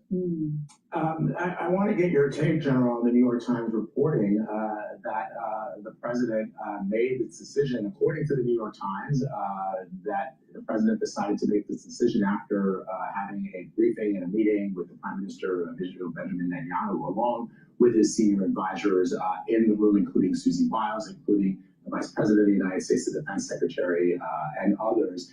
And that there were some in the administration who cautioned against doing something like this. The New York Times reports that the Vice President said that this would be going against some of the promises that the President made to the American people, that this would cause regional instability. Those things seem to have come to fruition. I wanted to just get your take on that reporting. You've been in that room. You know what it's like when the President of the United States is weighing decisions that will monumentally affect Americans and, frankly, the entire world. Right, hey, Vlad, I think that kind of discussion has to happen. It's good that it happened. You want to have people viewing different or airing different perspectives and considering the long-term costs and consequences. And I think in this case, it was important to consider the costs and consequences of action as well as the costs and consequences of inaction. And I think what we saw with this massive onslaught by the Iranians on 14 countries in the region, that them having that kind of capability, that drone missile strike complex, was unacceptable, not just for regional security, but U.S. interests in the region. And what they were doing was developing this kind of shield, this conventional shield of missiles and drones, so that behind it, they can develop the most destructive weapons on Earth. And an intercontinental ballistic missile. I know there have been some people say, well, we don't really know if they're doing that. Well, they had a space program, but that's not really a space program. I mean, that's a program to develop missiles that can range the United States. So, so I think in retrospect, the cost of inaction, even though, the cost of action was high, it would have been far higher than the cost of action here. But President Trump, he didn't get the regime change that he was calling for. Iran still has control over the Strait of Hormuz right now. So what might these negotiations really look like moving forward? Obviously, there are sticking points on both sides here. I mean, could the U.S. end up really at square one when this is over? Yeah, I think so, Chanel. I mean, I think that unless, again, there's a a change in the ideology and the aspirations that drive and constrain the Iranian regime, then there's not going to be peace, because this is a regime that has continued to repress its own people and has fomented sectarian civil wars across the Middle East and surrounded Israel with a ring of fire, lit that ring of fire on October 7th, 2023, attacked Israel directly twice in 2024, and it now has burst kind of the economic model for the Gulf, and has placed that all at risk for the Emiratis and the Qataris and the Kuwaitis and the Saudis, and has held the global economy hostage. So unless there's a change in the aspirations that drive that regime, which is to kick the U.S. out of the region, establish hegemonic influence, surround Israel, and kill all the Jews, that's really what they want to do, then there's not going to be peace that comes from this kind of an agreement. There has to be really a change in the nature of that government somehow. General, before you go, and you mentioned this, and I know that you know this very well, sir, the loss of life of any American soldier, sailor, Marine, airman, Coast Guardsman was an enormous loss for our country and certainly their families. The Army Secretary Dan Driscoll, in the wake of losing 13 troops in this conflict, said that their sacrifice will never be forgotten. But I do wonder, sir, when we talk about the loss of life that we saw during the American withdrawal from Afghanistan, similar number, 13 soldiers killed in the wake of that conflict during the removal, the excavation of troops in Afghanistan. How you comfort, is this something you've had to do as a senior military leader, how you comfort a family in explaining the sacrifice of their sons or daughters, their fathers, brothers, in a conflict that has long been, and you're a former military man, you understand that soldiers are not they don't form policy, they implement policy from our leaders, and every soldier, sailor, Marine, airman understands that. But how do you explain to a family member when the objectives were never as clear as often it feels as if the president seems to think that they are? Well, first of all, there's nothing you can really do to compensate fully for the loss of a loved one, a husband, a brother, a son, a daughter, and a wife. I mean, it's impossible to compensate for that. But I think what the parents should know is that their loved one died doing what they volunteered to do to defend our nation, and that they made the ultimate sacrifice in a cause, as you're alluding to, a noble cause of defending our nation, and also part of their commitment to one another. I mean, what you really do have in our military is our organizations that grow together like a family. And one of the reasons why our soldiers, sailors, airmen, Marines, Coast Guardsmen, Guardians have the courage to confront our enemies is because they fear letting one another down more than they fear any enemy bullet or any enemy missile. So I think gratitude is what you have to convey, and you have to share the grief with them. Grief, shared grief is grief divided, and I think that's a comfort. And then introducing them to their fellow servicemen and women over time with memorial services, bringing the families to the military post so they can hear the stories, of how loved their family member was, and how important their family member was to the other members of that team. So, grief work is, as you alluded to, Vlad, it is kind of the command responsibility, and every commander feels the loss of a serviceman or woman because they are like members of your family. Yeah. We're thinking of those families today. We sure are. Lieutenant General H.R. McMaster, thank you so much. Thank you, sir.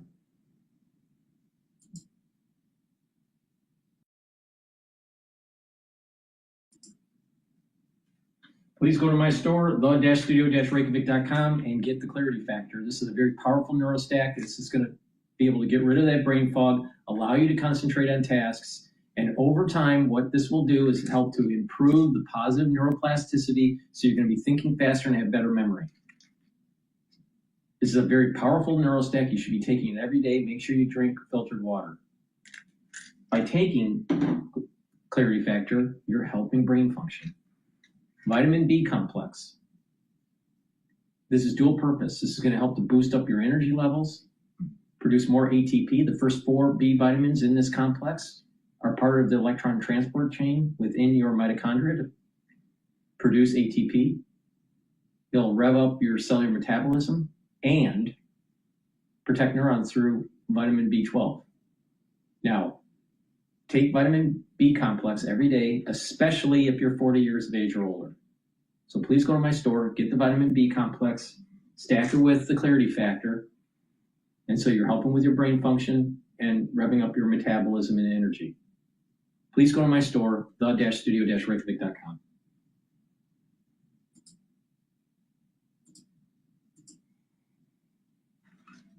Of the talks, they didn't succeed later on in calming the situation regarding the markets. His prime-time address as well didn't ease the American concerns about the economy. And I think that's why in the end he had to opt for an exit. And to have this all dashed away or sabotaged just for the sake of Benjamin Netanyahu's own agenda in Lebanon and perhaps even his own agenda in Iran, I think that even Trump won't accept that. So Trump has said, by the way, he was asked, according to what we're seeing on social media, that the agreement didn't actually include the Lebanese front, although the Pakistani Prime Minister said it did. And I think Iran wouldn't have agreed if Lebanon wasn't included. So it's quite likely, in my opinion, that we're going to see a different tone from Trump regarding the Lebanese front, when it becomes clear that Iran is not willing to back down regarding its demand to have the attacks on Lebanon end. We have, of course, seen over the tenure of the Trump administration that there is a limited enthusiasm for trying to rein in Benjamin Netanyahu, his government, and the military forces of Israel, as long as they don't clash with U.S. interests. Now, you just outlined where that clash may happen, but what kind of leverage do you think Donald Trump would be able to bring against Benjamin Netanyahu? Would he simply ask him not to do it? Or would he actually say, we are sending you billions of dollars worth of military material, and you might not get that if you jeopardize this deal? Oh, look, the United States has all sorts of leverage to put on Israel if it wanted to. I mean, ever since the Operation Al-Aqsa flood, we've seen money, weapons, and the United States, as I said, if you go back to the 80s, Ronald Reagan had a famous saying when he called on the Israelis to stop bombing Beirut. He practically picked up the phone, told the Israeli Prime Minister back then, and that was it. And Reagan told one of his aides, according to what we read, I didn't know I had that much power.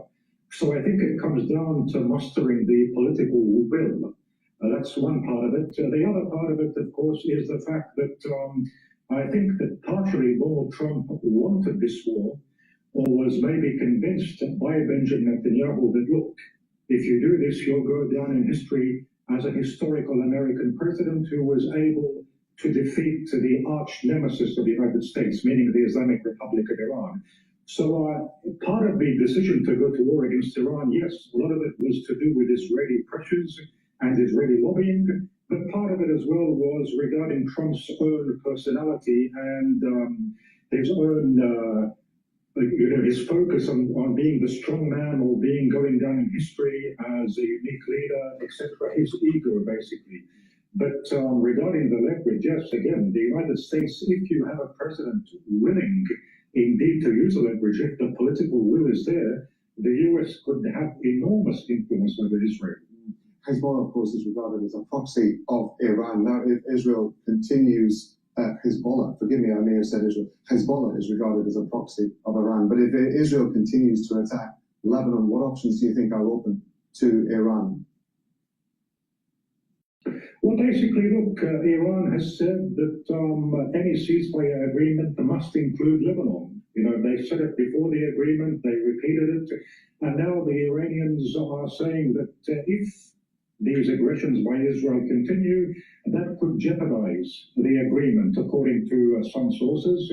At the very least, I think, at the very least, if it doesn't jeopardize the agreement with the Americans, the Iranians are going to come to Hezbollah's aid, and they're going to fight against Israel. That would mean Israel fighting Iran and Hezbollah without U.S. support, because, again, I don't believe that Trump, and I might be mistaken, because Trump is all over the place. But I don't believe that Trump is willing to resume confrontations with Iran. So if Iran were to go ahead and now join Hezbollah in a two-front war against Israel, but this time with Israel standing alone, that would be a very, very difficult and immense challenge for the Israelis. And I even think Netanyahu, with all of his boasting, I think that even he would want to avoid such a situation. This brings me back to the earlier point. I still lean more towards the conviction that this is about a storm before the calm, so to speak, escalating dramatically before ending, or an attempt to have this whole thing collapse, to have the agreement collapse, especially with Trump saying that it didn't include the Lebanon. And by the way, it might be the case that Trump indeed didn't know that it included Lebanon. I mean, he's been prone to someone who sometimes misread the facts or isn't aware of certain details. So it's quite possible that he really didn't know. And now he's waking up to this reality that Iran is insisting that any agreement must include the Lebanese front. We're very grateful to you for joining us and obviously giving us the benefit of your expertise in this. Thank you very much. Please go to my store, the-studio-reykjavik.com. Get the omega-3. This will bring down inflammation and help you control your lipid profile. It helps to bring down LDL levels and increase your HDL levels. By taking omega-3, you're improving your cardiovascular health and reducing plaque formation. Super important. And when you have good cardiovascular health, you also have good brain function. Why? Because you get better blood flow to your brain. Please go to my store, the-studio-reykjavik.com. Not in Iran. How over all of this does this impact?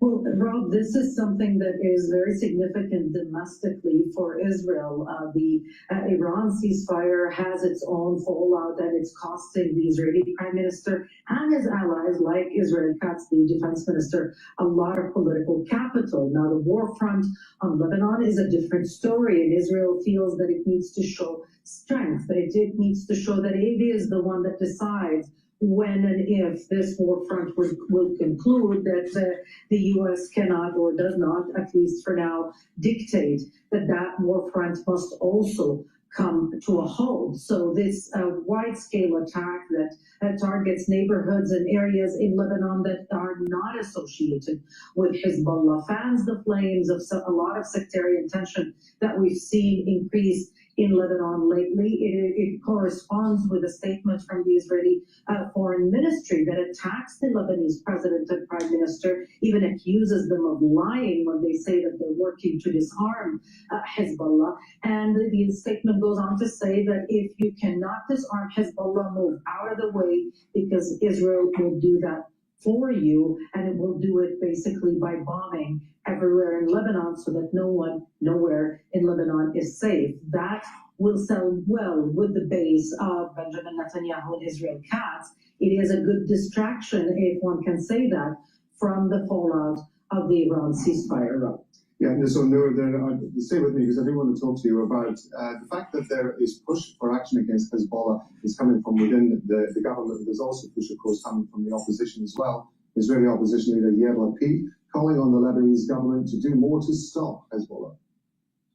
We will not tolerate the idea that the Israeli North is constantly threatened by Hezbollah, and if the Lebanese government wants to save Lebanon, that they should work with us shoulder to shoulder against Hezbollah.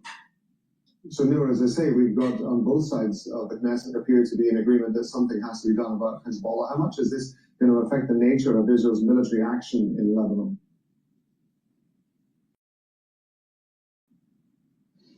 Well, there are two things happening at the same time with that statement. On the one hand, Yair Lapid, who has called the Israeli prime minister a liar and a coward, causing a catastrophic disaster, diplomatic disaster for Israel on Iran. He's also seeing his opponent drowning, and so he's pushing him further down the water. The Lebanon front is costing Israel a lot of soldiers, a lot of machines, and it's also causing a flight of residents from northern communities like Kiryat Shmoni and Yibtili and others. People have left because they've accused the government of using them as a human shield. So there is a demand for action Whether that action militarily it will be effective is another story, because we also heard from the Israeli military chief of staff earlier in this war saying that aerial bombardment and even the ground invasion will not disarm Hezbollah. A political solution, a political horizon, a vision at least is required, and that is absent from the Israeli government's outlook on this war front. So there are two things. On the one hand, you have the opposition leader saying you must push harder, going after the Lebanese government for not doing enough, knowing all the while that the assessment of the Israeli military is that all of this bombing, all of this killing is not going to disarm Hezbollah, not going to resolve the problem that Israel now faces, which it didn't for a year after the ceasefire in 2024 was announced. Hezbollah was not firing rockets. It resumed the firing when this war front reopened with an Israeli cabinet decision. No, in Ramallah, thank you very much indeed. I want to bring in our White House correspondent, Kimberly Halke. And Benjamin Netanyahu saying that Lebanon is not part of the ceasefire deal because of the perceived threat from Hezbollah. This is also threatening to ruin the ceasefire deal, of course. What has the U.S. president been saying about Lebanon? That's right. It is threatening the whole pause in fighting and long-term ceasefire, given the fact that this was part of Iran's 10-point plan that was supposedly agreed to by both parties, the United States and Iran. But given the fact that we have seen these strikes in Lebanon, the U.S. president now defending the ally of the United States, Israel, saying in an interview to PBS, a news station here in the United States, that because of Lebanon, it will need to be, or rather because of Hezbollah, it will need to get taken care of, is what he told the reporter. But he said Lebanon is not included in the deal.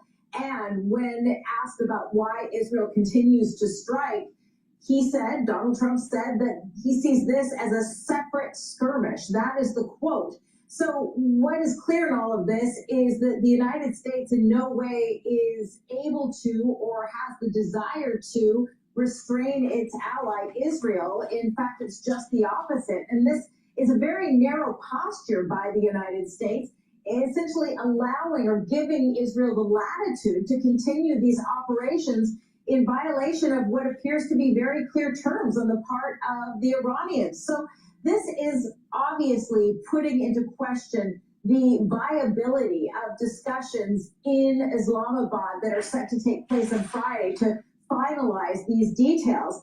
And what it really does is threaten the ceasefire long term and really could hamper the success of the talks in Islamabad altogether. Kimberly, thank you very much indeed. That's our White House correspondent, Kimberly Halke. Iran's foreign minister has already flagged concerns about ceasefire breaches in Iran and We're going to go to Bloomberg Balance of Power. Before we do, please go to my store, the-studio-reykjavik.com, and get the resveratrol. Resveratrol will help with youthful gene expression, get rid of cells that are in senescence, and boost up the health of the mitochondria. It soaks up free radicals. You'll have more energy in your cell. Resveratrol will also improve the basal layer for your skin. By taking resveratrol, your skin will be healthier and more youthful, and your tissues will be more youthful.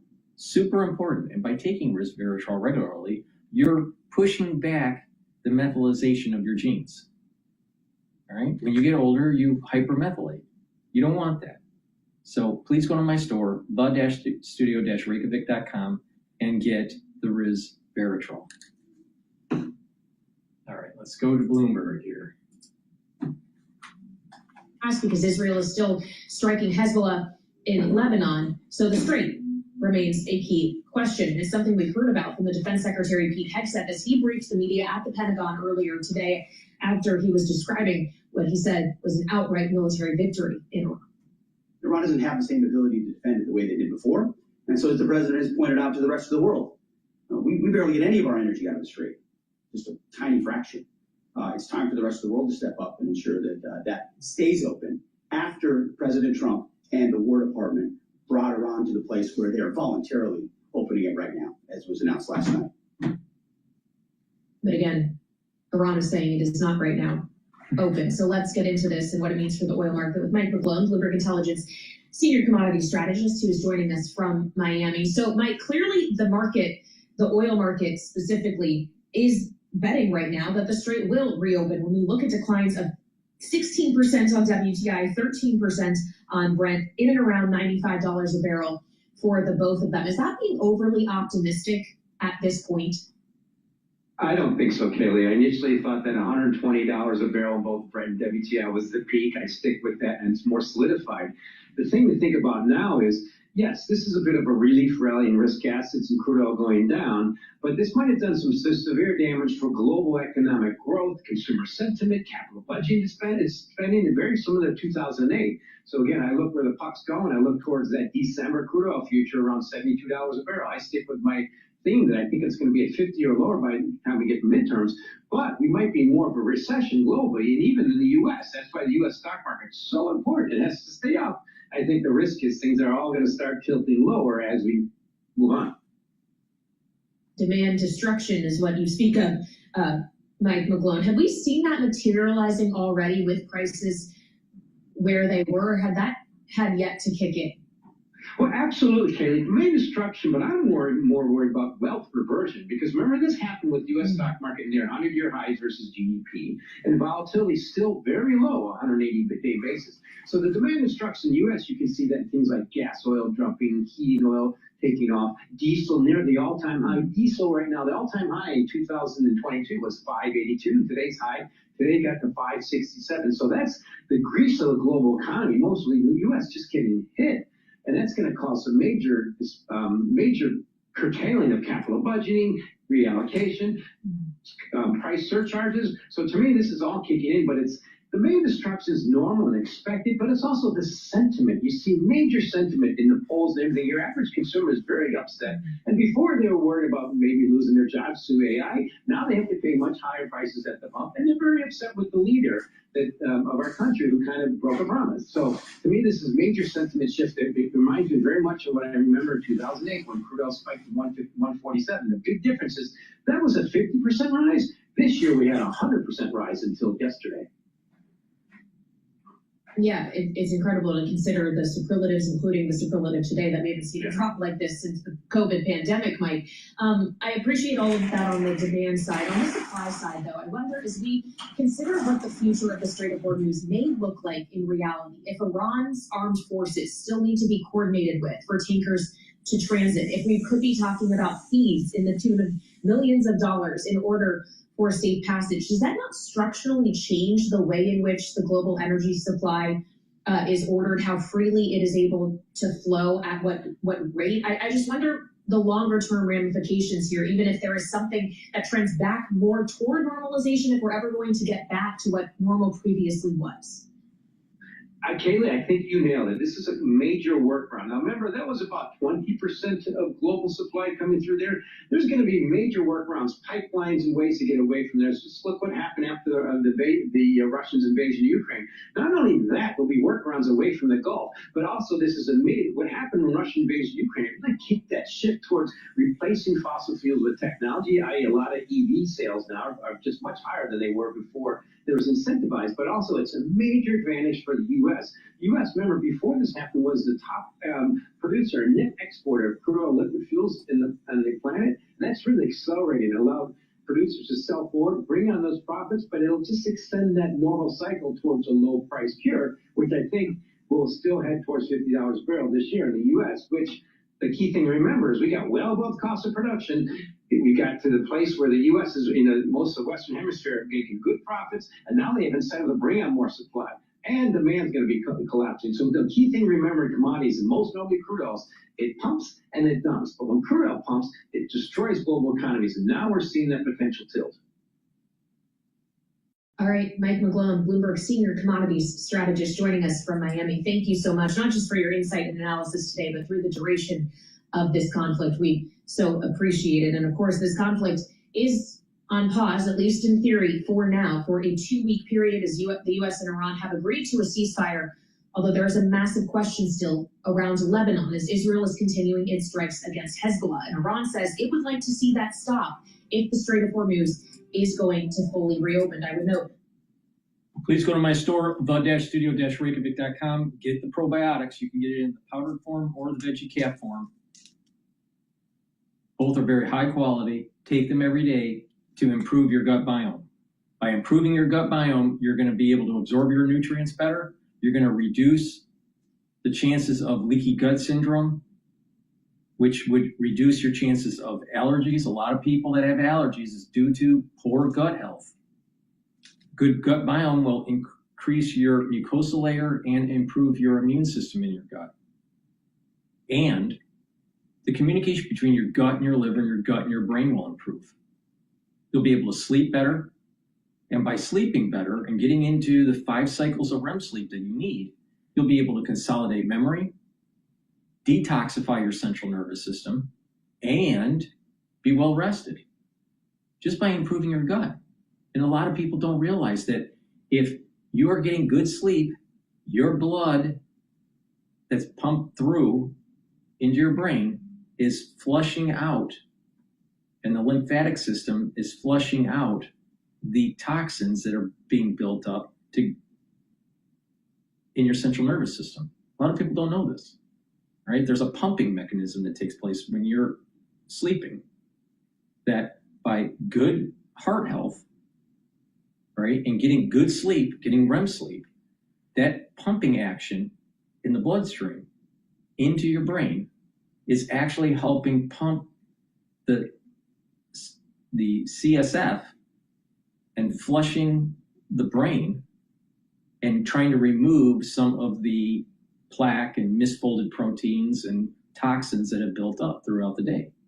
So if you have a good gut biome that's allowing you to get into the cycles of REM sleep that you need, then you're improving your brain health.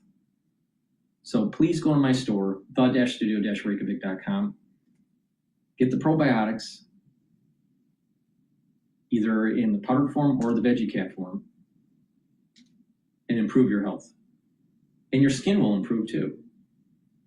Please go to my store, the-studio-reykjavik.com.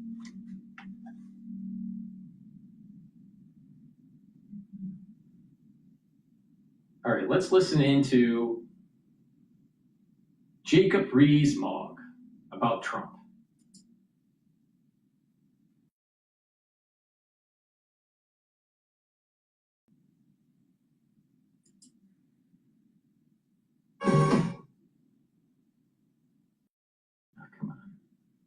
With hotels and vacation rentals, Booking.com has something for everyone.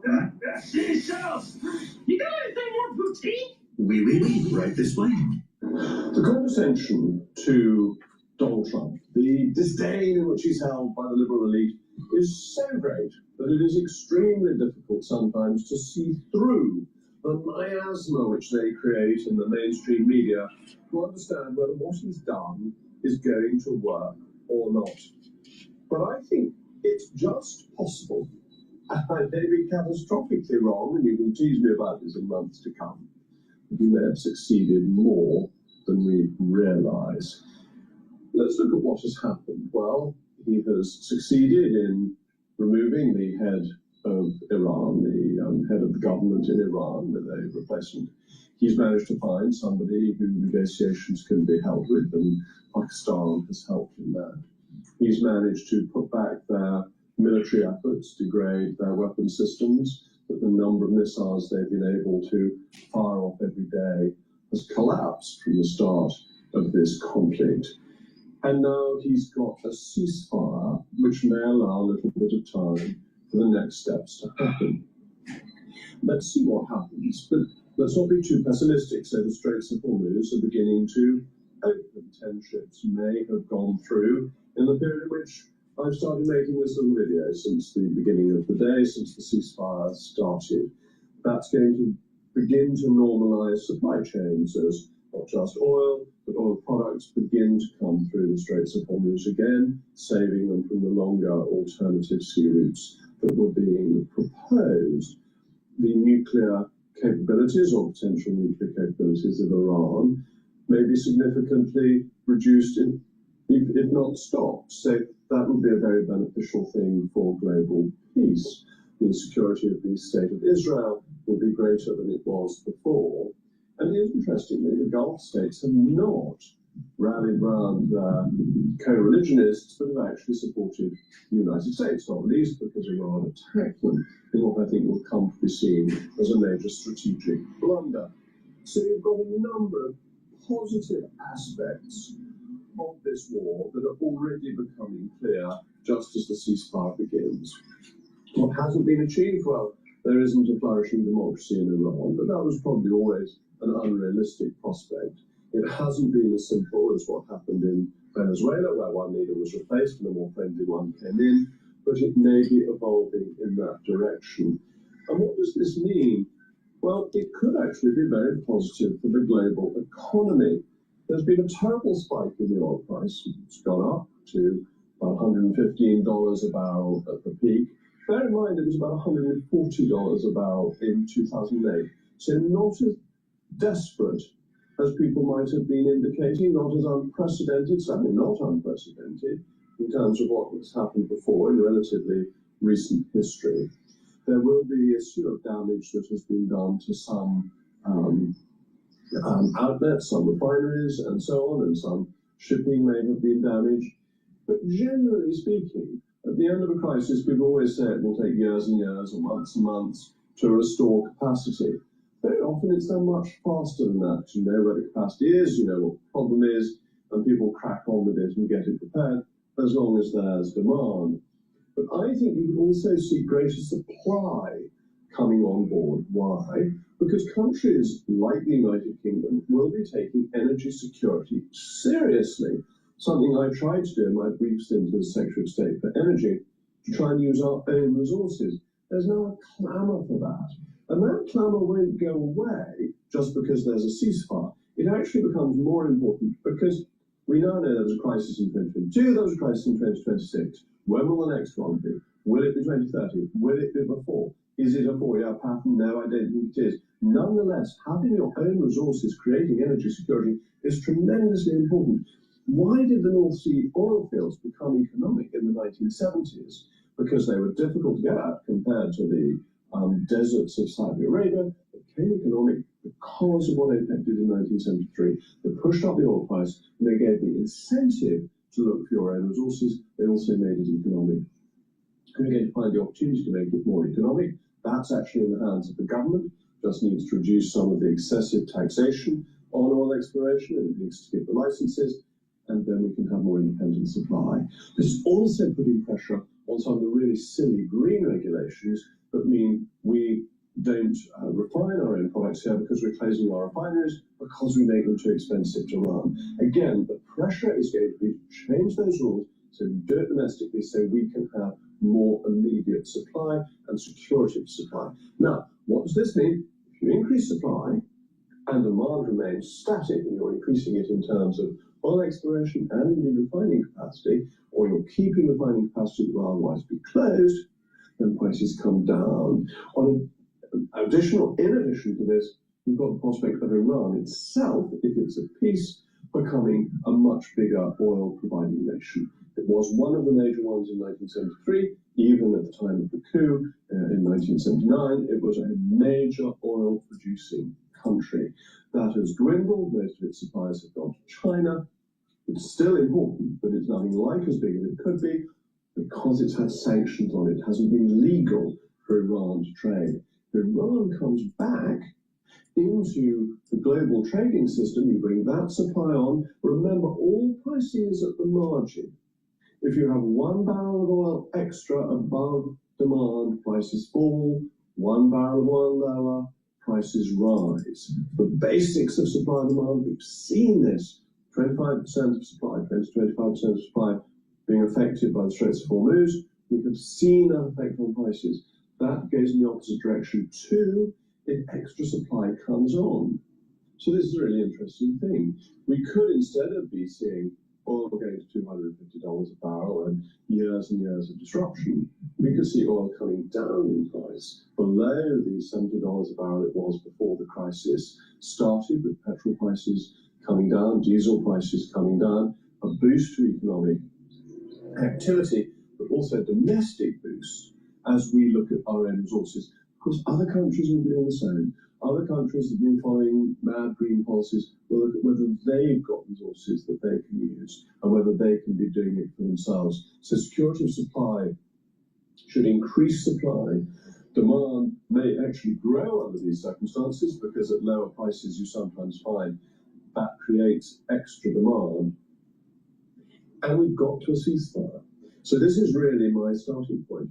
There is the possibility of an interesting economic situation, a positive economic situation, coming out of something that appeared very bleak. My basic theory is that Donald Trump is not the idiot that the mainstream liberal media seems to think that he is, that he knows what he wants to do, that he puts the interests of the United States first, and he broadly thinks through what he is trying to do. That underpins what I'm saying. I think the American people actually like a president who does things, who gets things done. He seems to have got something done. Obviously, the details of the peace treaty will be important. It may be that Iran charges a toll for people going through the Straits of Hormuz, which will help it rebuild its economy. But that money might help it rebuild its oil infrastructure, which brings on more supply, which again will help keep prices down. So don't be too gloomy. Don't think it's going to be years and years of pain. Could actually be on the cusp of things getting a little bit better. Anyway, as you can see, the sun is shining in Somerset. The weather's absolutely glorious. The forecast was appalling. We were meant to be having the beast from the east or something. I mean, every time I looked at the forecast, it was either rain or cold or getting down near freezing. And here we are. It's not. Forecasts are so often wrong, whether from the meteorological office or from left-wing news outlets. As always, thank you very much for watching, and I'm very grateful for your support. Please go to my store, the-studio-reykjavik.com, and get the Max 35 or Cleanse or Max 14. They're at different price points and at different parts per million, but take a teaspoon a day every day. Swish in your mouth, gargle about 20 seconds or so, and then swallow it. What this will do is neutralize, improve your oral cavity, maintain a mucosal barrier, help the health of your oral pharynx and the epithelial cells that are in your oral pharynx, and boost up your immune system. This is super important to slow down the aging process and boost up that immune system. If you're not feeling well during the cold season, take a tablespoon or two a day. And then once everything's all clear, then go back to your maintenance dose of a teaspoon a day. I've been doing this protocol for 6 years. Please go to my store and get the Max 35, the Cleanse, or the Max 14. In addition, you can stack this with C60 for added benefits, and you'll notice that you'll be able to breathe better. Part of the reason is reducing inflammation and allowing your bronchioles to open up, to dilate. In addition, you can stack this also with the turmeric, ashwagandha, and lignans in the Boomer Boost to help as an overall protocol to slow down the aging process. So please go to my store, the-studio-reykjavik.com. Take my advice. These are the supplements that I take every day to slow down the aging process. And oh, by the way, everything I've been saying for the last 6 years about how to improve your brain function has been proven in a book that has been published this year by Dr. Bitchute, MD, Ph.D., adjunct professor at Johns Hopkins. All right? Better start paying attention to me.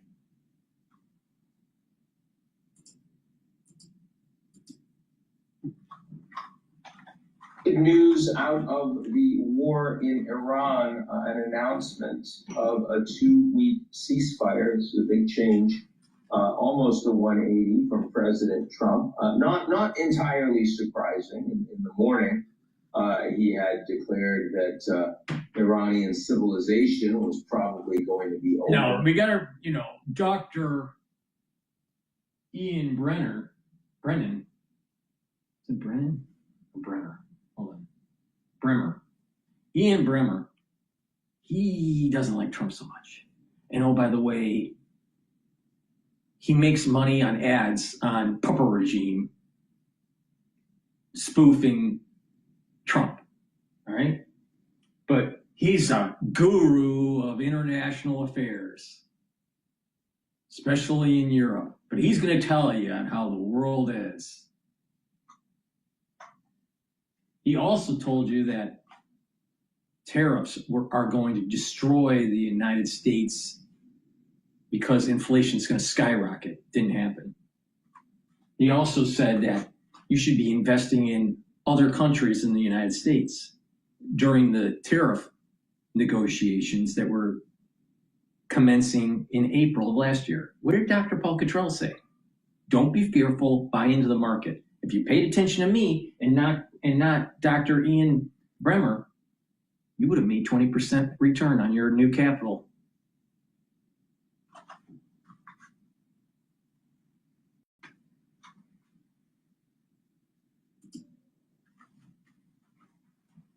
Between 8 and 12 p.m. That's very specific. He managed to escalate maximally before the eventual climb down. This was, frankly, the best possible scenario for weeks, was that Trump would declare victory unilaterally, irrespective of the terms that were provided by Iran. And then hopefully you can end the conflict or reduce the conflict, and you can start to rebuild, reconstruct, and eventually get the economy working again. The ceasefire is Trump's. Iran hasn't really changed its demands through all of this. They want continued access and influence over the strait. They're happy to let ships through if those ships pay a toll to the Iranians. Again, big change here is that President Trump seems to be accepting that. Now, he's saying that the strait has to be completely open. Those are the terms of the agreement. But the idea that the Iranians are charging a toll, well, that is control over the strait. And if it's a joint venture, as Trump says, then it means that the Americans and the Iranians have control, other countries don't. We are clearly very far from an agreement between the United States and Iran to jointly control the strait. That is not in any instance what we're looking at right now. What we're looking at is a unilateral climb down by the Americans, and that is, again, a useful thing insofar as... Wrong. Best possible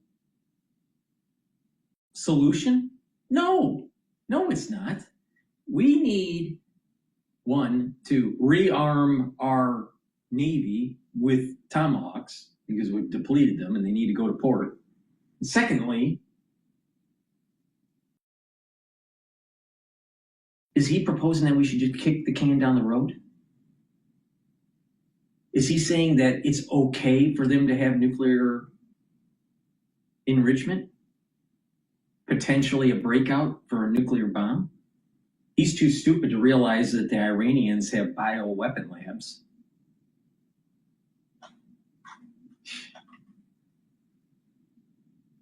Dumb. Now, Trump buying some time to get reorganized to hit them, smart idea.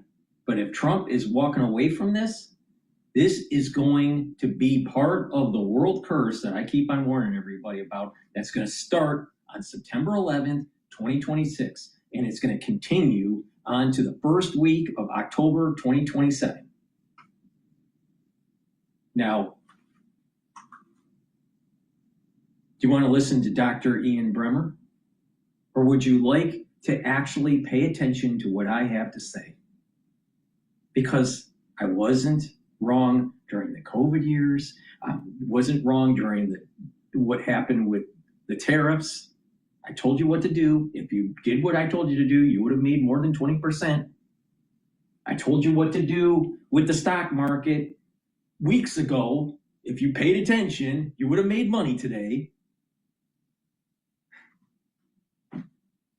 And I am very concerned that the world, if we don't get off of this crazy train if we don't do the right thing, if we stop kicking the can down the road, if we don't stop kicking the can down the road, is what I meant to say, we're going to have this world curse. And everyone's going to be affected. We're being judged. We're being judged. The judgment started on October 7th of 2023. And mankind has not done the right thing. Anti-Semitism is up. Anti-Islam is up. Fighting between conservatives and liberals in the United States. Fighting between observant Jews and non-observant Jews. Fighting between Jews and Arabs. Fighting between Arabs and Christians. Fighting between conservative movement within MAGA. You have the America First pacifists and you have the America First expansionists. Everyone's at fault here. Even the religious in Israel. Because they didn't do the paraduma. They didn't do the ritual sacrifice for the red heifer on Mount Olive. There's a curse coming. Now, we have time because it's April 8th to September 11th to get our shit together. But I'm willing to bet we don't. And so all these things that we're doing, pumping more money into the system through the central banks, people getting in debt, our reliance on AI, our hubris of the military, thinking that things are going to de-escalate in the Middle East, that everything's copacetic in Asia, it's all going to come home to roost. And this curse is going to make people beg for mercy.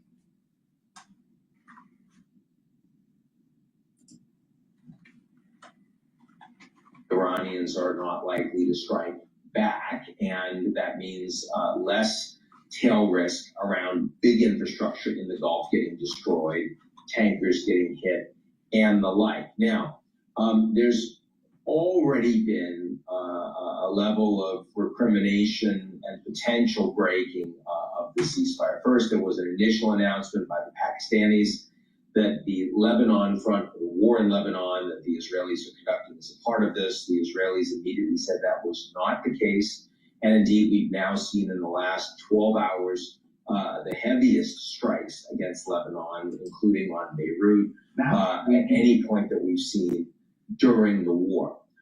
So the Israeli prime minister showing that whatever happens on the ground in Iran, he's going to continue with his nation's war aims in Lebanon, dealing with Hezbollah, and also grabbing buffer territory in the south of that country. Hezbollah will hit back. Does that affect Iran's involvement in the ceasefire? So far, appears to be not. Second, we have some early indications that the Emiratis have engaged in strikes directly against Iranian energy infrastructure. I would say this is not yet at the point of reporting that I would consider it confirmed, but it's interesting insofar that the Israelis and the Emiratis, in addition to Bahrain, were the countries that were most interested, both in the region and in the world, in continuing to pursue strikes against Iran. And other countries like Saudi Arabia and Qatar really wanted to see this war over immediately. And those countries are welcoming the ceasefire announcement, as the Chinese, the Europeans. What the fuck? What planet is this guy on? The Saudis, the UAE wanted the United States to go in and bomb the shit out of Iran. What planet is this guy on? It's total bullshit what he just said. There are many GCC countries that were for escalating the war, not going down the road of a ceasefire. That's why I keep on thinking that Trump is just rearming our Navy with Tomahawks and getting ready for the next round. And which is a good thing. Because if Trump backs off on this and he washes his hands clean and our military leaves the region, there's going to be a curse coming to the world. And it was because we were afraid to get the job done. There were very wise people stating in the 80s, don't be fearful of the international community. Don't be hubris.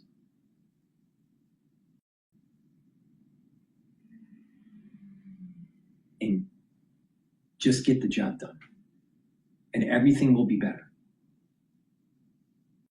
We went in that region during the soul root strength of Jacob. And it is, you look at the success that was going on in terms of all the missile strikes and degrading the IRGC, getting rid of the Ayatollah, the extraction of our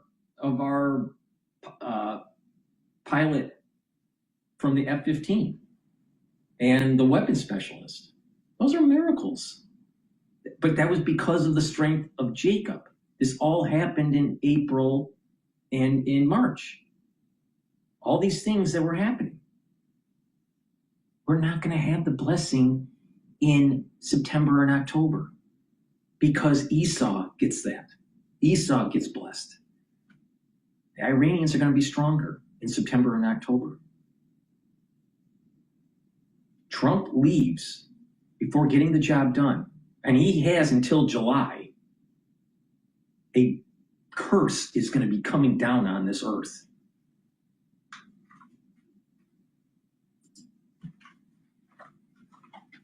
Not seeing that yet from Israel and the UAE. So that is pretty interesting. The Iranians have engaged in strikes in an oil terminal in the UAE, saying it's in retaliation for strikes on their oil refinery.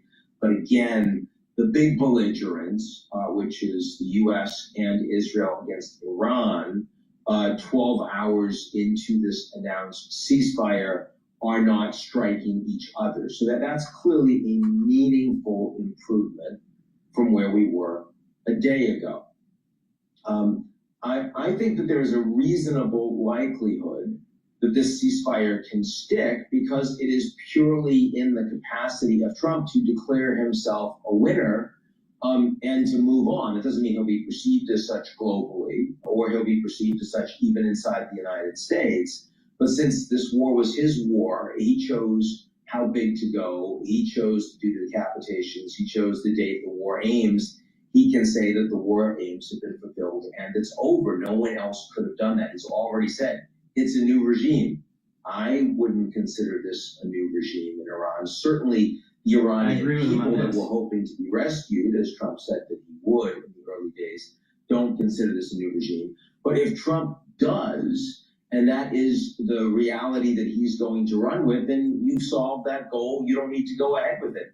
He's saying now that there is a plan being put together, which would allow the Americans to remove all of the enriched uranium that is deeply under rubble at this point in the site in Esfahan. We're far from having such an agreement, and even if there was one, very far from executing on it. But if that is the reality that Trump is prepared to run with, then you no longer need to engage in strikes on that front. I will say that the American military had been increasingly concerned that there was much more Iranian ballistic missile capacity than they had anticipated. Longer range, faster missiles that could evade defenses, like the one we saw taking out the Qatari LNG plant, like the one we saw against the air base with the American aircraft, and all the injuries you saw in Saudi Arabia, outside Riyadh. And that was making the American military tell Trump, we're not comfortable with these boots on the ground plans near term. We need a longer period of time. We're not ready for 2 weeks, 3 weeks, maybe even 4 weeks. Now, given all of this, American troops are still going to the region. You still have a third aircraft carrier strike group that it will be arriving in another week plus. You have thousands of additional ground forces.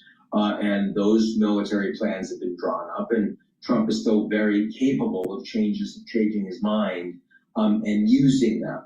At the very least, that will have happened with lower energy prices, and other prices over the course of the next couple weeks, assuming that the ceasefire mostly holds. That's very different from saying that there's an agreement on what to do with the Strait going forward. And I mean, here is the biggest issue. It's not the nuclear issue, which the Americans and the Israelis have had plans and capacity to respond to. It's not regime change, which was never an operational plan by the United States. And it's not even the overall conventional military capabilities, which have largely been blown up, but they still have destructive power. The big problem is, are you prepared to tolerate that the only ships that go through the Strait are those that the Iranians say can go through? It's the bioweapon labs. He's too stupid to see it. Dr. Ian Bremmer.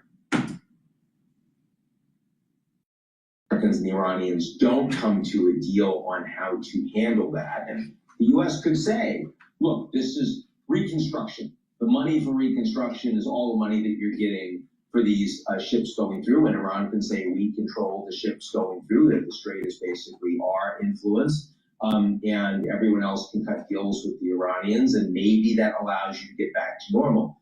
But it does prevent the United States, it makes it much more costly for the U.S. to mow the grass the next time. But as the Iranians then rebuild their military capabilities, and probably their nuclear capabilities too, that the next time the consequences and the costs of going after Iran are clearly much greater. And also the countries that will directly oppose it. And this is the reason why it is so important to get the job done.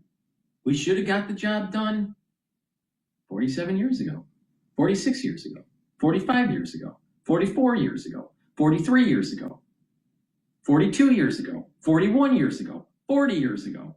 You get the point. It's time to kill Esau.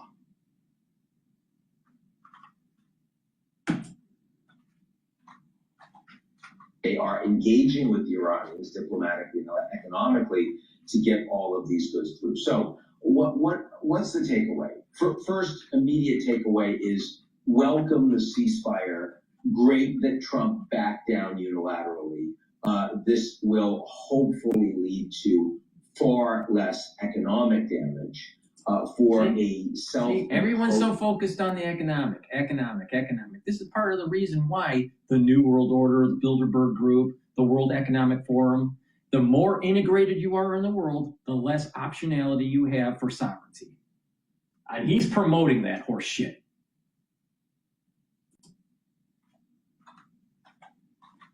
Global crisis that had the potential to be an economic disruption the size of the pandemic. It should now be significantly less than that. That's the first takeaway. Second takeaway, there are no regional winners here. All of the Gulf states have had their economies hit.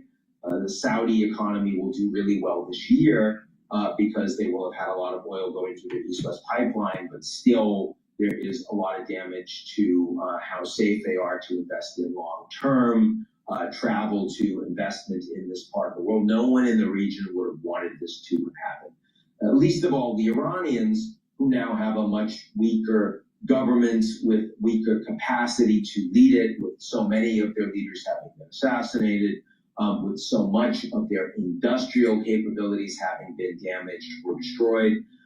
Iran is in a much weaker position. America's in a much weaker position, having ordered up this war and not been able to make good on most of the war goals, while almost all of the world directly opposes what the Americans have been doing. It's weaker in terms of U.S. alliances, particularly with NATO. And it also makes the Russians and the Chinese feel like if we can just cause damage to the United States, they can't handle long-term conflict with us. Another data point, very important for the Chinese after what they saw with their trade war brief as it was with the United States. And then there is the question of, do we really think that this is going to last? And there, watch the Israelis, watch the Emiratis, and watch whether or not we see execution risk as there are more than,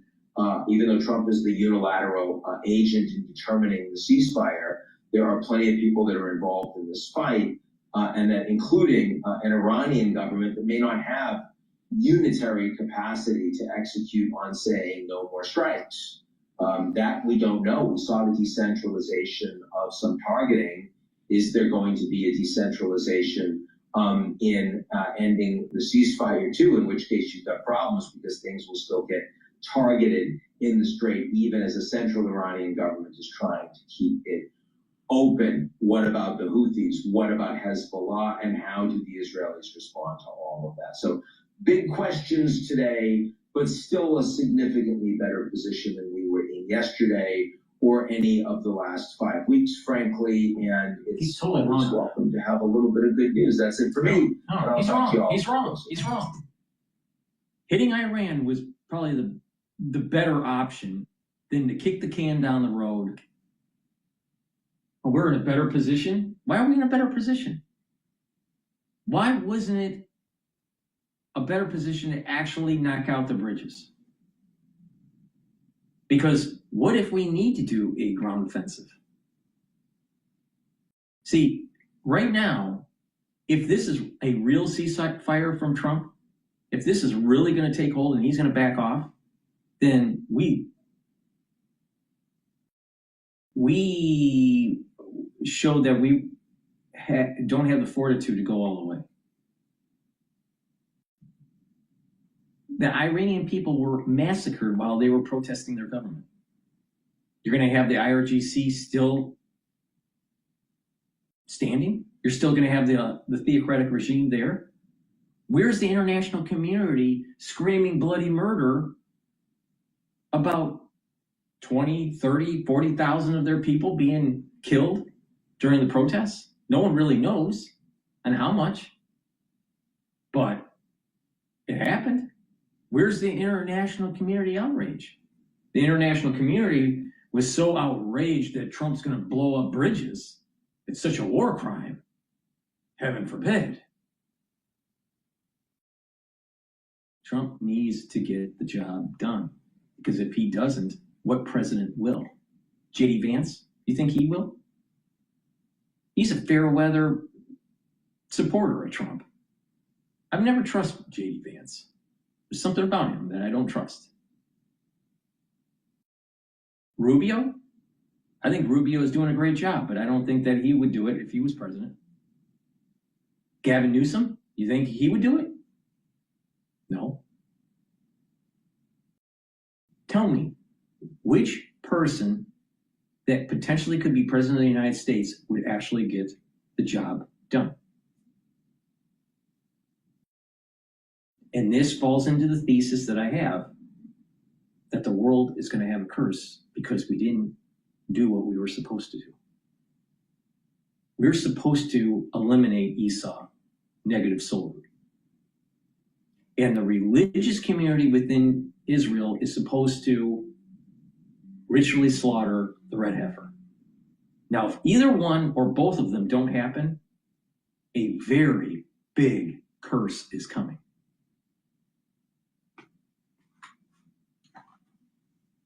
Please go to my store, the-studio-reykjavik.com. Get the structural nano silver toothpaste. This will whiten your teeth, freshen your breath, reduce inflammation at the gum line, improve your gum line health, and neutralize. This is very important to use, especially during the winter season, because the structural nano silver neutralizes. It has no fluoride, and if you use this every day, you're improving your oral hygiene. And with good oral hygiene, you're helping your cardiovascular health and your valvular health. So please go to my store, get the structural nano silver toothpaste. It's the best toothpaste that you can get. All right, let's listen to Live Now on what they have to say about Schumer. We need to go ahead and head back out to New York, where Minority Leader Chuck Schumer is beginning his press conference. Let's go ahead and listen in. Bloodshed, billions of dollars. let's see where we are after 39 days of this war. Yeah, let's blame Trump. Trump's war, with a price tag of $44 billion and $4 gas, made a... So what?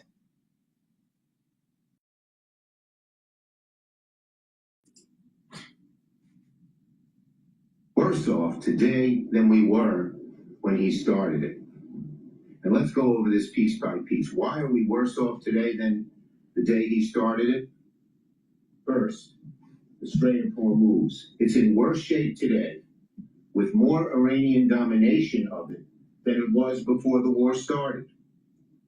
Iran has now demonstrated to the whole world that it can use the Strait of Hormuz as leverage against the international community.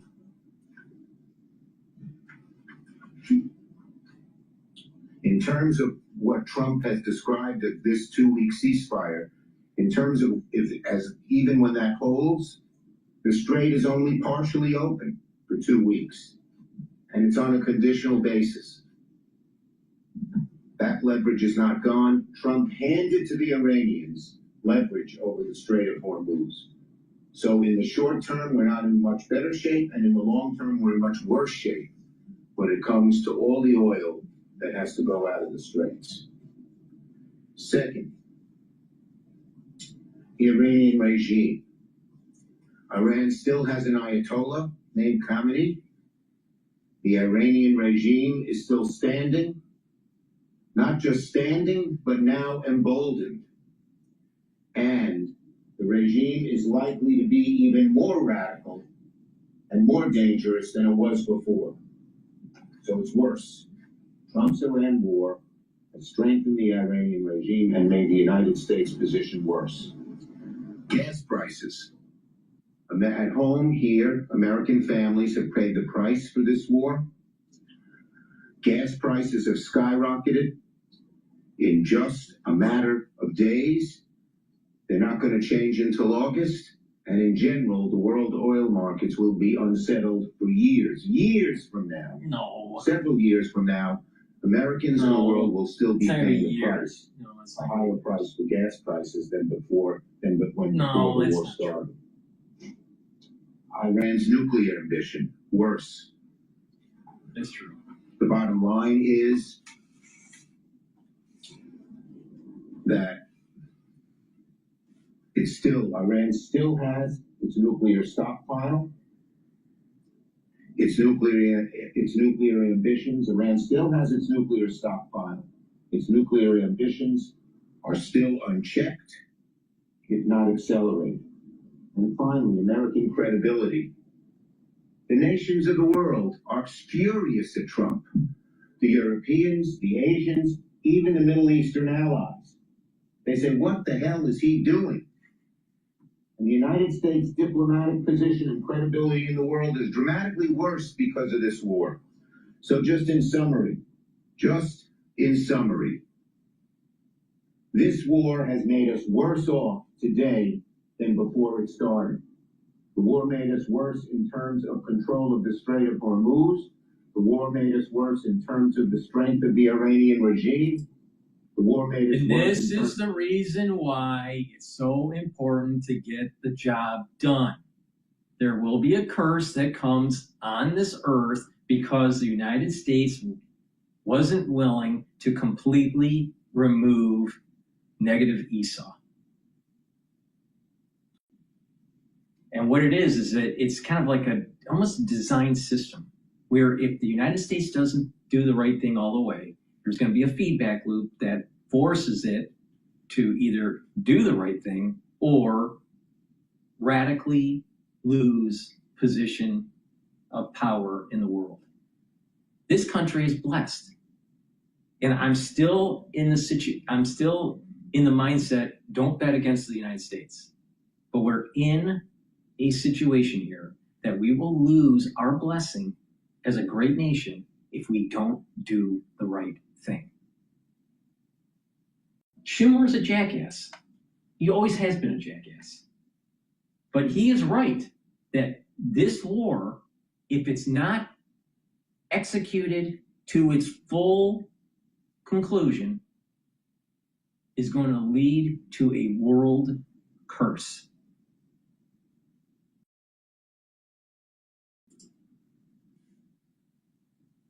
High gas prices, the war made us worse because Iran's nuclear ambitions have been unchecked, and the war made us worse because American credibility is down the drain. It's just incredible. This is one of the very worst military and foreign policy actions that the United States. You know what's incredible is why he was cooking on the grill a hamburger with cheese if he's Jewish.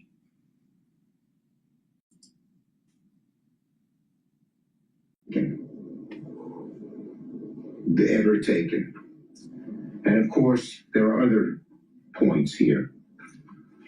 Brave American soldiers have died. Many remain in harm's way. All of this happens when one man, especially a man acting as unhinged as Donald Trump, has unchecked power to wage war. He backs himself into a corner with dangerous, escalating rhetoric. The entire world holds its breath, wondering what's next going to come out of his mouth. And can he ever find a way out? A commander-in-chief who is truly in control would never have gotten into this colossal mess to begin with.